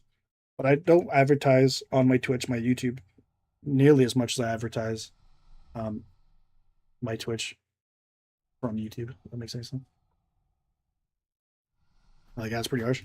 Was he like really pushing that Twitch stuff? I try not to like bombard, especially during a live stream, not to bombard people with plugs or whatnot. But like for like YouTube Shorts, I'll definitely watermark and try to get that out there. Like YouTube Shorts are pretty much like a little advertisement, a little clip of what you come to expect from watching that user.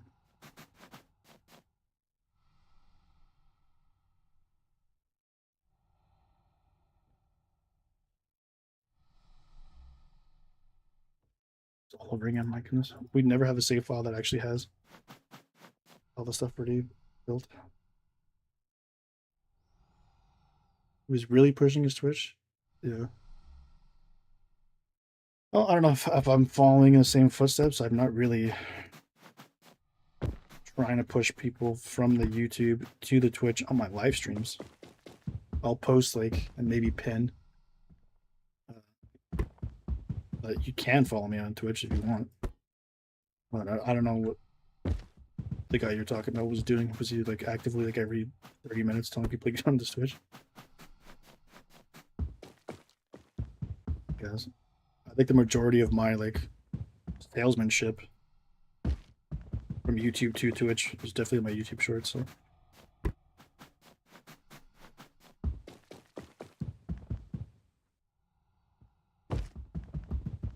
Like, I can see where someone's coming from if they say that I'm overdoing it on the Twitch promotion, because one, it's really, it hasn't leading to any success in that regard, and two, like it might actually be detrimental. I don't know.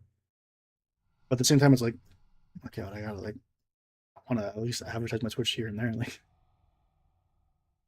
I think it's a much better experience for the viewer to be watching this on Twitch, just because of all that stuff you're able to do through Twitch chat, like the channel point redemptions and stuff. They're just so much cooler.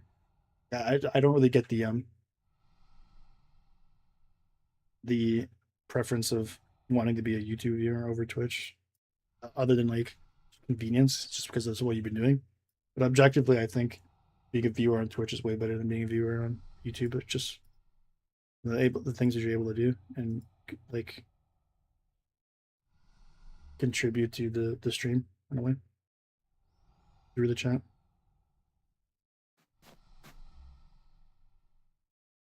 Yeah, Streamlabs and iPad set up. No, I think I used to have Streamlabs like way back when, and then I just don't use it. Nightbot I should probably get, but I have to look into it and see what's worth doing. I'd probably get Nightbot for sure would be a thing.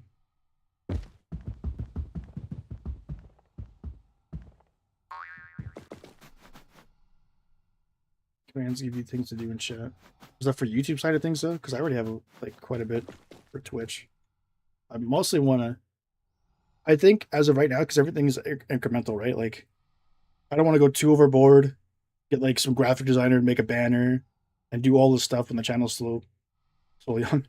Like it's gradually going to get better and better. So I don't want to like jump the boat or jump the shark, as they say. But my like, I think as of right now, my Twitch chat is pretty good for where it's at, and eventually it's going to get upgraded. But I think the priority right now is I would like to make the experience on YouTube better. Like that would be my priority in making a better chat. Would definitely be the YouTube side of things as opposed to the Twitch.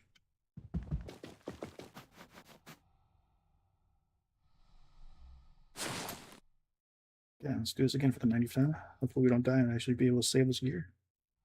What a concept.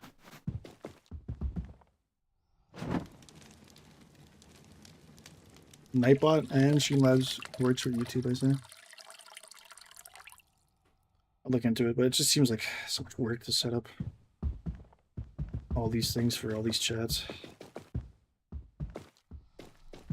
I already have so much on my plate at the moment.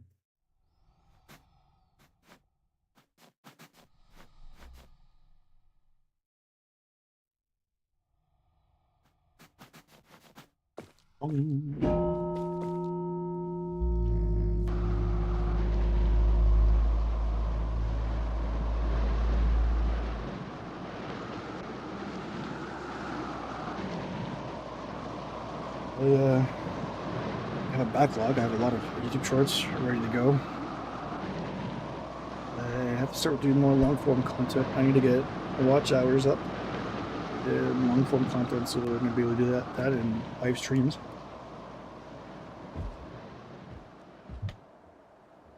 So that hopefully we can get monetization on YouTube as well. That'll be fun.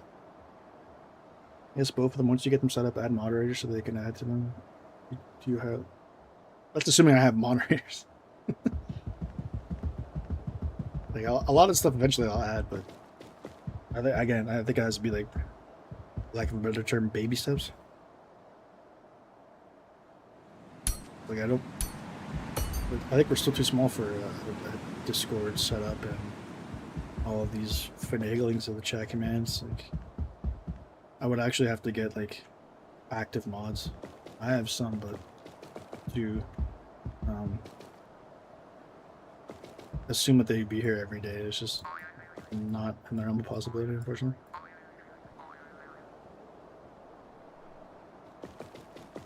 Yep, we'll do that for sure.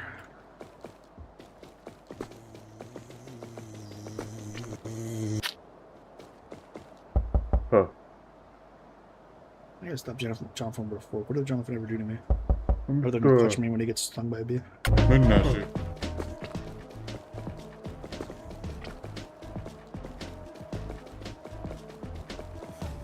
Find the landmine. It's gotta be in this shed. Okay. Jonathan's gonna punch me as soon as he gets stung by a bee, so there's something I'm gonna have to live with. There's stamina. Wait. Why did that put 2 beehives? Oh no, not in the wind. Not when the gust of wind happens. Oh my god, where am I? Why did you push me again, Jonathan? A second time? The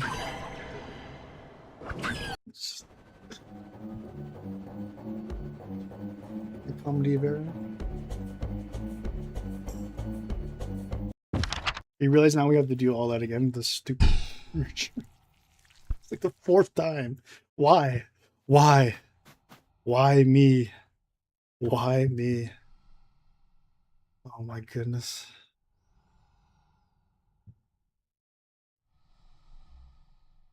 I can't. Why me? Why me? Why me?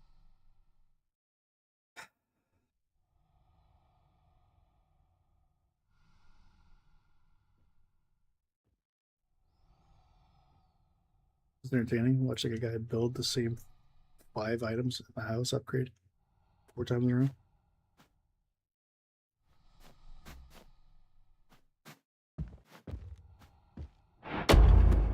At least 6, jeez. Sit. Surely this time things will be different.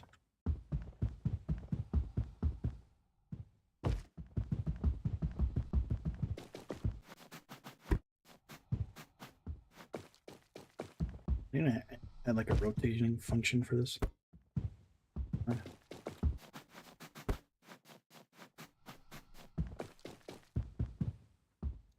Stay. There we go.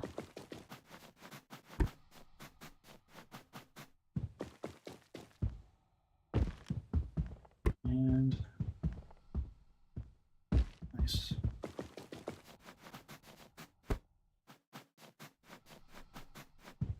And you right here. fantastic. It's like we've never seen this before. Definitely not deja vu.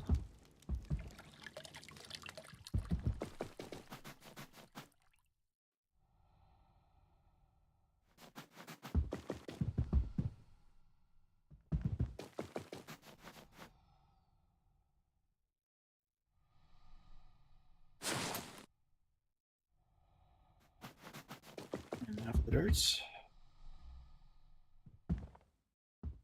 Drum roll, please. Boom. Okay, please. Should be an easy task list. I can save this progress. I don't have to build a Gnome McMansion every time. I'll ask.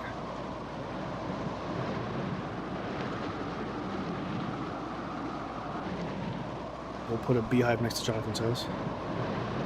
Is that too much to ask for?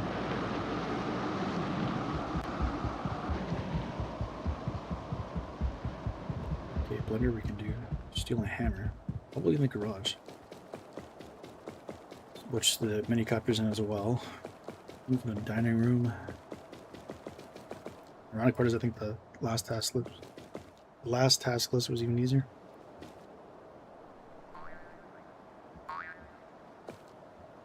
Most definitely. Okay, let's try the kitchen, perhaps? Question mark.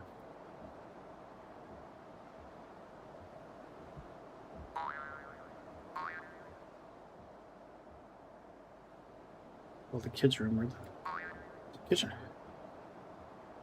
Not on this side of the house.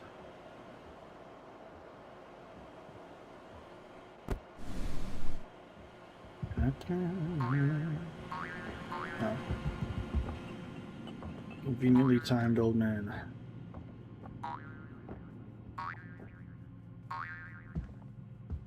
There you go. Yeah. Came there to drew me into this room, I guess.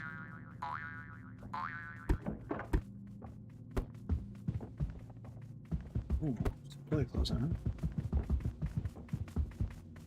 I think they buffed like supply closet / like RPG spawns in this patch.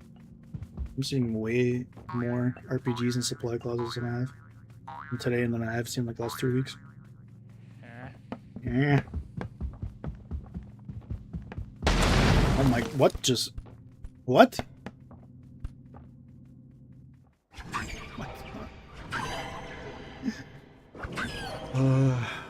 I'm gonna lose another run. I'm gonna have to do the house and the furniture placement all over again for the 5th time. Not even an explanation as to why I just died. Lizzie, please help me. A little child getting dragged by the hand of the grocery store. But Lizzie, please. I want to win. Task list is too hard. No. Hey, hello. Anyone in there? What the hell of you? A boar tusk? What do you think I am? An exotic hunter? Like I just mount boar tusks and hope that a fairy wants them? And ask for marbles and ask for a cigarette? Something easy. A boar tusk? Really? My maintenance over here.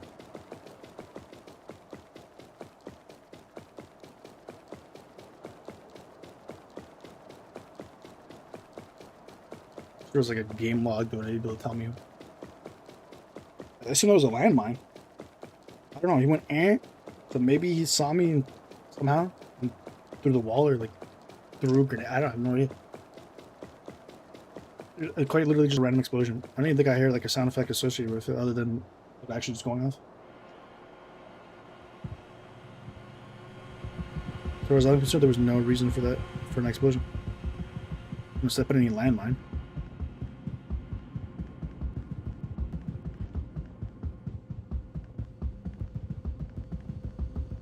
Okay, I don't think a grenade spawns in the kitchen, so I see this drawer opened. I doubt he found this grenade and threw it from the kitchen. He did in fact throw a grenade.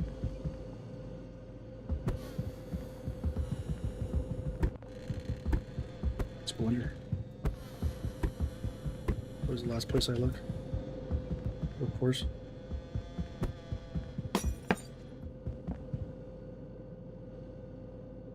Will it blend?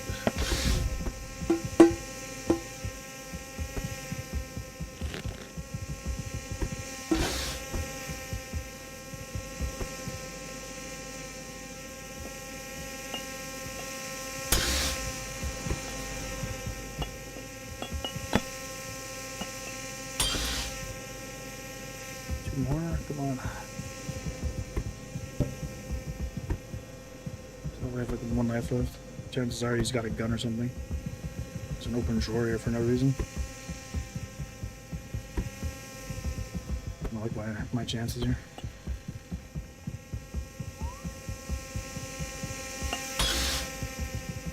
The run is pretty much always thrown because of some bullshit random death in the beginning. By it even having completed a task. Okay, so she doesn't have a gun on him.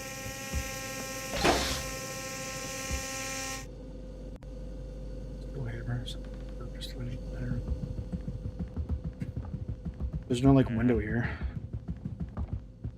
Another drawer opened here. What's he looking for? Maybe he did get a grenade there.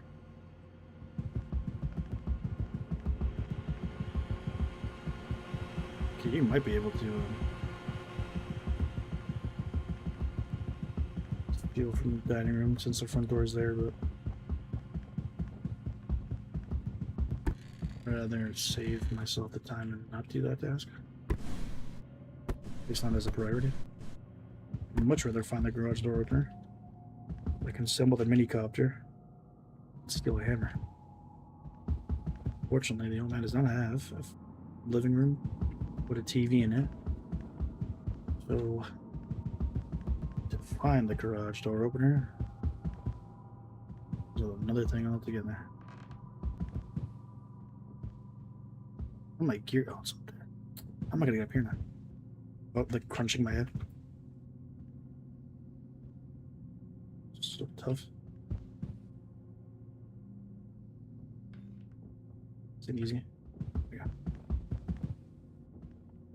Sweet. Back in the game.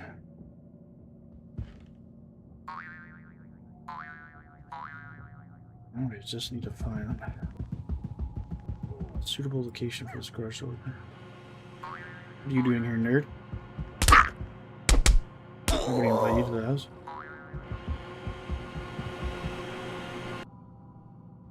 Free the cockroach. Be free now. The world is your oyster. Garage door opener might be in that little cabinet. I ain't gonna check that. Him right there. I think it could be in the wardrobe.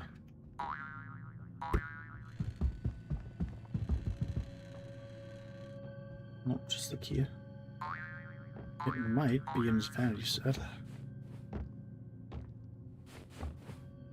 It has a knack of being everywhere I am. Got a 6th sense with a gnome. Okay, joystick. Not quite what I'm looking for.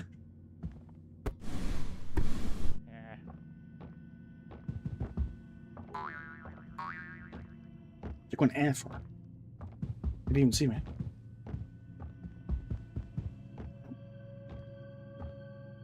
Come on. Sure how this AI works most of the time. No, is that gonna grab me? Get down here now.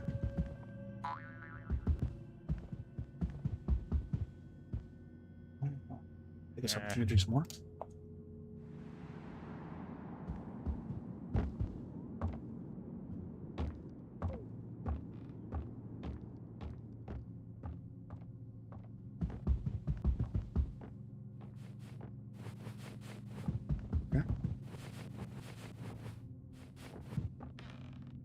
This guy won't go down. Just go downstairs, bro. Holy. Just stop. Leave me alone. Oh, no. Doing this crouch walk bullshit. Am I gonna get out of here now? Weird. Hope that there's a first door opener here. Or not liking my chances. It's not. What to? Could be here. Oh my god, a gun. I got a gun and I don't find this garage door opener. Excuse me.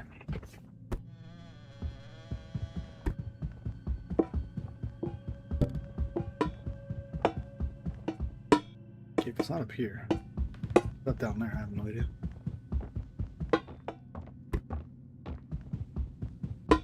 Yeah.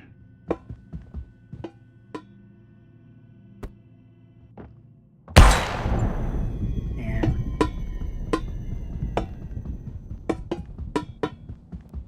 Okay. Guess we go back downstairs, I don't know. We check this. Maybe it's here. I think that's. Oh god. I think that's a drawer he opened. I don't think I touched this. I did. I would open up both. Hell yeah. Can we get a taser? I'm stuck. Oh my goodness. I'd bonked my head there. It would have been so cheesy. Okay. I have means of defense for the onslaught of minions that are going to be harassing me when I try to assemble this minicub.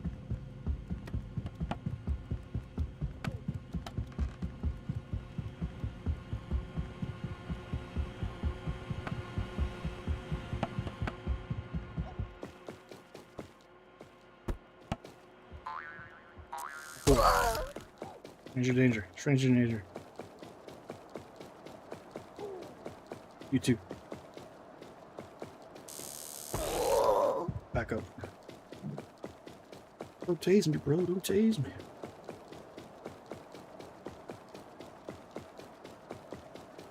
The Zun stun gun? The Zoom stun gun? Get out of here. The kill? Pretty good measure.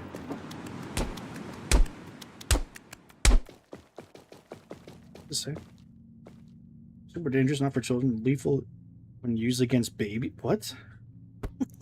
What kind of warning label is that?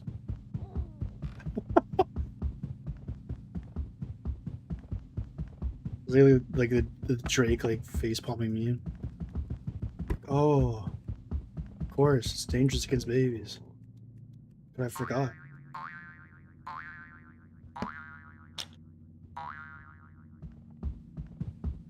The weird thing is it doesn't kill the old man. You would think it's somebody that old.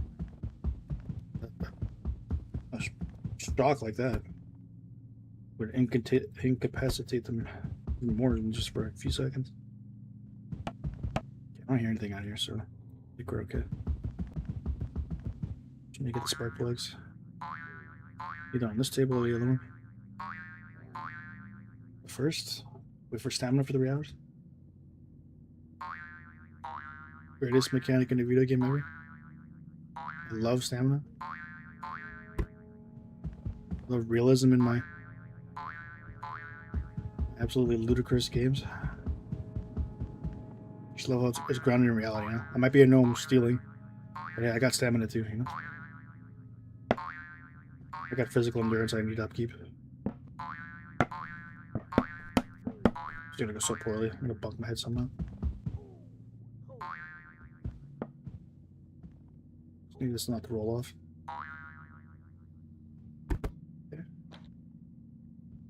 Okay. Spark plug, behavioral. As a well-disciplined spark plug, no rolling for you. I just want them to remove or lessen the cap of stamina to use this spring shoes. It's too annoying.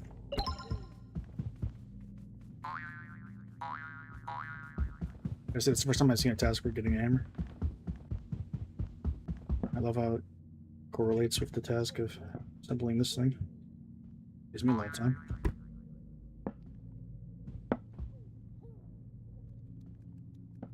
Roll off. Said, roll off. Try. Not today. Finally. 1 minute left. Try to fly this thing. You see the steering.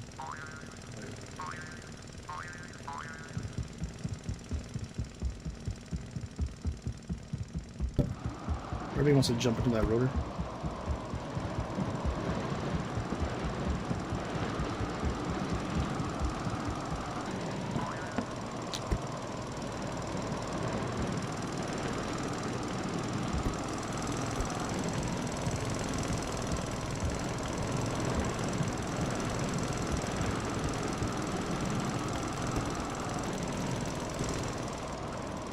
Slap from underneath.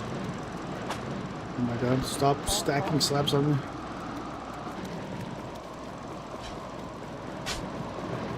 You nerd.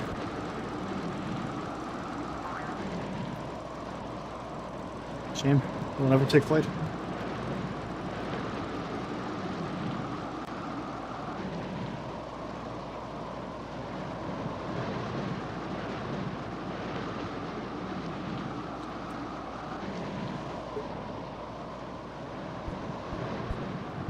I gotta research. I gotta see what's going on with the weather right now. It's pretty crazy how orange it is outside. Something's going on. The real close out here now. I think 3 o'clock, right? 00.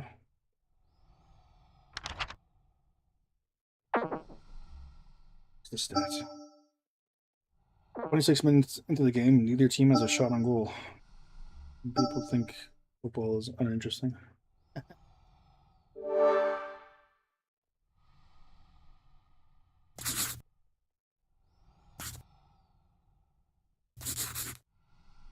Yellow warning, heat. Let's see. A heat event continues. Maximum temperatures of 29 to 33 degrees Celsius. Additional information. Widespread wildfire smoke may limit daytime heating. There is a wildfire going on. Crazy. We didn't get warm weather for like a whole month and a half into the summer. All of a sudden we're getting yellow heat warnings.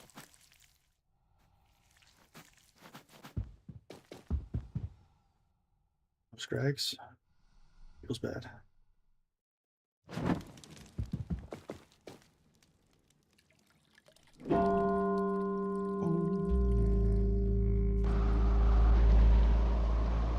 Scorching temperatures reach 34 degrees Celsius on Tuesday, 41 when factoring in the humidex.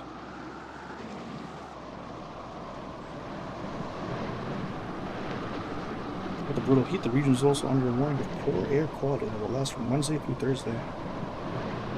The warning, initially at yellow level, was upgraded to a more severe orange level by 8 a.m. Well, pretty aptly named orange level, considering the fact that this guy looks completely orange right now. It's wild. Alright. Fill any item from the bathroom. Recap slope using bar soap for the toilet.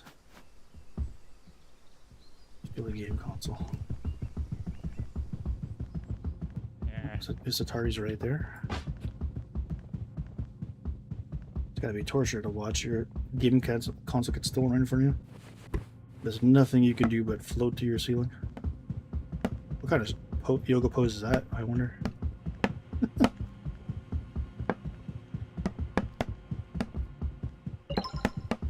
Alright. I'll do these tasks around the bathroom, so I suppose we go upstairs.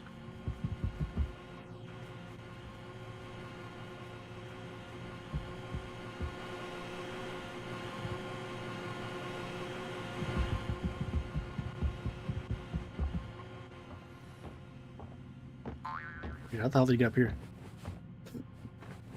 It's gotta be like a glitch. What? What did he just... What? Yeah. Oh god. I missed my bloater. It's over. How did he pull an RPG out of the bathroom cabinet? Hello? You know, what do they do in this new update? Like, what? Doesn't even make any sense size-wise. How could you even fit the RPG in there?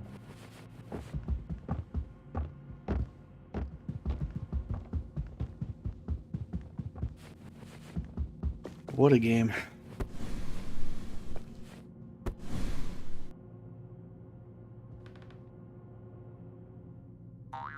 Just got proxied off the sink for no reason.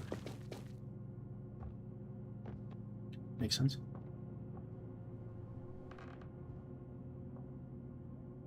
Okay, there's a bar of soap. Let's look at that in here. This is still any item from the bathroom. Got enough towels there. Fortunately, there's no window in this bathroom. It's gonna be a pain. And the old man's currently guarding upstairs here with an RPG.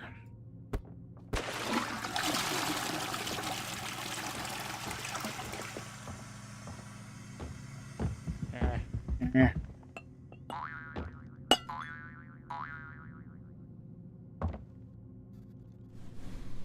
Okay, that works out for me. Just get here. No, okay. Just clip through and grab me. It works, I guess. Why flush me when I'm already in the bathroom? It's too convenient. Let's take me all the way downstairs to your kitchen. No mercy will be spared on this gnome. RPG, and what's most likely a microwaving or an ovening.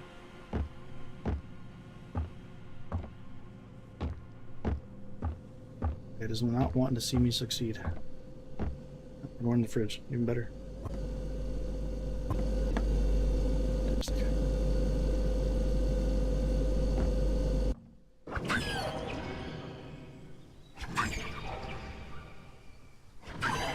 Okay. The cleanest I could see this go.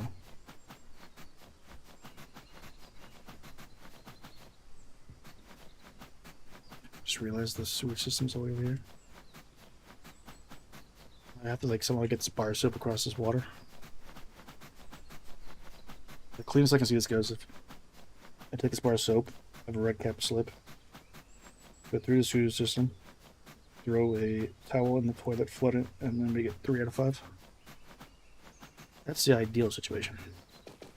What's most likely to happen is try to grab this bar of soap, throw it across this water, and it gets lost into the ether. Oh my god, please. This is the worst mechanic ever in this game. Get in there. Like proxying up the pipe. There we go. I think actually I might be able to just like balance this on top here. Oh my god, just lost this. Alright, so I'm just gonna whip this on the side. If I didn't grab that bar of soap the last second. Must everything be sloped on the edge of the water? Can I just grab something here?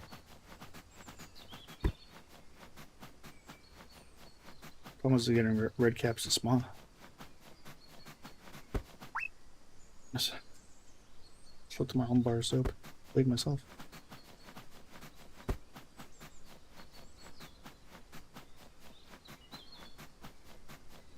Ain't enough in here.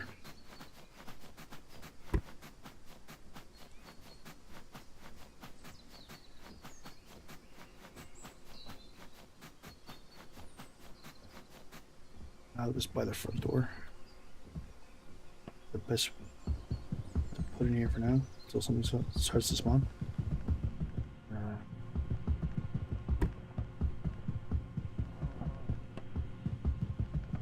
Grab my gear back from the fridge.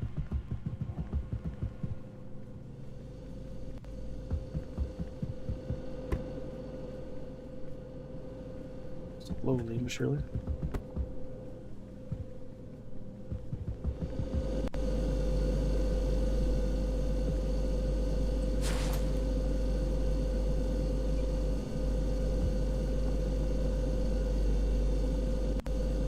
Where's my darts?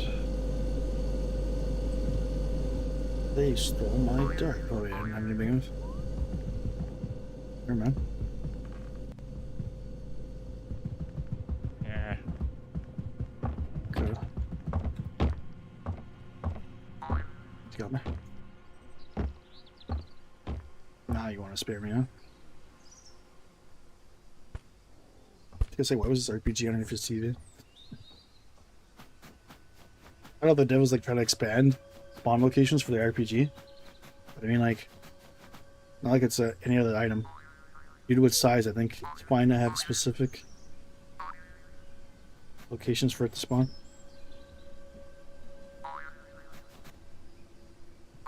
The red caps here. Get this slipping. Catch him slipping. Still chasing me? I think he stopped. Come here, nerd. I need you to do a classic comedy pratfall on this bar soap. Now, I need you to get knocked out. Thank you. That's a cooperating realm.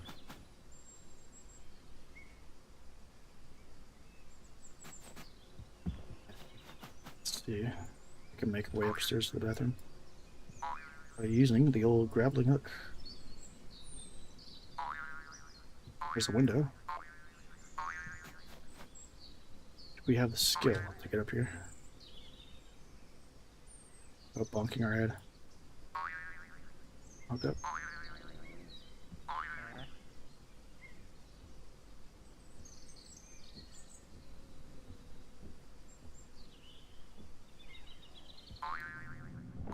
Aha, you got caught.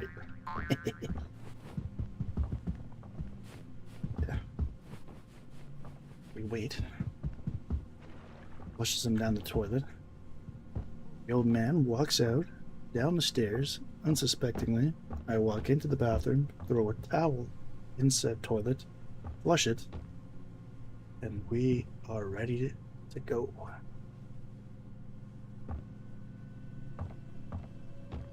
Any second now. He will head downstairs. Victory shall be mine. You know, let's put this home. Hello, Morris residence. Morjes. Yes, this is Morris speaking. Halo. How are you? Kuuluuko? About 6 towels. Halo. Yeah, one's going in the toilet right now. Mä en kuule mitään. I'll call you back when I'm finished, thank you. Some nosy neighbor. Who asks somebody how many towels they have in their bathroom? A strange question. Personal question, if you ask me.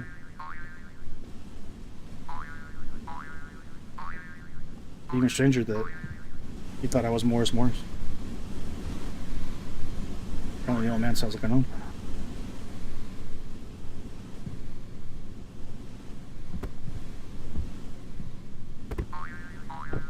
Is that right? 1, 2, 3, 5, 6 towels.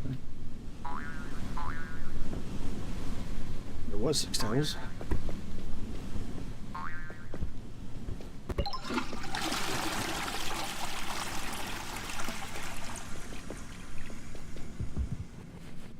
Okay, is it worth it? Try to get these 5 atoms out of the bathroom. Stabbing her out with a knife, I think, is way easier, way less time consuming.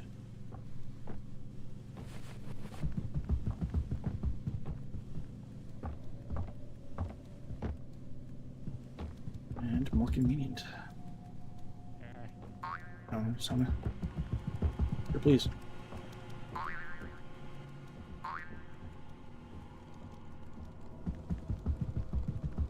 I only wish to help you. If I stab a rat with a knife, I won't have rat problems anymore.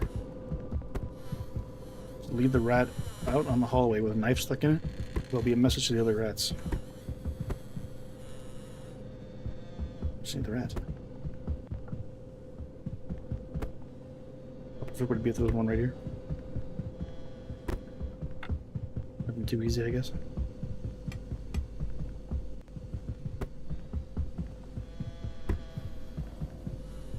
No rats in his kitchen. Now of all times, you're cleanly. You have cleanliness. It's not looking good. No rest equals no task.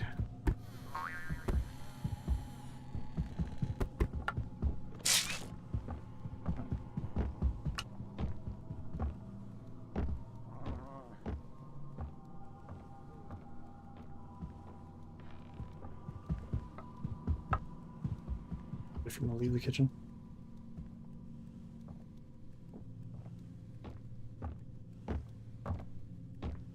That's it. Go back upstairs.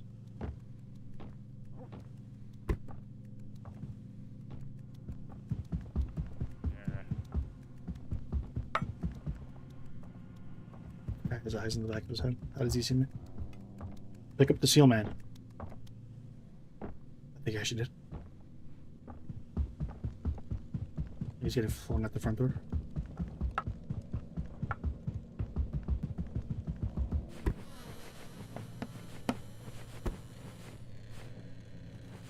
Where did that RPG just go? Okay.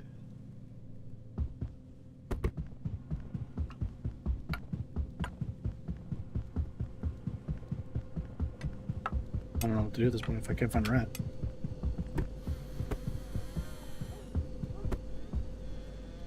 Trying to be going back upstairs. I don't know how rat spawning mechanics work. I think they can spawn eventually. Even in a drawer already open, as long as it's still closed after. Happened before. Does the knife have reach? Will he still be able to slap me if I have this knife out here? Go up to the Roomba. No, go up to the Roomba.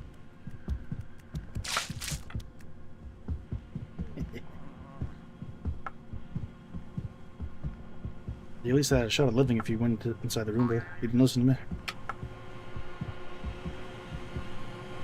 The sharpest knife in existence. You cut through wind.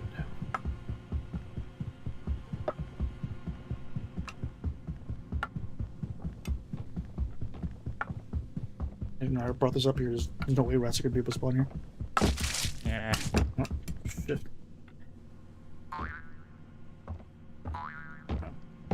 Get away. Damn it. Should be a nice old man throw me at the front door so I can make it back to the tornado and pretend like none of this ever happened. You might have stabbed yourself 6 or 7 times with the knife. Thank you, sir. Appreciate you. I'll tell all the other gnomes about you. And your mercy. Oh no, you're not giving me a mercy throw. You're throwing me into the pit with the dog. No. Don't do this. Would have been much easier to throw me outside. Don't do this. And there's a baby here too? Oh my god.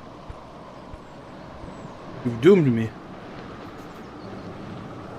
Nice doggy. Kill the baby. See ya, nerd. Your plan backfired. You know what? I take it back. You're not a nice old man. You suck. Peace. Thanks for that, baby. Like you took the brunt of that aggro. Well, at least something came up in Millhouse.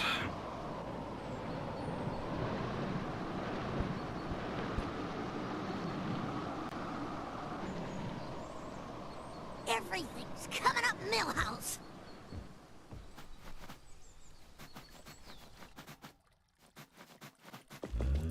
Sure they have scrags now. I can make people take flight. Only one? Oh my god. I guess we can still tell them the entire time. Bong.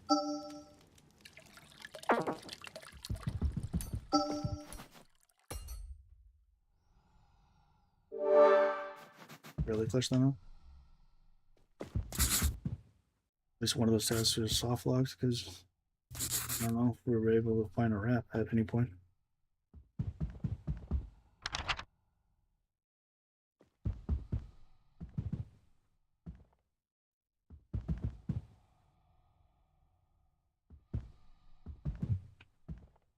He starts and then do another run. Let's go.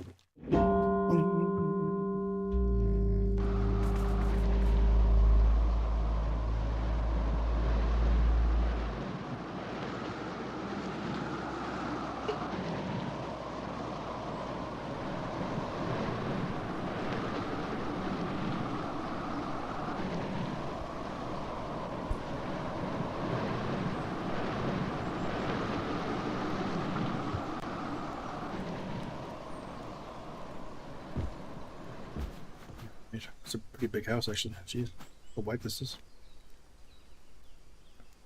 And from the kitchen. Okay. Toilet, kitchen. Pull up the seal angle. Okay. Probably get the dart one done. Let's just focus on the kitchen and bathroom task first.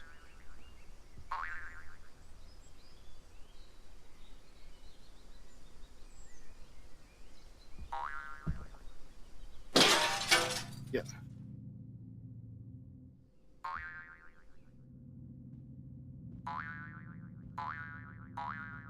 If I had to guess, this would be the bathroom. If I know my home layouts. Oh yeah, I'm watching enough Property Brothers to know the ultimate layout. Just I don't watch Property Brothers at all. Find real estate shows very, very boring. What are you looking at, old man? You want some of this? Bathroom's tiny, it's got nothing to flush. 5 items would have to be from over here. But, old man has different plans for me. I think we'll just put that on the back burner for now. And try to find this kitchen.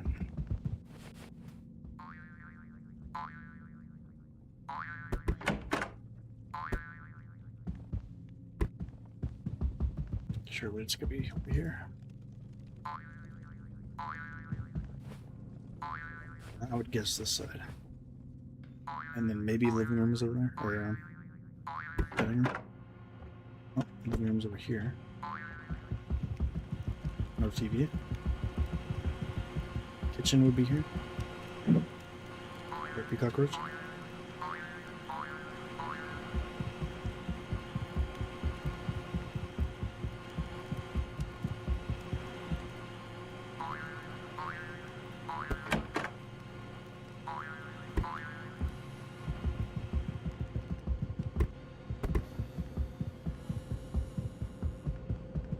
Window here either.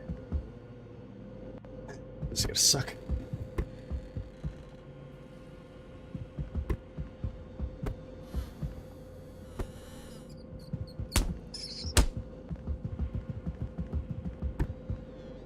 Nothing in these cabinets.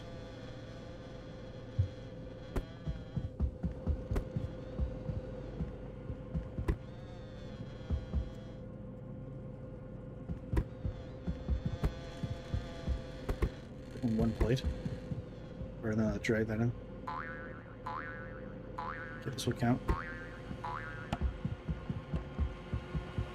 A window there. Nice. Must be the dining room, I can imagine. This room is hell's bent on guarding his door.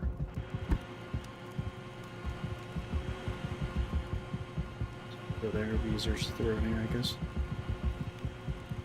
Is this the front door? Because maybe it'd be better if I just have a straight shot from here. Yes, it is. Okay. This will work. Not better. I'm chucking it through a window.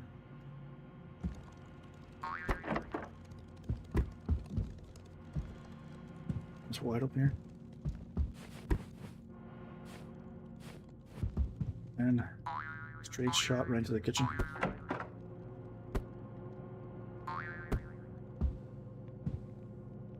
Push, push. Hold the door. Did I leave the mess out here? I put the mess.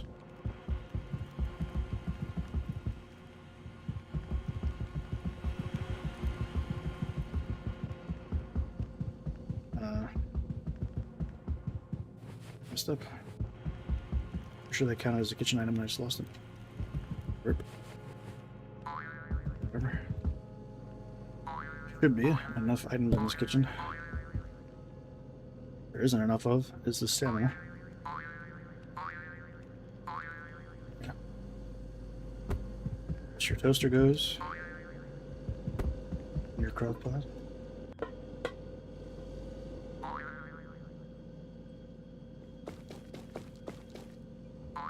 And then your scale. Kettle / teapot. Frying pan. All coming with me. And there ain't nothing you can do about it, old man. I'm pawning this off.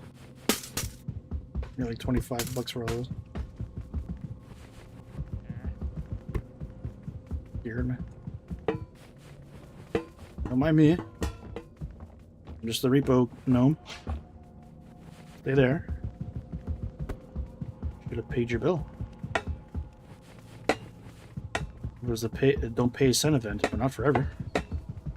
For 3 years, you gotta pay up, man.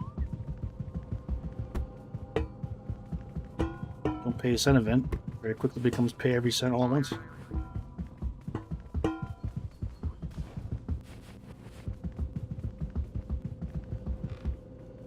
Two more items in the kitchen. Another plate there. There it is. Be careful with this one.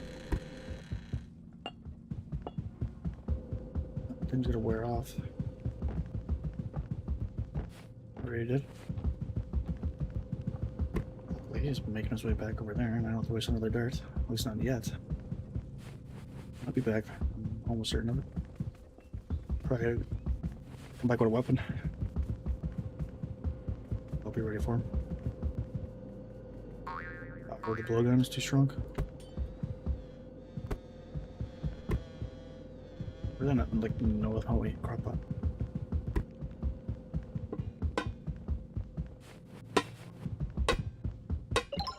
Perfect. All that for one task. My goodness. What?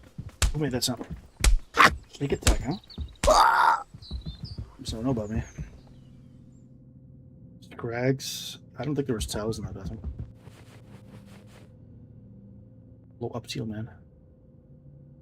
Because we can do the seal mount with the blowgun. Go find the third task. And I don't think flush 9 man until it's gonna work if the old man's still up there. Oh, never mind. Have fun. Shouldn't have got caught, idiot.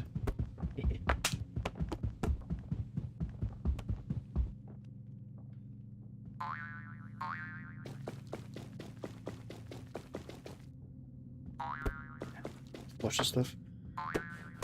Got a shot.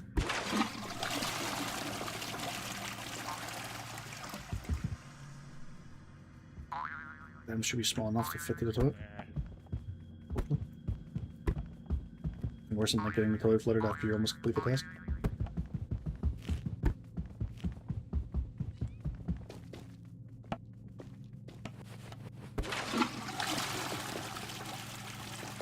Three more.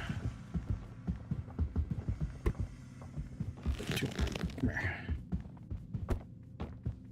What? Where'd you come from?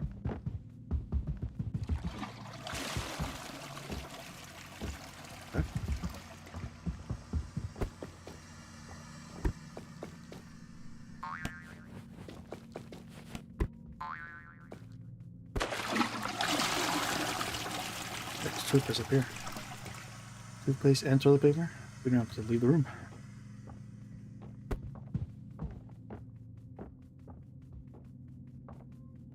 I was supposed to flush and not steal it. I played myself.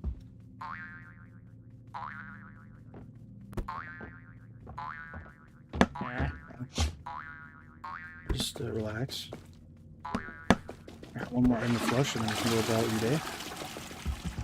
Don't mind me. Pink nail polish, that's certainly an interesting choice. But I guess it's more of a fuchsia than it is a pink.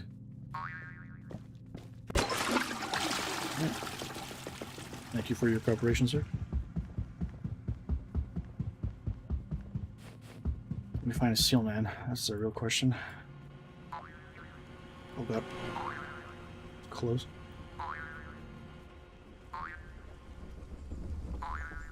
I'll swap out our darts for some sleep. And go seal man hunting. See a lot of gnomes. Don't see pesky little wascal.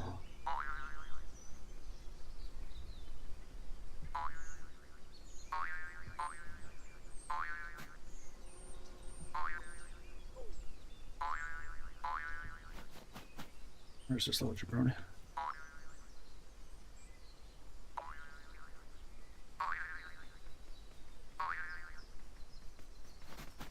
There's none outside. Send for the man. Huh. Jonathan? Mitä sä haluat? The same thing we do every day, Jonathan. Mennään siihen. Knock out a bunch of gnomes, let's go. You guys are clearing the field.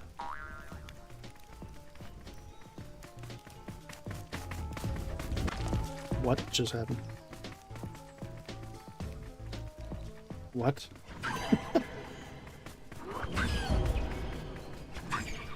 Did Bob kill me? Like actually. I just exploded for no reason. It wasn't a mole. I didn't see the mole there, so like... This game, I can't. My gear now. Oh.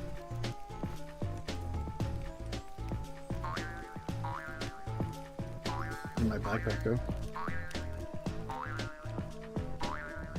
Great.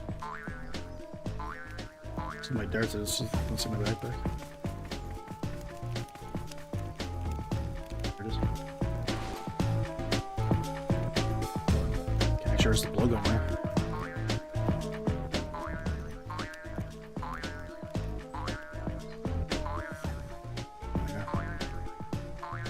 What if I have the blowgun? We can't do this to us. Oh man, why don't you cut your grass, bro? I can't see nothing.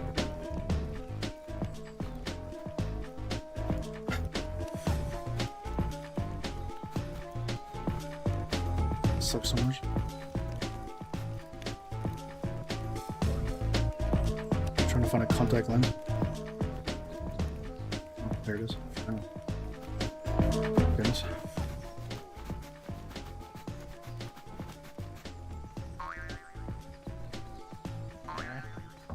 No. I prefer seal man, not you. There you are. Come here, you little.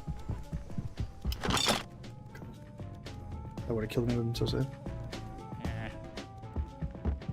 Hey, get Jonathan. Jonathan's the one you want. Yeah. Suppose we'll help out Jonathan here. Let's get out of here.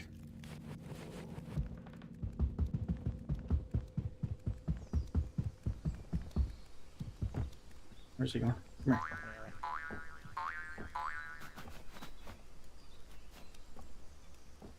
You guys gotta get flung. I don't watch this jabroni get the murder iron. Oh my god. Right across the street. Oh my god. They just threw him into another zip code. I've never seen that before. I've seen him get thrown in the yard. Maybe I thought he was going across the street. Dude, that guy's in another neighborhood. Put Jonathan down. Jonathan, beat this guy up. I think you can just start flinging things across the streets.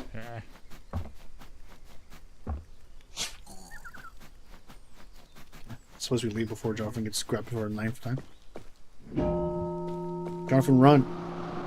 Don't let him grab you again. I gotta go. My planet needs me. He's doomed. As tough as he is, he's pretty stupid.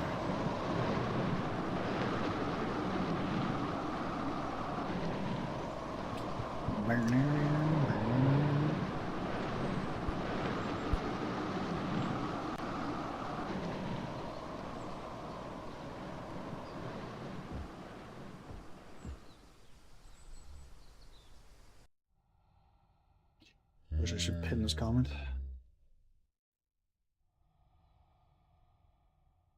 That worked, I don't even know. Perhaps it did, perhaps it didn't.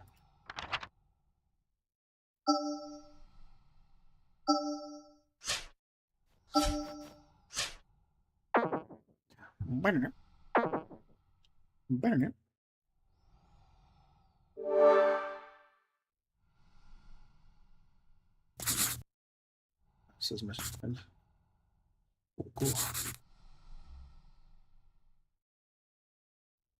Probably should have done a lot sooner. That's fine.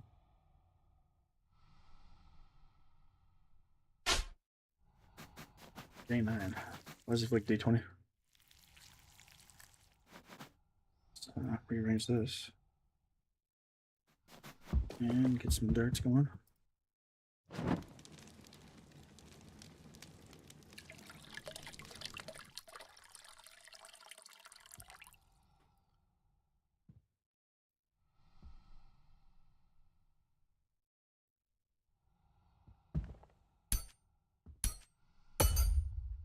Alright, take on the world. Just a gnome with a pair of boxing gloves and 5 flight darts. Sometimes that's all you need. The great equalizer. Blow dart.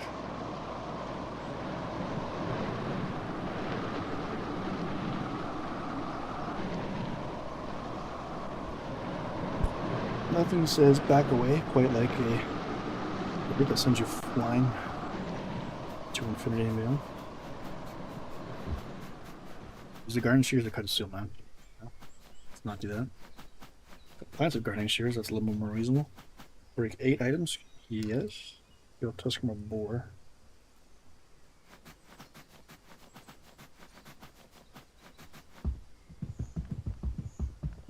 So, best course of action I see is greenhouse for the gardening shears. Cut the plants. Go in the backyard, find a sleeping boar. Take a landmine to his face. Grab his tusks. That's 2 tasks, and then we finish it off with breaking the item, probably in the kitchen. Actually, I think you can break items in this greenhouse too.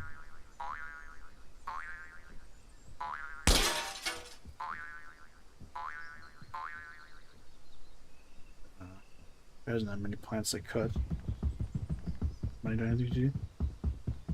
3, okay.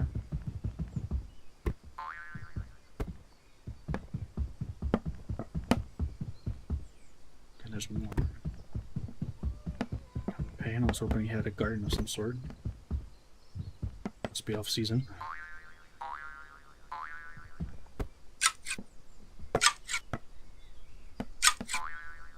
Kidding me? What kind of level of perfection I need for this? Let's put potato on here.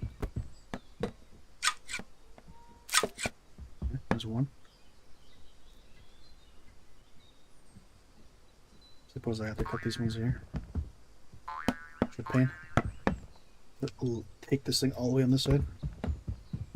Not risk cutting myself or bonking my ear. Get nervous every time I have to do a jump without the helmet. Especially when I'm carrying sharp objects.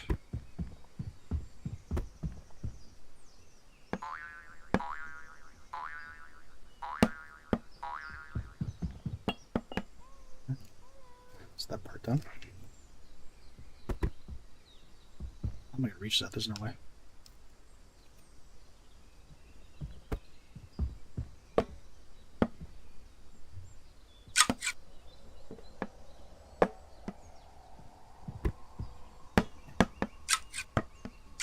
Come on, doesn't count. I'm like right here. I actually have to like throw it on top of there. Bruh.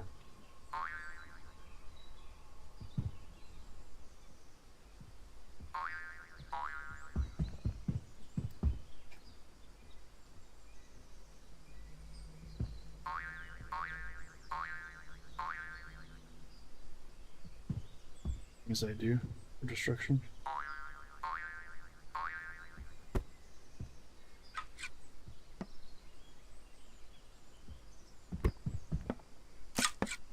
Has to be like so perfectly aligned. It's crazy. Get stuck. Come on. We're like one more way.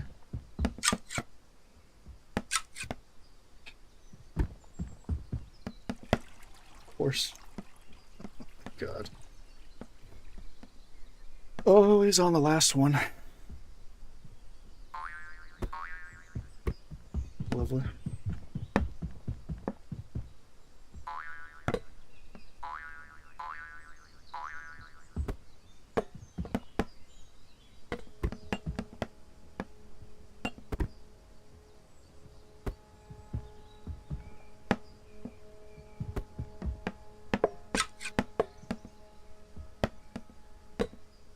Over. Stay. Not to sideswipe this thing.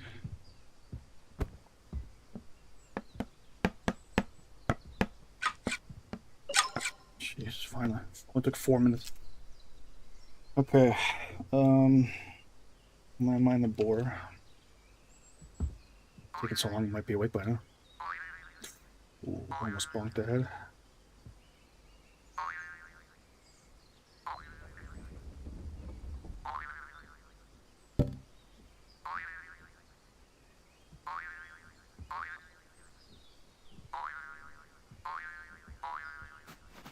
Yeah. The closest landmine. Huh, how convenient. Any last words for this boar?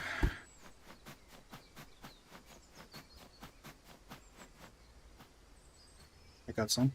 Sucks to suck.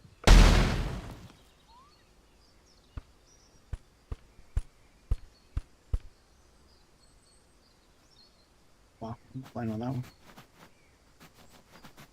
Where did he go?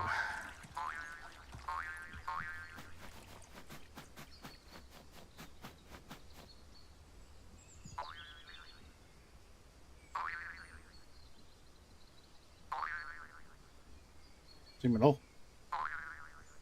What? I should blow him into the next map.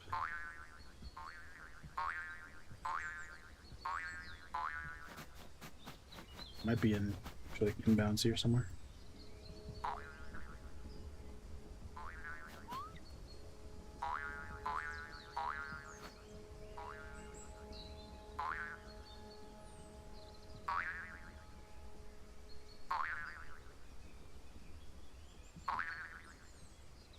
I don't see him at all. Where does this boar go? What the hell?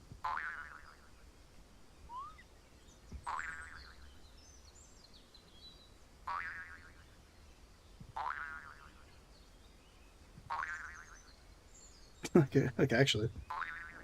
Tell me he's like in the water or something.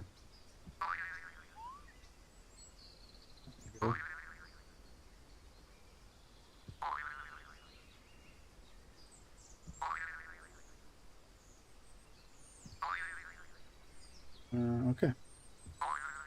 Well. Guess it's time to pivot. Just break any item, I suppose.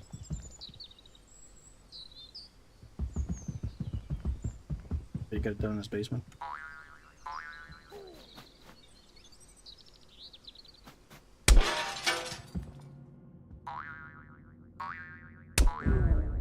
What type doesn't have any pool walls there?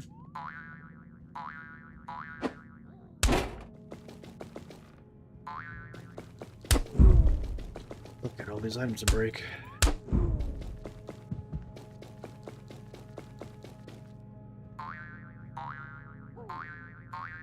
Really? I can't climb up this leg?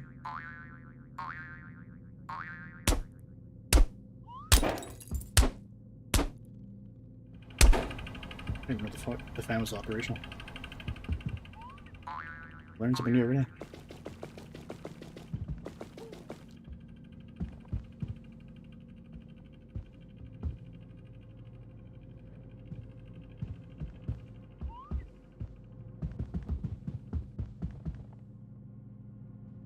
Where is he?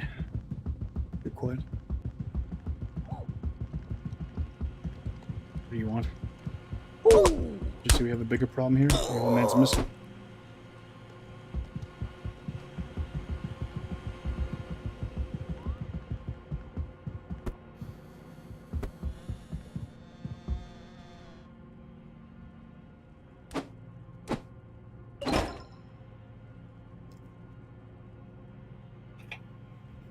Gravel.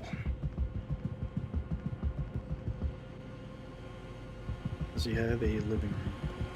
No, he does not. Getting books. Probably out of the question. Garden shears to cut a seal man. Maybe if I find a seal man.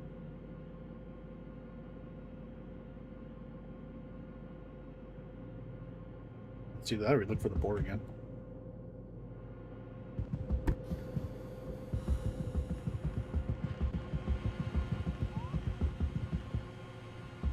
Here.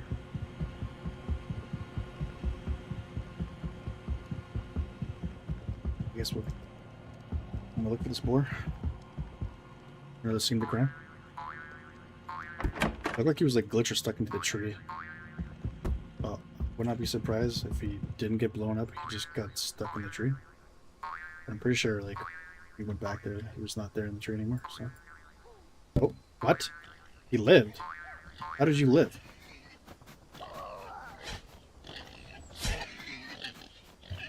Oh, a tough boar. How do you survive a landmine? Hopefully, he doesn't survive that flight. Got a nice viewing area for this inevitable fall. All along the watchtower. Can't really see him now. Oh, you can barely see him. How long do you think he stays up for? I think he's good for another 8 seconds. Is kind of 1, 2, 3, 4, 5, 6, 7, 8. Wow, he's getting some good hang time there.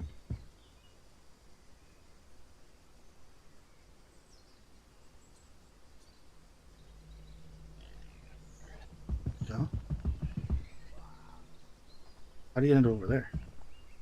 Is there multiple boar? Like, what is happening?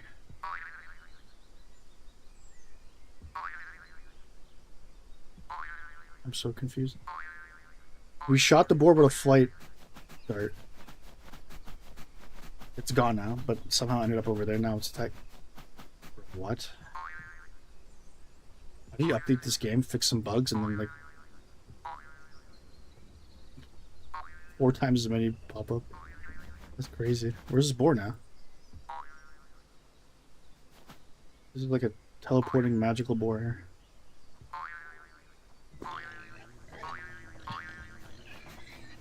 You know, ideally, I get a sleep dart.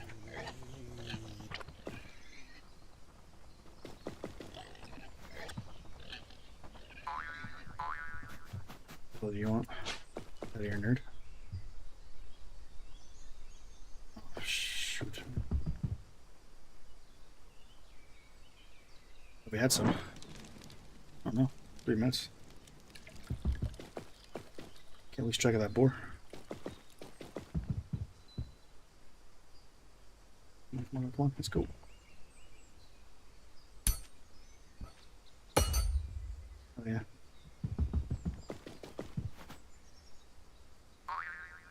Okay, boar. Just need you to relax. I need to grab your tusks. If you could stop charging away from me, that'd be great.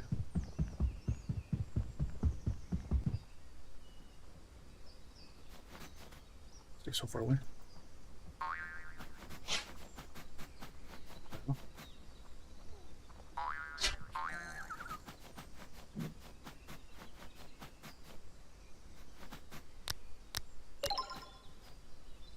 Oh hell yeah. Here, you can have him back. I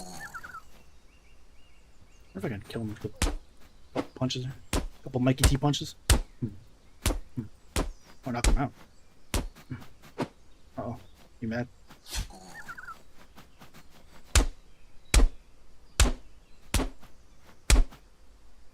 That's born a mild concussion. Oh my god. I'm a mild concussion. Think you gone. He gone.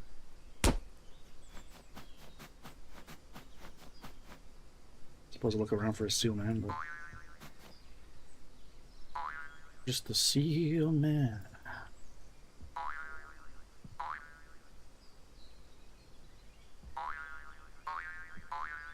Where did I put those gardening shoes? Wait, what? Am I losing my mind? Where did these plants come from? Did we not just like... Did they regrow? What happened to the gardening shears?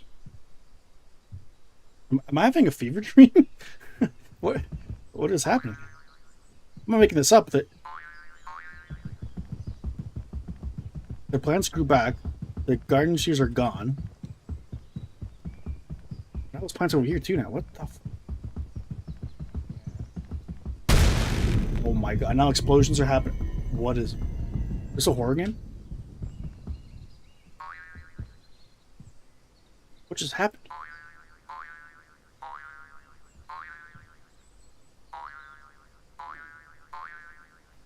I'm at a loss. Get me the hell out of here. Some fallen hill shit going on here. I'm just a seal man.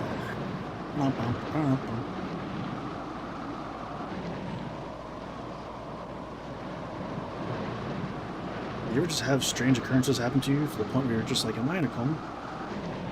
Is this real right now?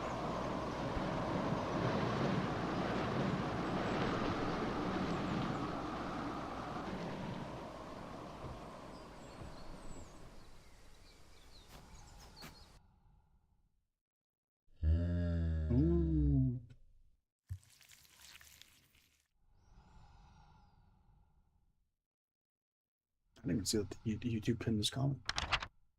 What do I know for sure?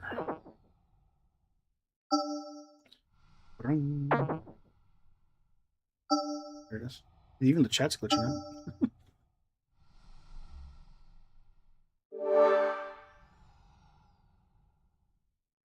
Is it 10 now?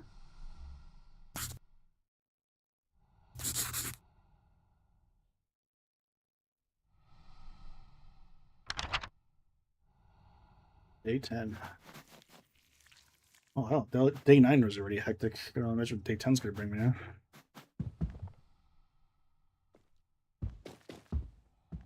Stock up here. Some more sleep potion. Wish there was a way to link these two. So like just make darts quicker.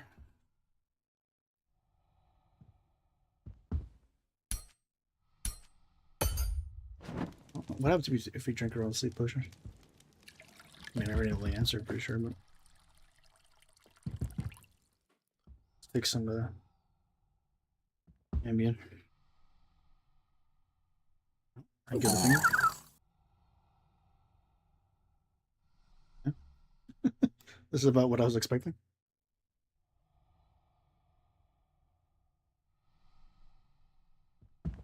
We still have a dose.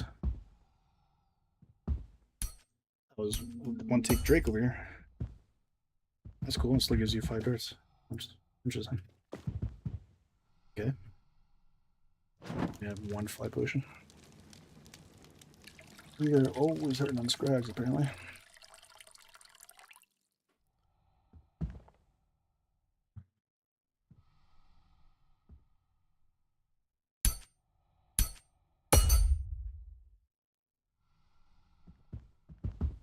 Right, let's go. Bong.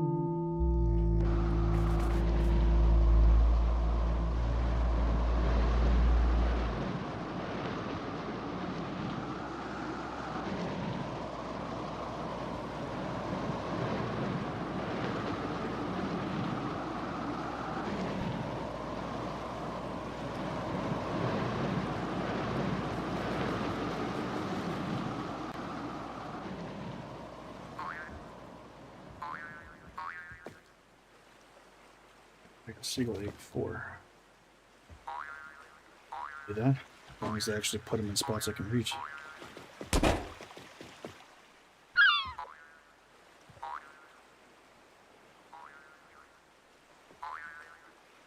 Here.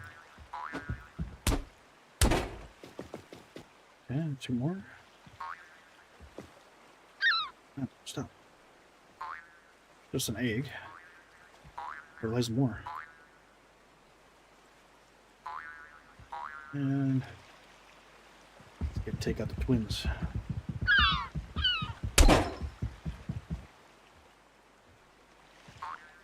Is it sad? Sure. But it's unnecessary? Totally.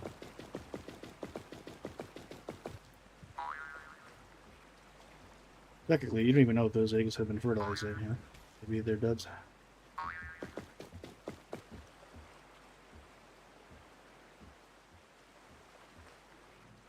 No windows here? What is this? That lives in a box? Okay. All window... No windows on the side of the house except for one very small partition here.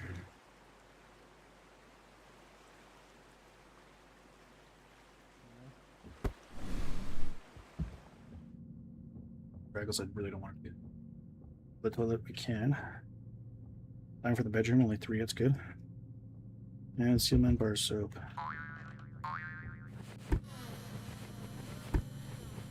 Nothing interesting up there. Gilman's upstairs. Okay, sounds like he's down here now. Take this opportunity and get out.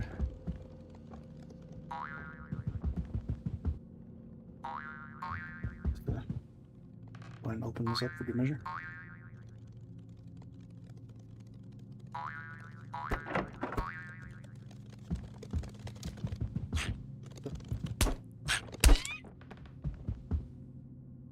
Got bite on me, will you?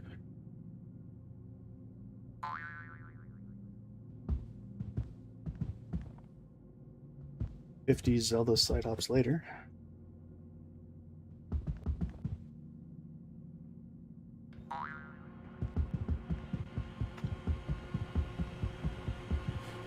Gotta wager a guess the bathroom will be in this room.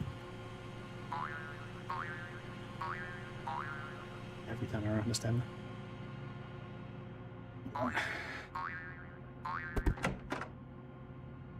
Oh. See, you know your feng shui well.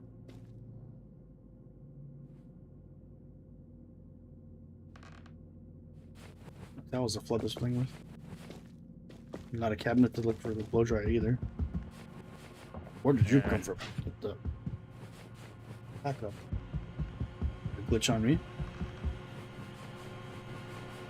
There's like no good floodable items to put in this toilet. This vase can. Looks pretty chunky, but I don't know if it's gonna be enough. The phone actually might probably flood it.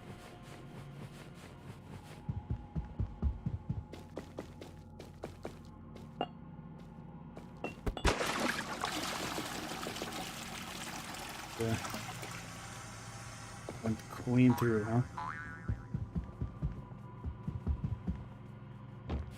Actually going back down, but you need to go back up.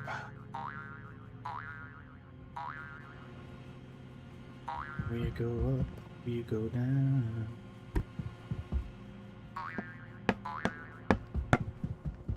Terror, I see terror in your eyes. Surely.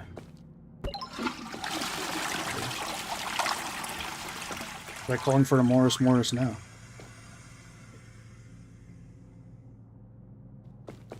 Rhymes in the bedroom. Convenient. Just rest her feet there. Nice window. And there's one. Let's grab whatever the hell this is. Some snake oil tonic. Throw it out.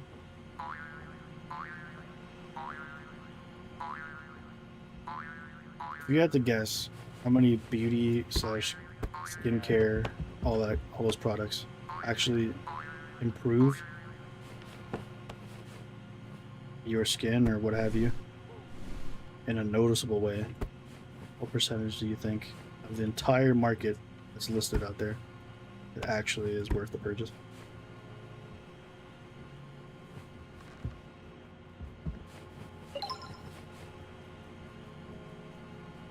Right, let's look at these vases here.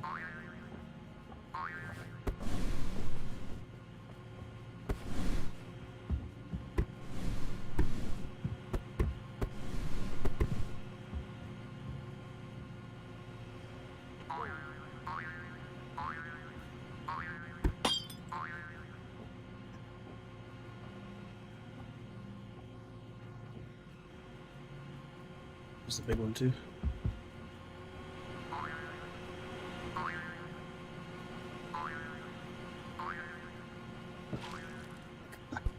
What do they clip on the bed frame?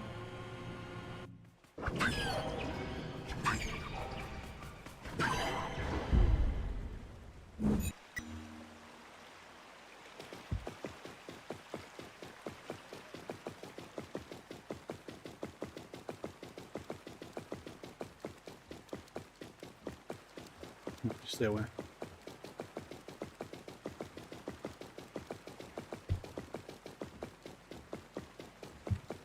So lanky, look at the way. He walks. His arm's like twice the size of his body. Lengthwise. Yes, stay away. See him trying to climb up here? It's like I need us a slap.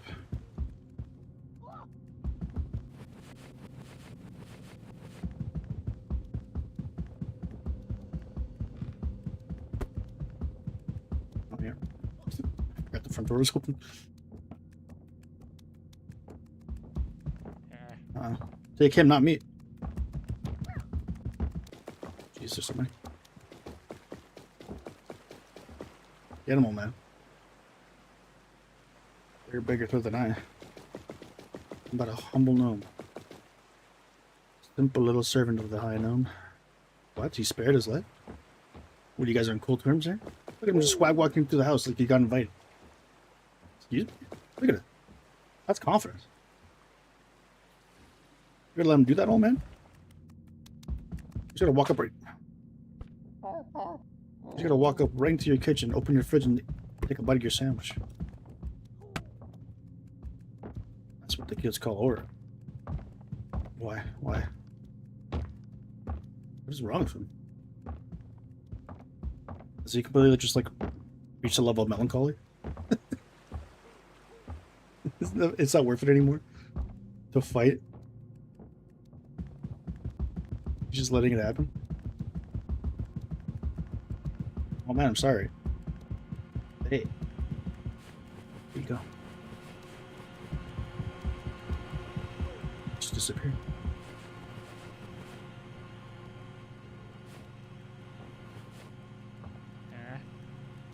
Oh, never mind. He doesn't. He definitely does care now.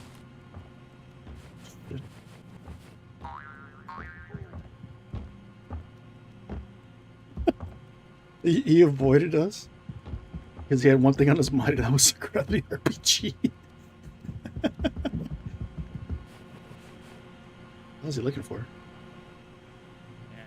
Oh my god! What did he shoot? You alright, old man? Maybe you should relax. Get high, as they say. Oh, that this thing didn't break.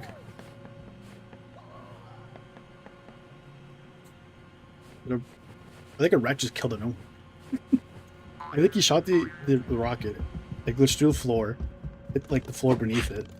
Broke open some drawers, or some cabinets.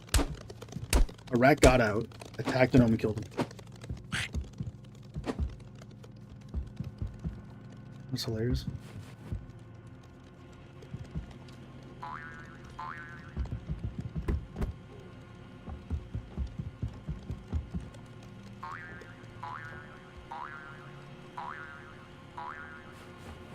Just walking around with an empty RPG. But literally the epitome, or the living embodiment of empty threat.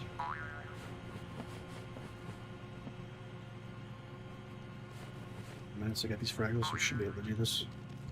Aren't any mistakes here.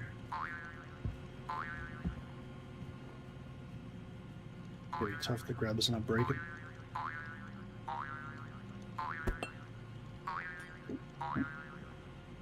So it's very valuable. This intricate design on this. Take this to Antique Roadshow.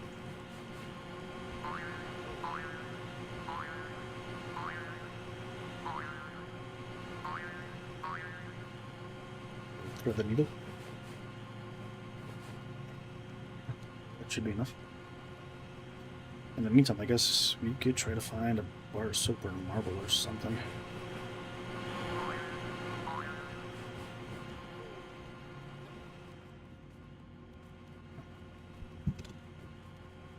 Was I gonna set the thing off?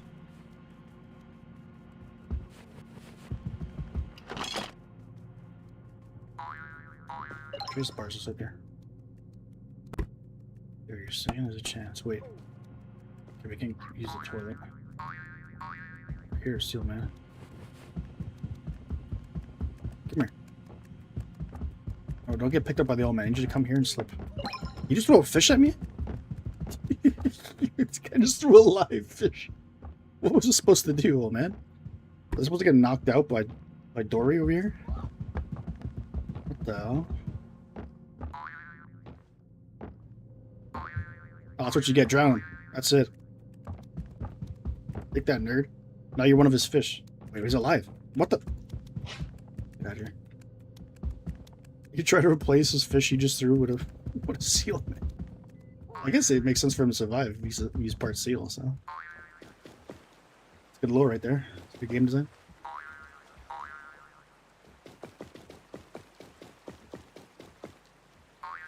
Okay, we only got 3 minutes. Maybe we just raid his shed.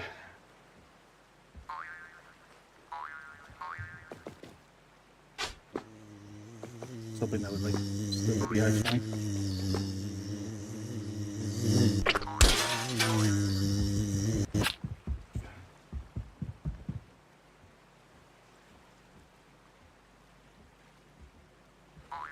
We have our own puppy now.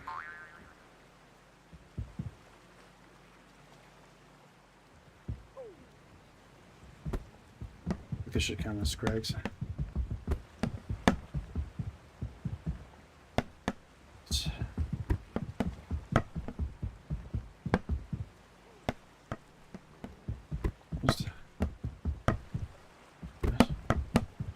A little bit more mustard there. Yeah, that was a lot of mustard. Bring it around town.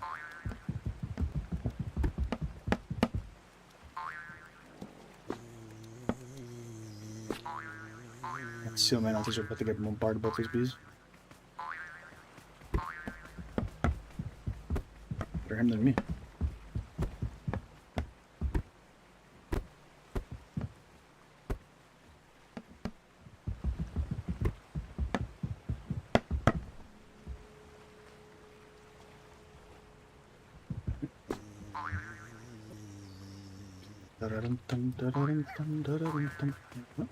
Just look at me the wrong way.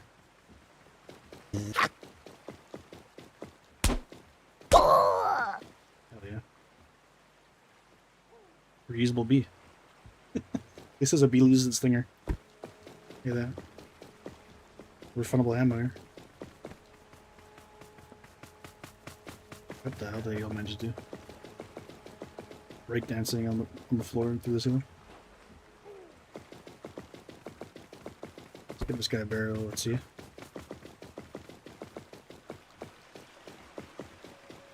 In the arms of an angel.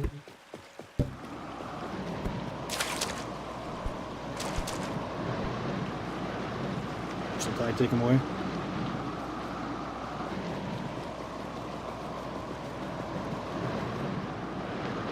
Unless the tornado takes me away.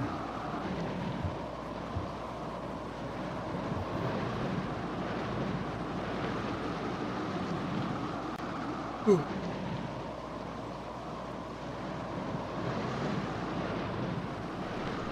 It's a good practice for the 12 hours, right?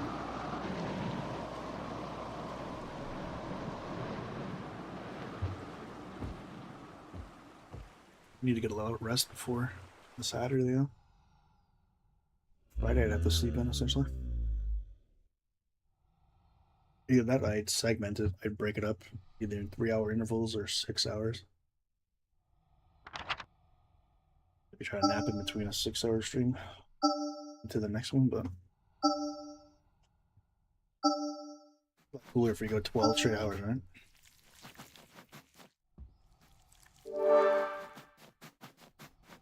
I deposit the speed.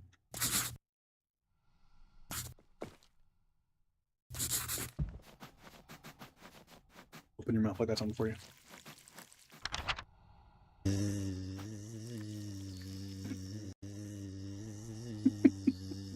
What the?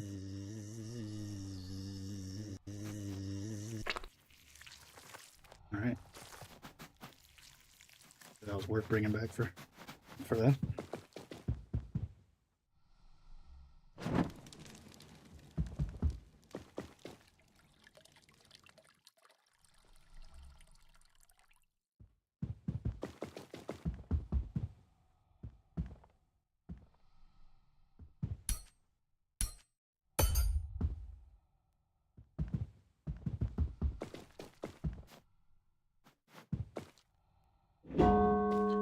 We're back for another day.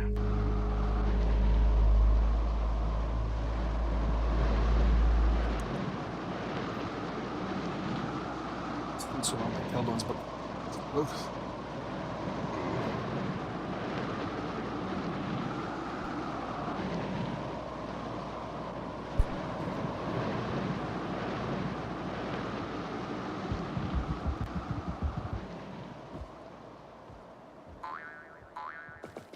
Kill Jonathan? It's heartless. Steal a robot toy. And the minicopter. Well, I suppose we eradicate Jonathan off the face of the earth since it's the closest task. I thought it was. This guy has a house all the way back here.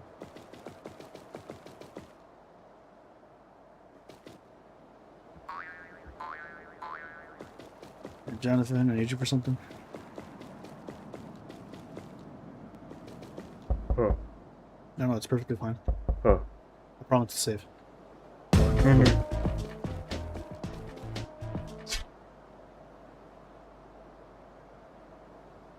Just experimenting, you know. I don't know if the flight there's doing. It's perfectly safe right now. The dart is safe. The ball isn't.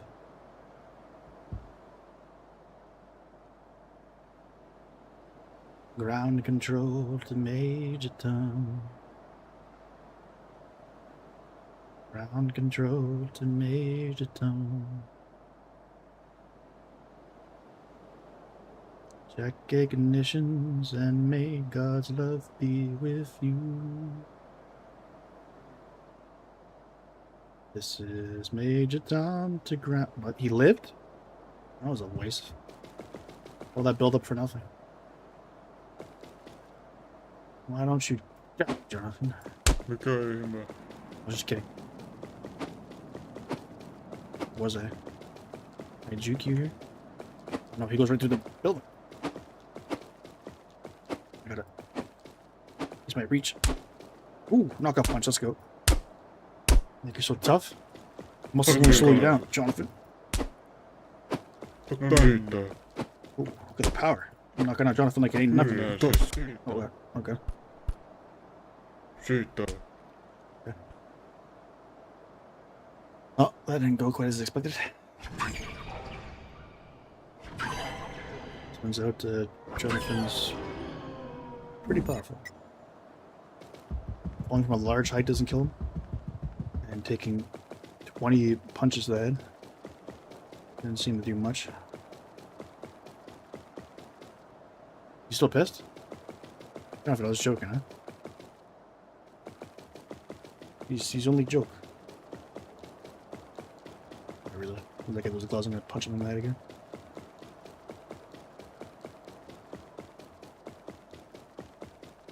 He's gotta be low, right?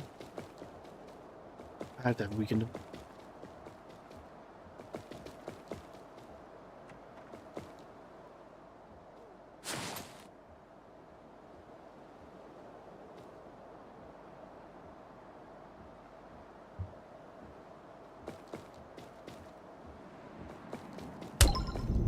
literally one punch away. You gotta be kidding me. He was one punch from going down. Unreal. Yeah, well, we could have prevented a life loss there, but... Robot toy minicopter. Things are gonna get ridiculous now that Jonathan's dead. I get this robot toy, I guess. Just building this minicopter is gonna be a pain.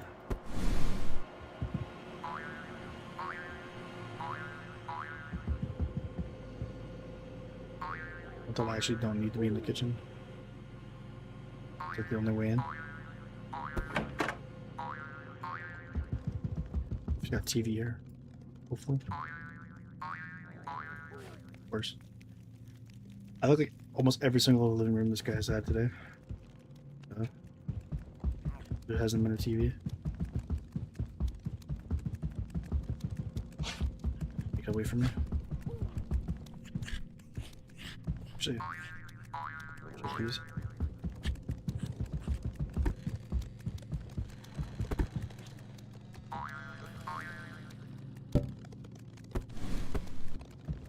Nothing. There we go. And a pistol. Oh, look at that. Think I can aim straight up and kill this guy? I don't know what the Burglin gun is pointing at.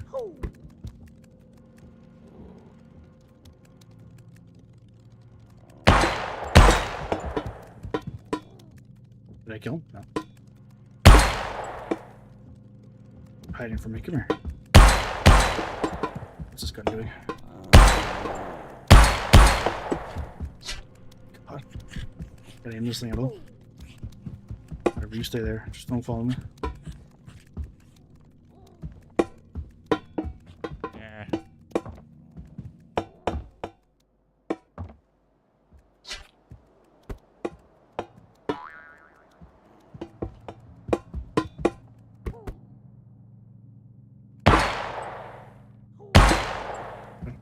I didn't even get the old man.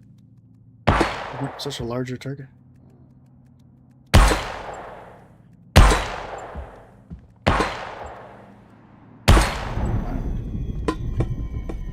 That's bullet 2, I think. Yep. Now things are about to get crazy.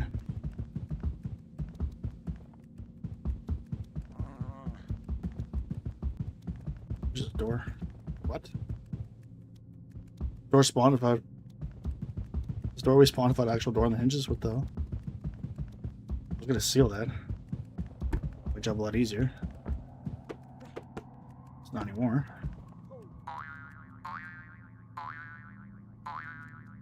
It's window open.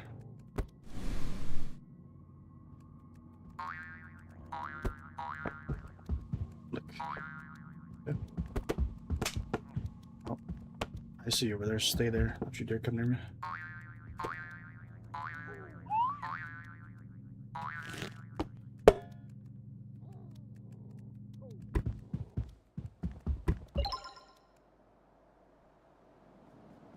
Yeah, as long as he stays inside. Take this opportunity. Or assemble a minicopter. It's also gonna be quite annoying. Shifts.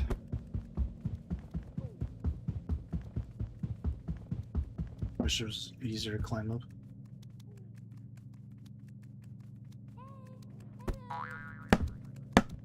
Oh, you want to get out of here? It's so annoying.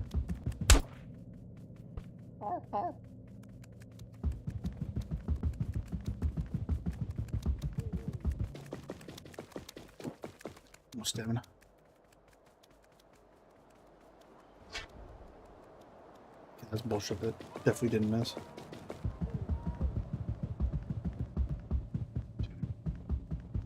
Now I'm dartless.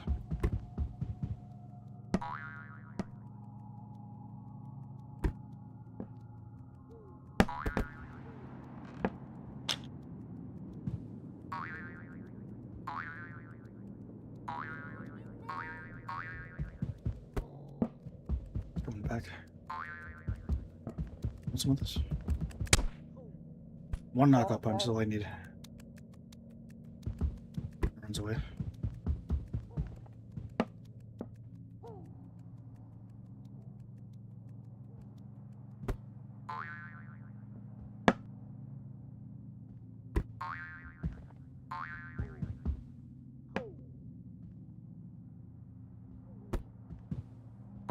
And of course I fall. Yeah, this needs this to get up here and not roll off. I really not ledge grab? What the hell are you doing here? Spark plug's stuck over here now. One hand. 2 hands.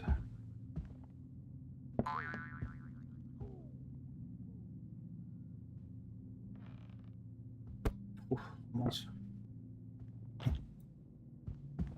Okay, one more spark plug.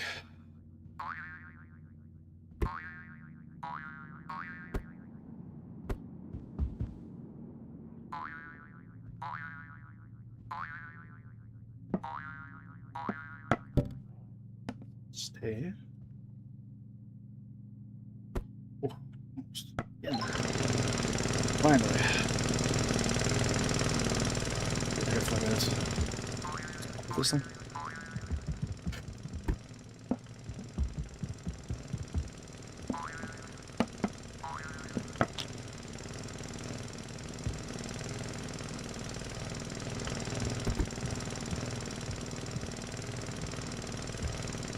Slowly I turn.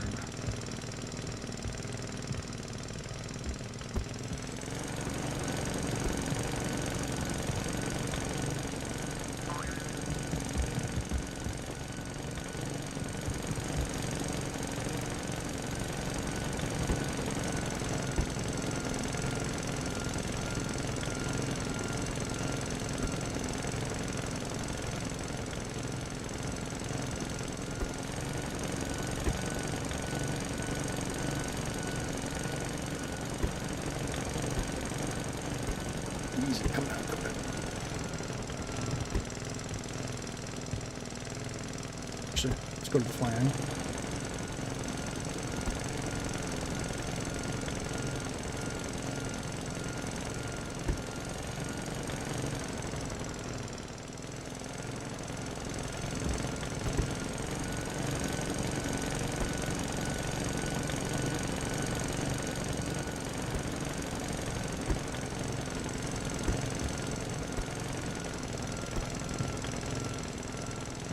This way. Yep. What's that?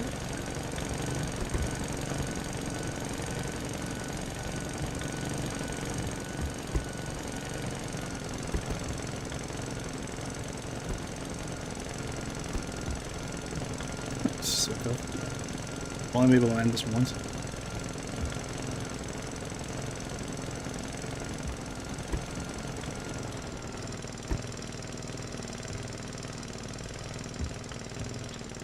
Oh god, much of an open.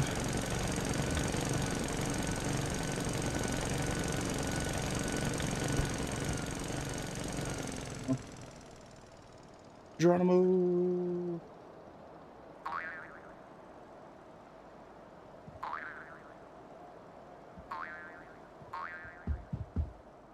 Hey. What guy's house design is this for a roof?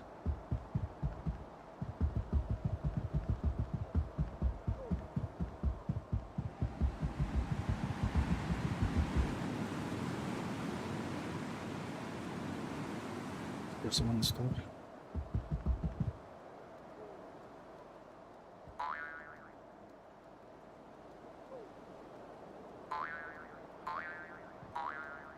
Oh, so just in the day here.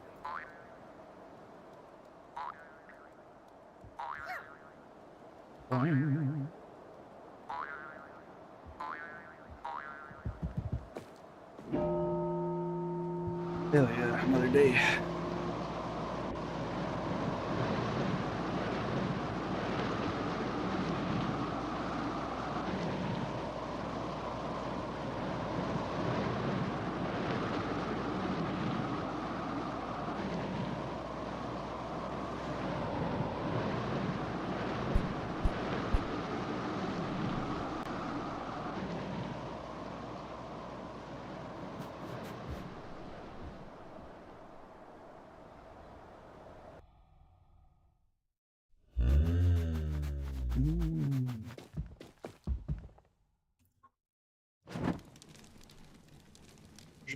Build these darts on mass production.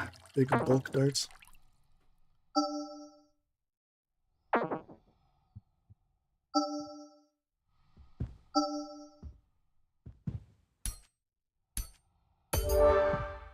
Oh yeah.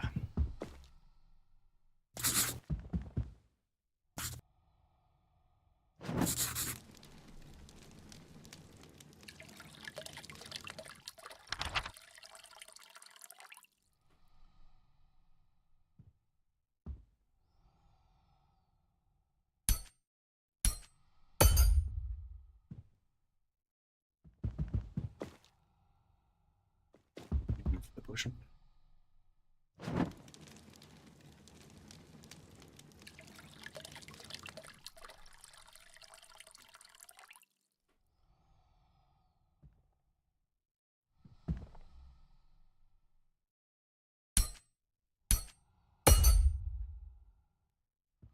Let's rock.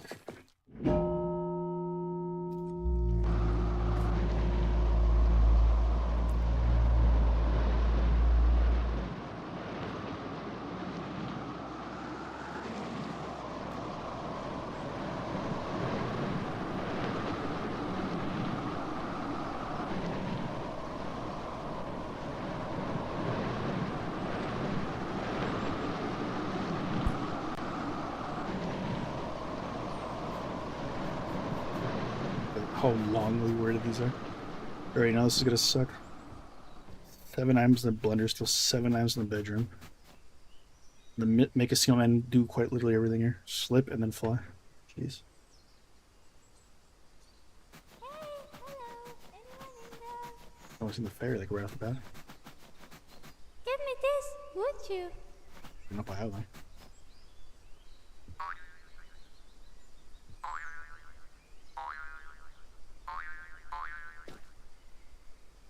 Nope. Well, I clicked any of that. Not like it'd be useful to me at this point.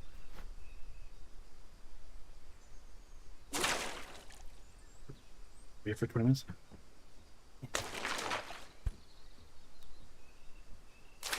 Come on.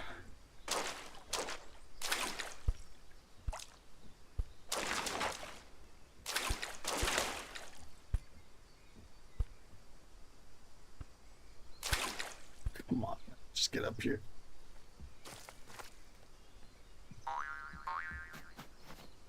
Okay, kitchen and bedroom.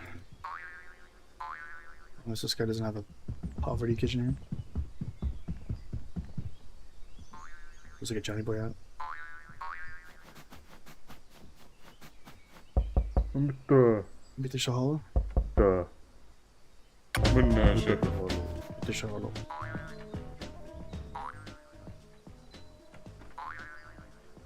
And answer the call. You hear Meet the Shahalo?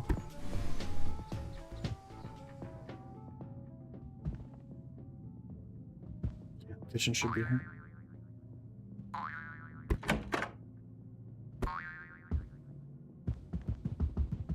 It's a pretty big kitchen. With a window.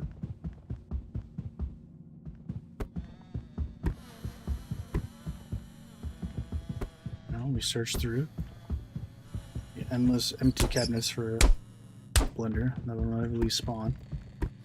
And the last cabinet we open.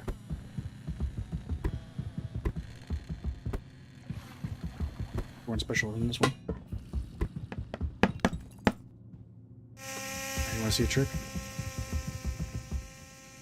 You destroy 7 items, put 7 items in the blender. Why go one by one? I could just take a package of cigarettes. Get it done right away. Oh hell yeah. I don't know if that's intentional or a mistake by the dev. Either way, I hope it never changes.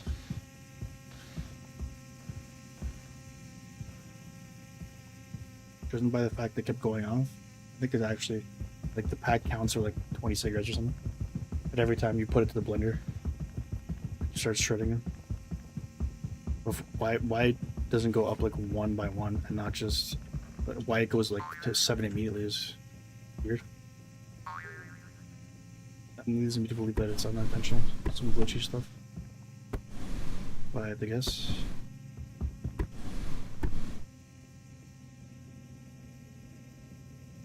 There's a decent amount of items here. I don't know if it's gonna be enough. 3. 4 with the spoon. Cigarettes is 5, 6. Go ahead and stop right there. Let me get this window open.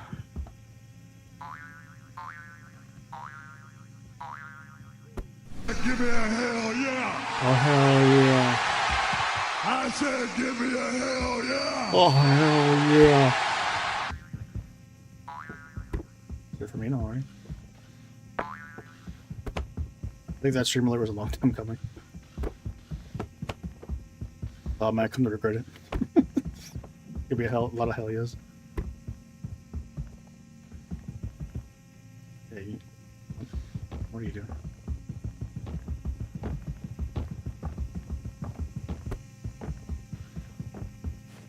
Selling traps like he's fully cloaking here. Get up there. You gotta stop asking me how I'm doing, because that smart vision bot's gonna steal your message every time, dude. I have to like go in my settings and like stop that, I guess. You can't on Twitch apparently.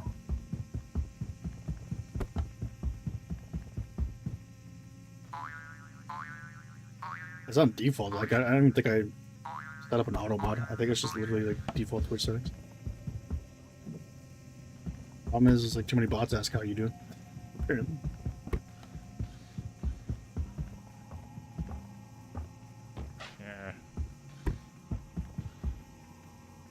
Man, you gotta stay there until I'm done. Patience, oh man, patience. Next time robbing your house.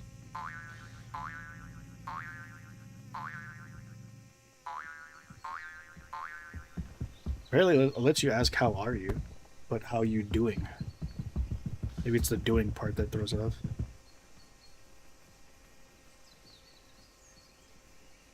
Argentina beating England, of course. What else is new? And then Argentina will end up beating Spain. I think if France went through, France would have a better shot at beating them. But it's all rigged anyway, so I'm just speculating. I thought it's already been predetermined since the beginning.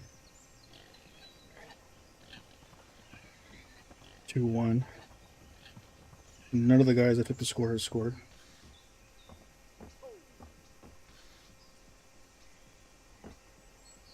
RIP.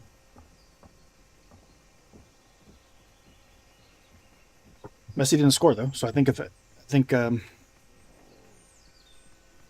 never mind, because he's going to the finals, so he'll probably score in the finals. I was gonna say Mbappe still has a shot to win top goal scorer, but actually, wait, did Messi assist on any of those? Because I think if he assisted one more time, I think he breaks the tiebreaker or something. I didn't even get to see like the. Where's this guy here now? To see when those goals were scored. So. I guarantee you there's like a stoppage time goal here somewhere. What a surprise. They were winning by the 55th minute.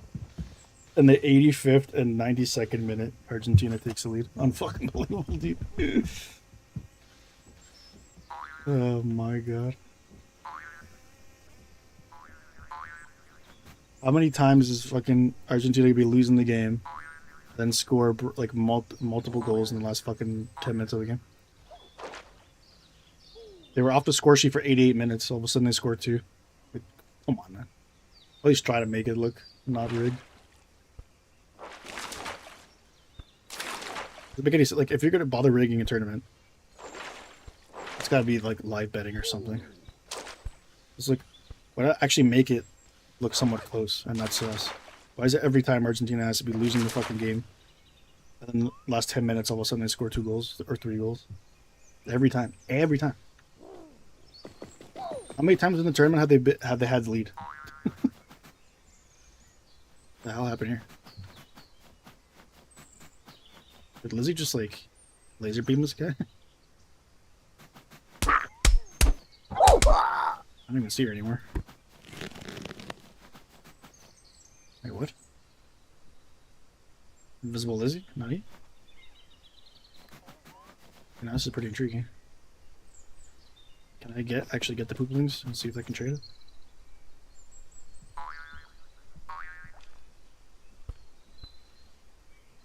It's actually crazy. Yesterday I had France and Mbappe to score. Nothing. Today I had England, Jude, and Harry Kane to score. Nothing. Tomorrow I'm gonna have Spain and probably that other jabroni to score, and nothing. Just bet against me at this point.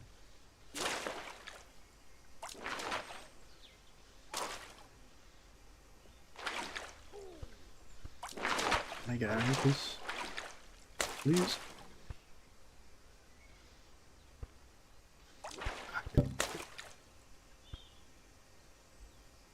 What's up on the moss here?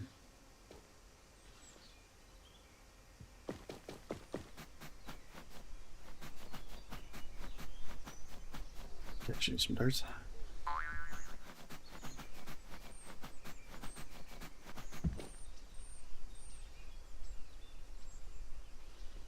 Not really getting messages from my buddy. Pretty sure that has something to do with Argentina winning.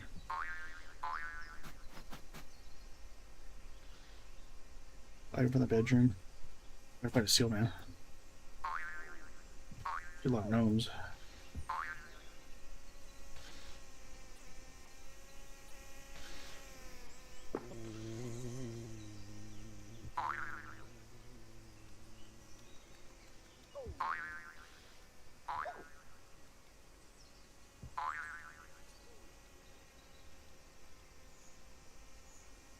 Hell yeah.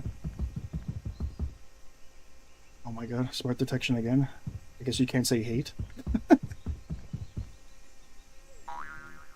You repeated yourself and I went through. Weird.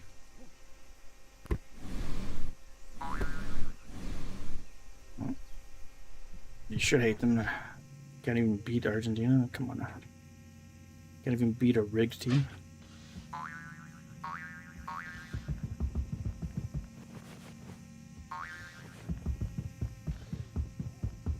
Does anybody other than Brony Messi fans and Argentinians want to see Argentina win the World Cup? Like, I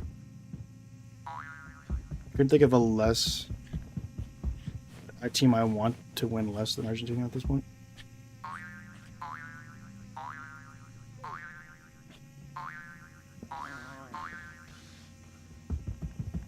Sorry, just stealing the key not count as stealing an item from the bedroom. Okay.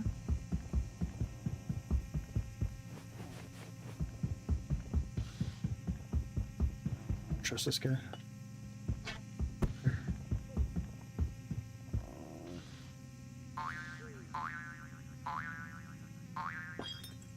Of course I broke that thing.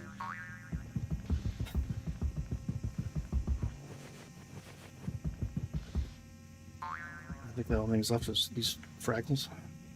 There's an alarm clock. Actually, might be just worth grabbing that. Rely on the mercy of.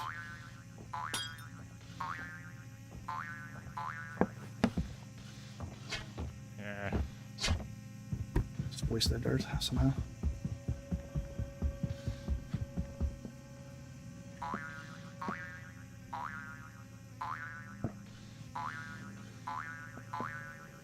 It's glitched?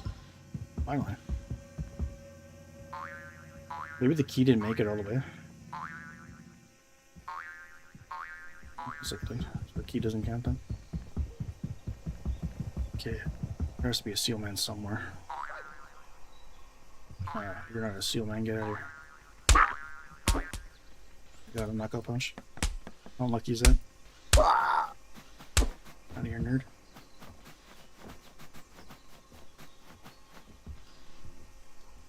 Here. Steve, come here. I got one dart left. I don't want to miss the shot. Don't serpentine me. Come here. Yeah. 3 for 3. Let's get out of here.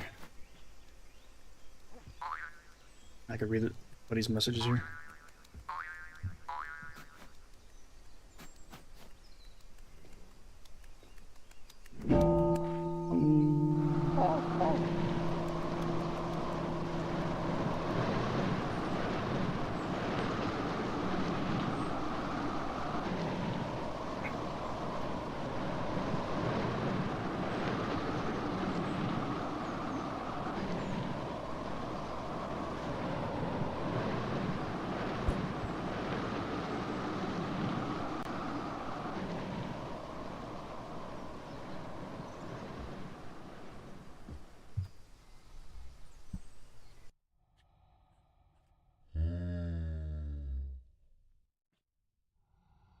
Yeah. Is that officially over? I would assume so.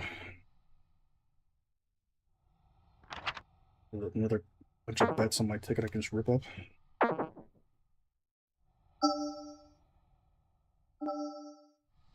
Yeah, looks like Messi is the favorite now. That was before, but I was pretty much locked in. Be the top goal scorer at insult to injury.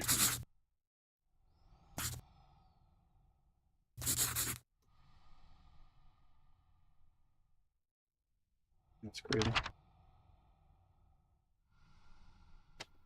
England choking the bed. They deserve a new expression. It's not shitting the bed or choking, it's choking the bed. How was Harry Kane and June Bellingham going to score like every game, and then this one they're just non-existent? Coincidence? I think not.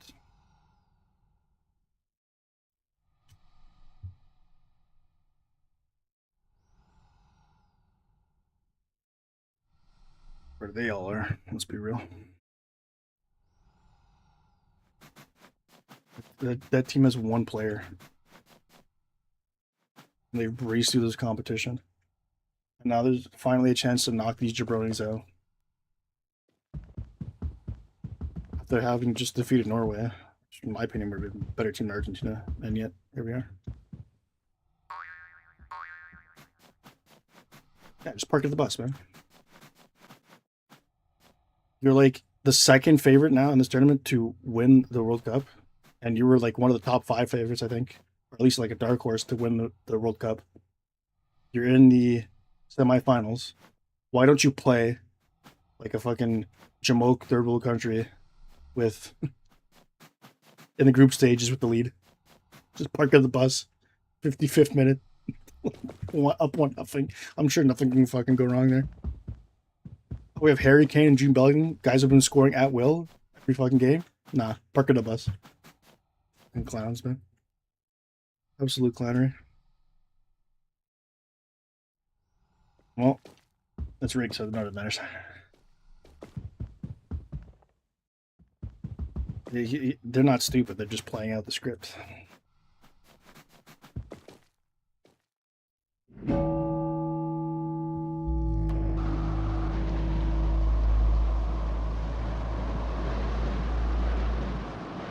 It's actually my favorite thing about soccer or football. And so many times I find myself, even though I shouldn't, agreeing with like the sentiment of American fans. And I think soccer does itself no favors. How shitty and boring a sport it can be sometimes. Like for life of me, I cannot figure out why, when you have a high class, high caliber team, so many offensive threats, do you go up 1-0 in the 55th minute and then just play defense the entire game? Like, why? Fucking why? Then the ironic part is you try to lock down defense for the rest of the game and you concede 2 goals. Like, what? I bet you they wouldn't have conceded 2 goals if they just played the regular match. At best, you concede 1. Like, I don't get the logic behind that. You would think at the very least if you're going to park at the bus, you would actually, I don't know, park at the bus.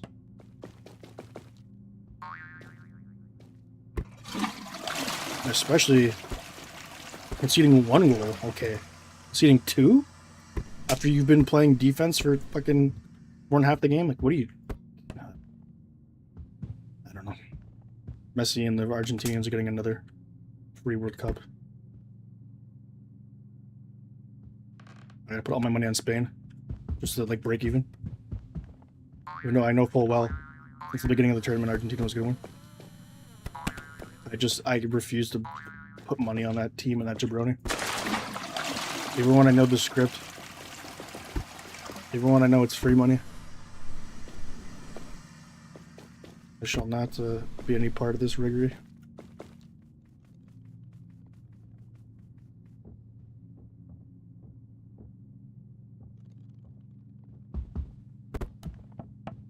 I gotta see what the odds are, and like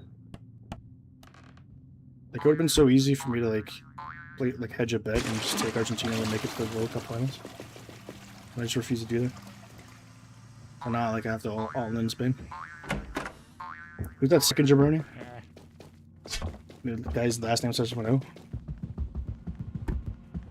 I'm gonna bet that guy to score. I guarantee you he doesn't.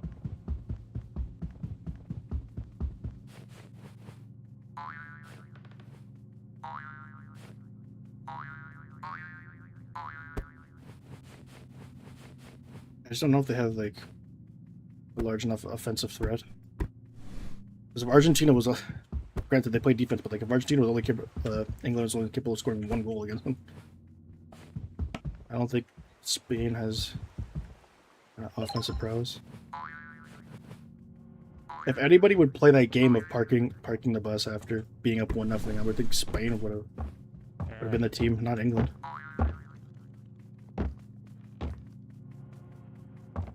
What do I know?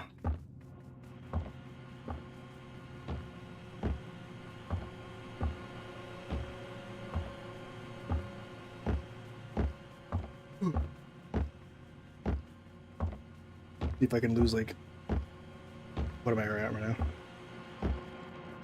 Probably gonna break double digits consecutive bets loss. This is a World Cup, man. It's just been so shit. What the hell's going on here? What was taking that static shot? Okay.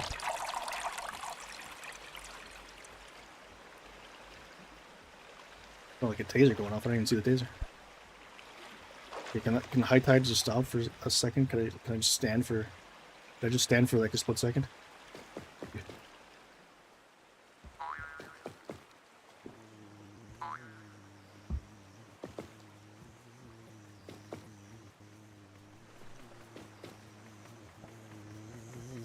Easier to fall my way around.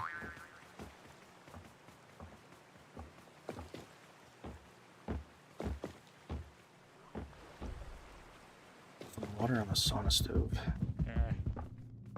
Okay, enough of you. Most of these gotta be upstairs now.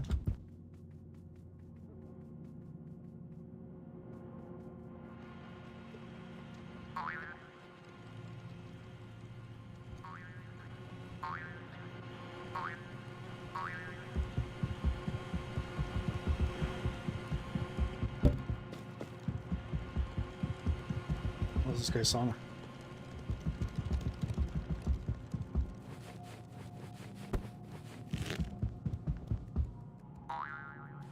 Walk my head there. As we go up, we go down, and see the truth here. Just a lie.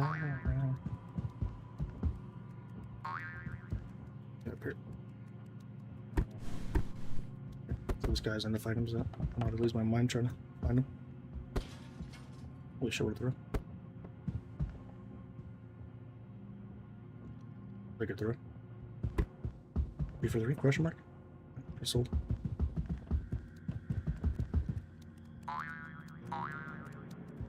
I'm pitter pattering. I don't like that sound.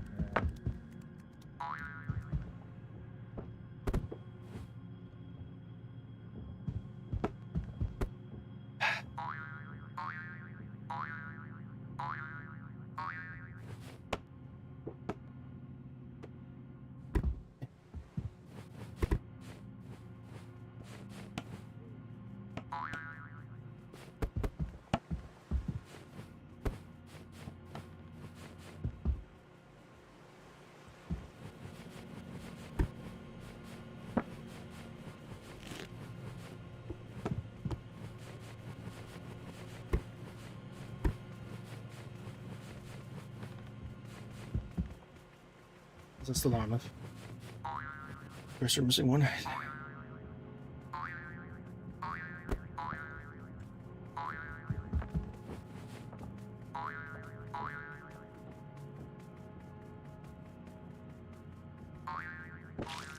I knew that was coming.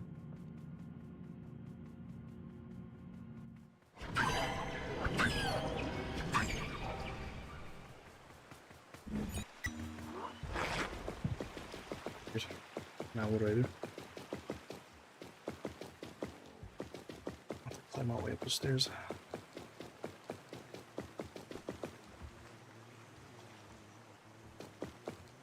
Get him, bees, get him.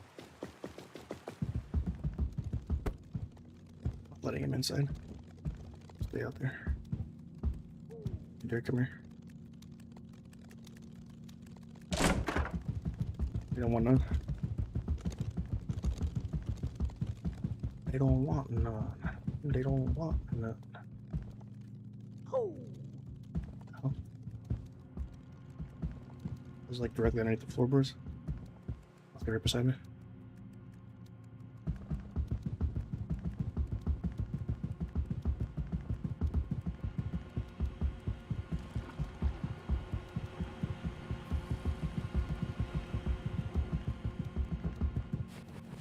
And you ought to loot here.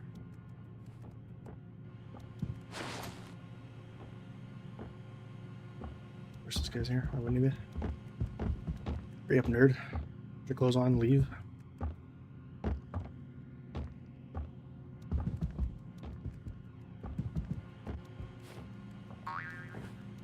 Let's try this again. So that we don't die this time.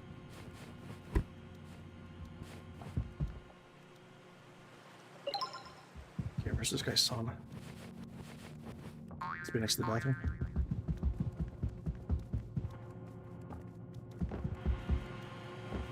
And of course, he's in the bathroom.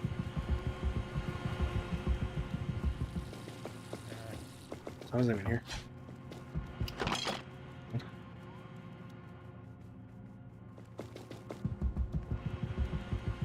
Be here.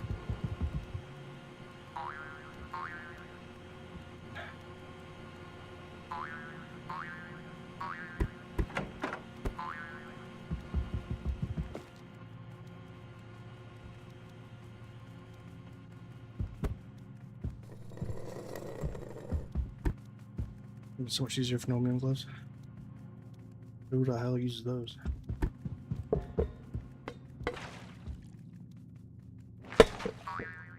That didn't count. So sad.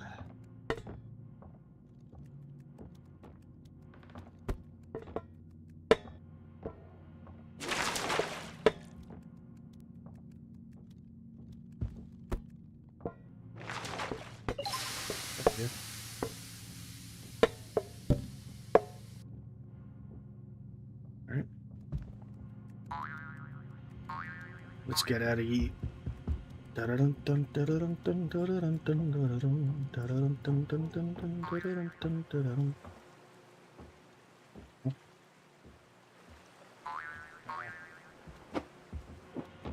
you shitting me?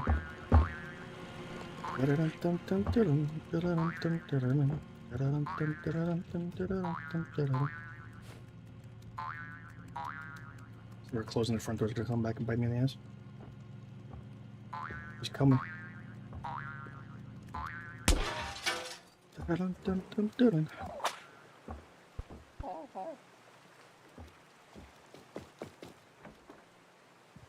Remember, this is the day you almost cut my little ass. Your beady little ass.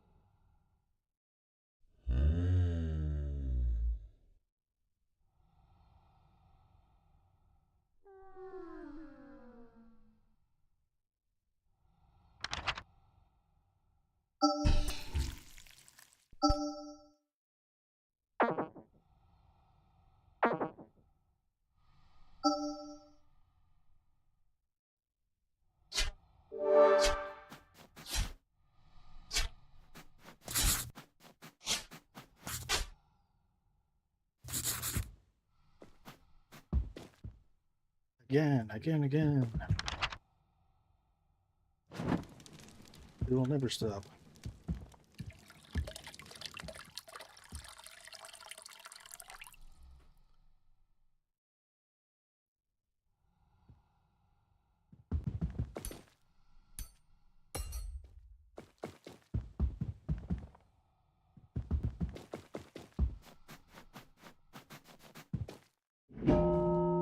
What day was it? 12, wasn't it? 13? 14? Lost count. Whew.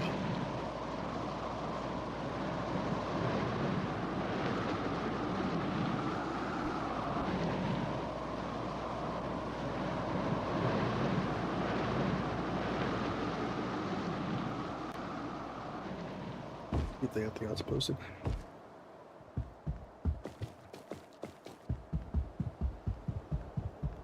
Well, right, helicopter. You can ride fly. Yeah. You do the route ones, then minicopter, I guess. Probably the best third one.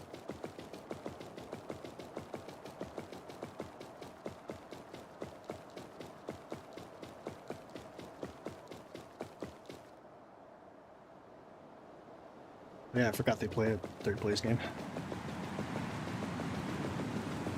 Oh, wait, so that means that there's still a chance for... Oh. I forgot that they still have another shot. There's still a chance for Mbappe to win. Is there? Or no? I don't see the bets are open for it anymore.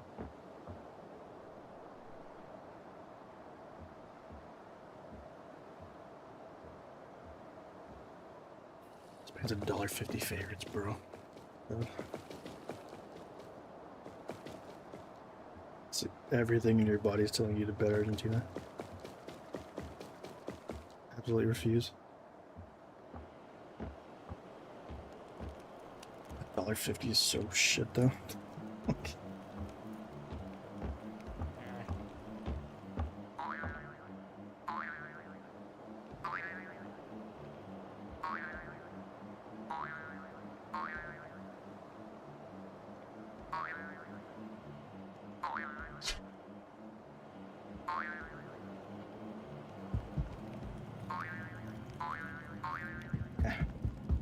Find us a rat. Said rat, not roach. Get out of here.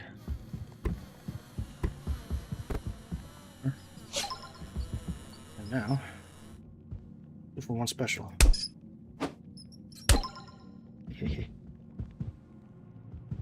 It's like he's parachuting.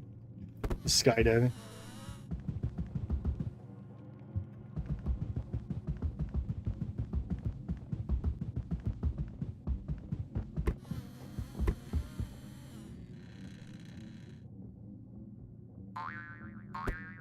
Actually does have a TV. Likelihood that the garage door opener is there.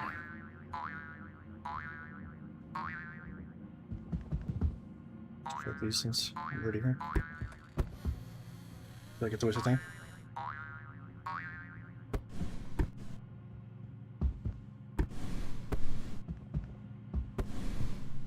And I figured it correctly.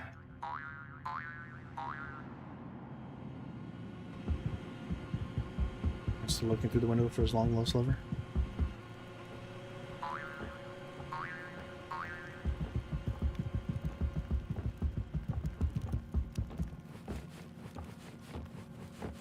He's struggling. So what's going on with the YouTube side of things? Not me. My encoder is getting rid of it. Oh, back. That's weird. Maybe drop connection somewhere? Very weird. Where the hell did the grade go? Come here, you.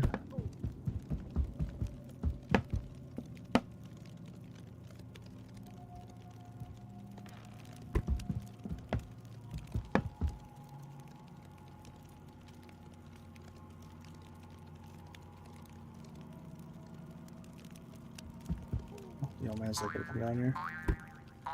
Gotta waste some time.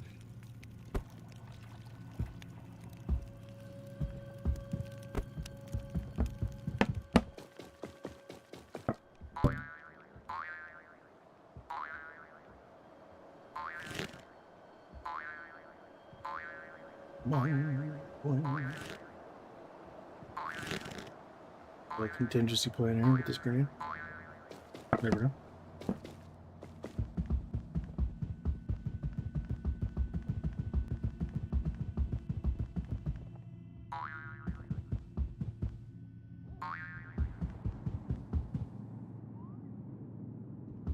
Sparkle. I can only assume the other one's on top there.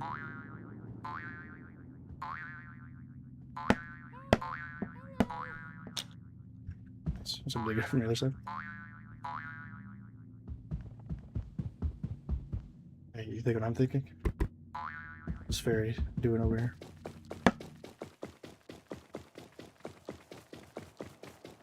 This thing takes a propane tank?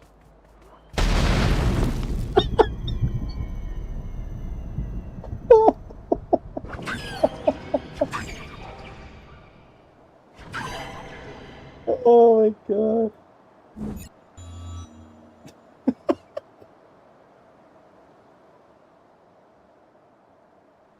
This Amazon delivery service delivering a bomb to the front door. Holy.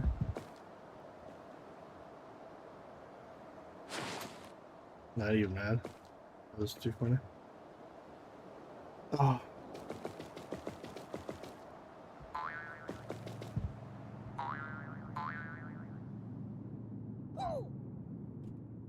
What do you want? Hear the explosion? And you come back for some more boom?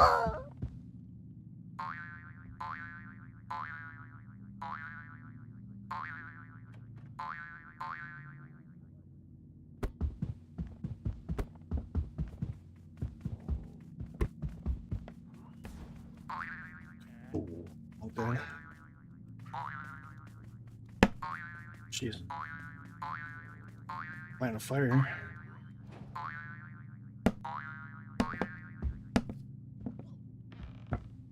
What does it want to take? There we go.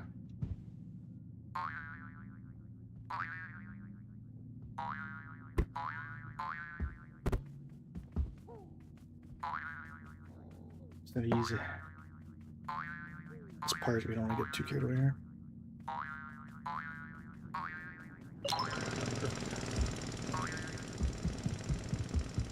There's some dirt down here.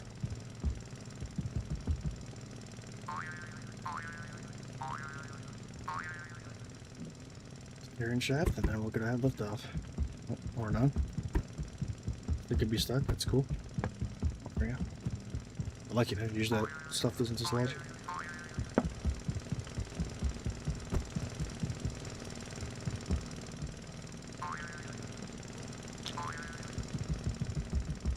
That's off a good measure. Any nerds up there? Enjoy that grenade.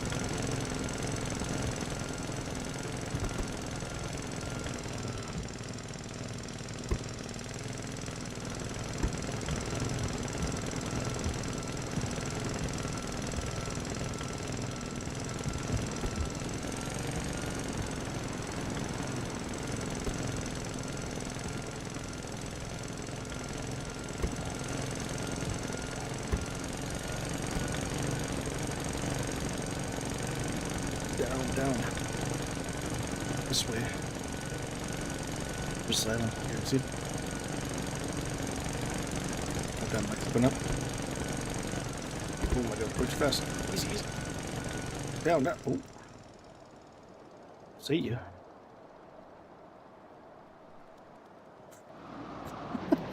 There goes the gear.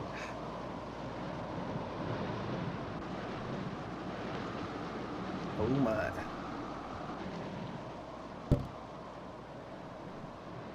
We have more than enough resources to make up for it.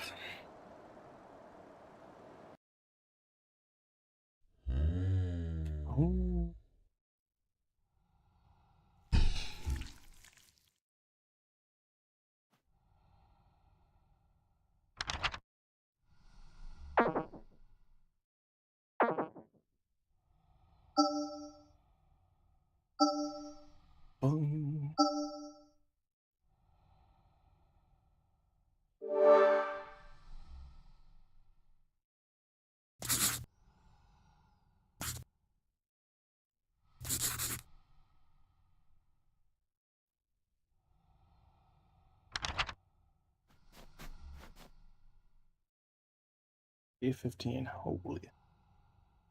Even more hostile.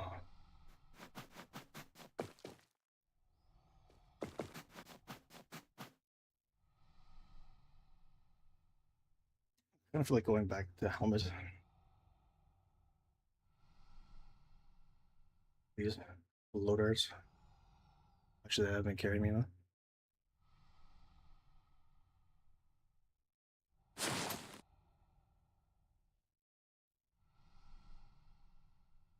Perhaps we don't turn our black on the blow dart.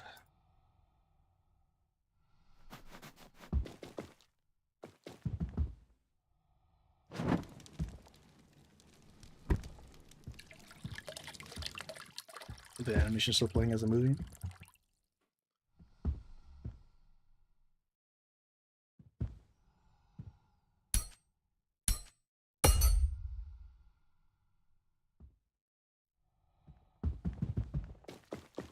Oh yeah.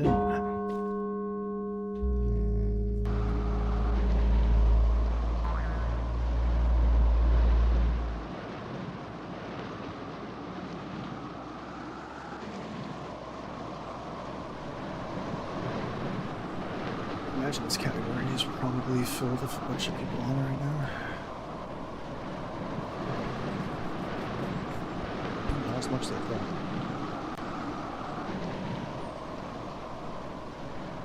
Actually, a lot less than I thought.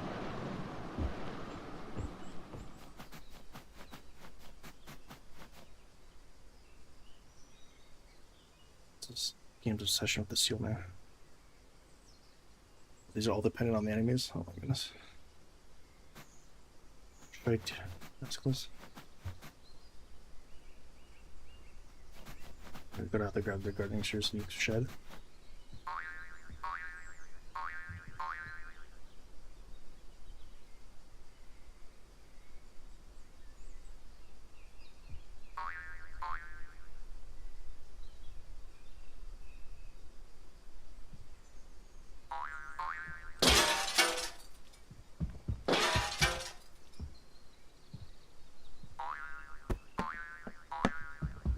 If I can trip this with like another arrow.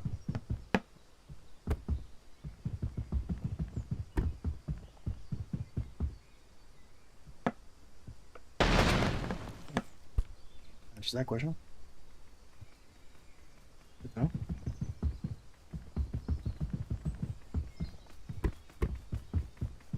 Are you kidding me? These things are stuck in here now. Bruh. Bruh.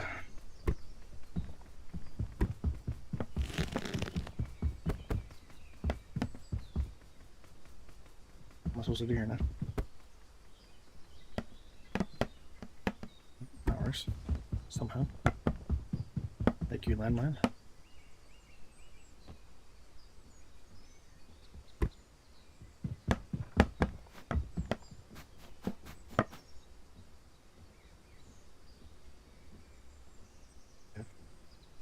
This by the front door for the seal man.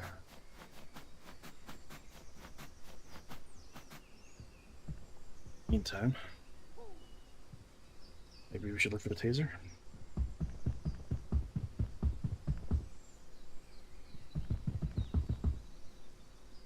Kitchen we go. I have to make this guy slip.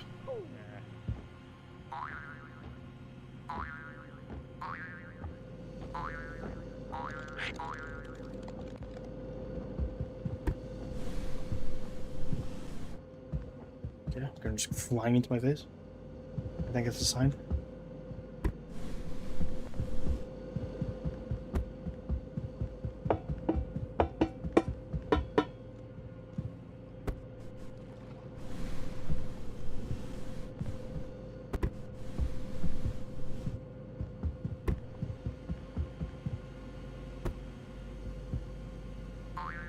Some form if it thinks it's gonna be moving to the kitchen for a late night snack.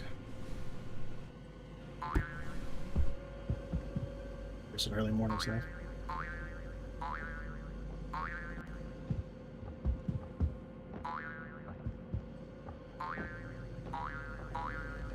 Went upstairs. You don't know how close he came to having his life took.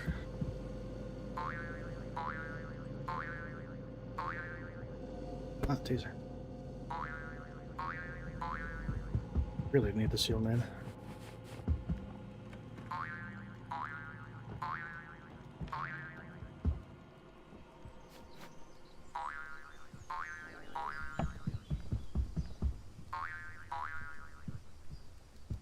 I can hear one. Oh, that's a mole. Away from me. Sneaky ass mole.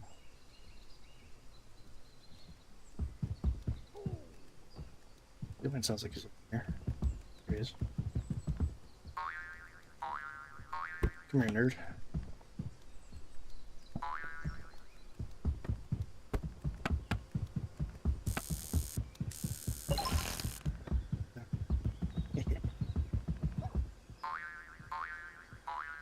Red cap, but you seem busy. Would give me a knockout punch. So low HP then. I got slapped by the seal, I'm dead.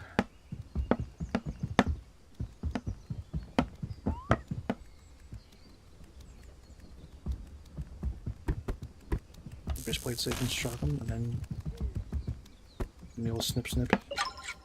Hell yeah. Okay, still 6 in for the bedroom seemed doable. I'm gonna find the bedroom.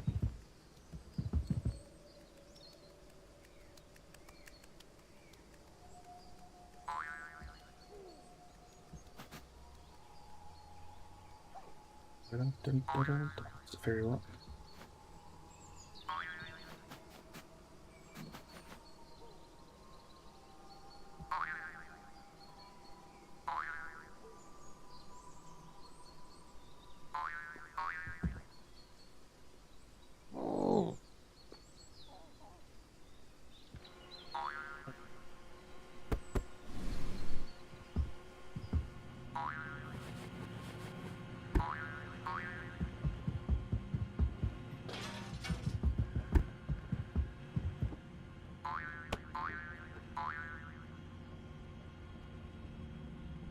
There's 6 items in this room.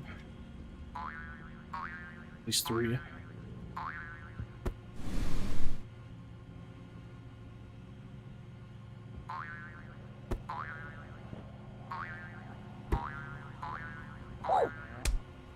God. Flying knockout punch. I hope the old man grabs you. You rinse, you little idiot.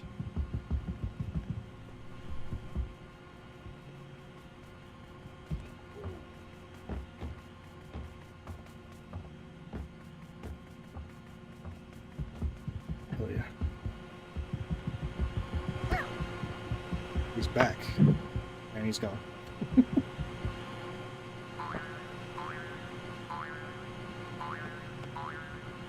Oh yeah, we came in. I landed all the way there.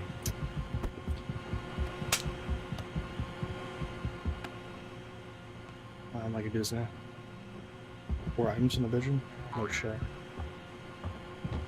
It's got a gap like that.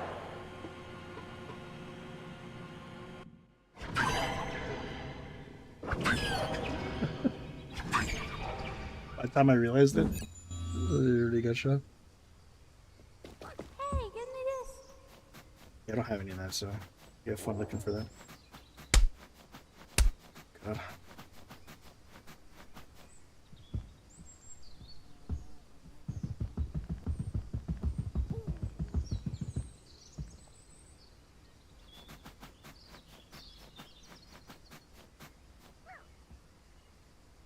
No, man, get up.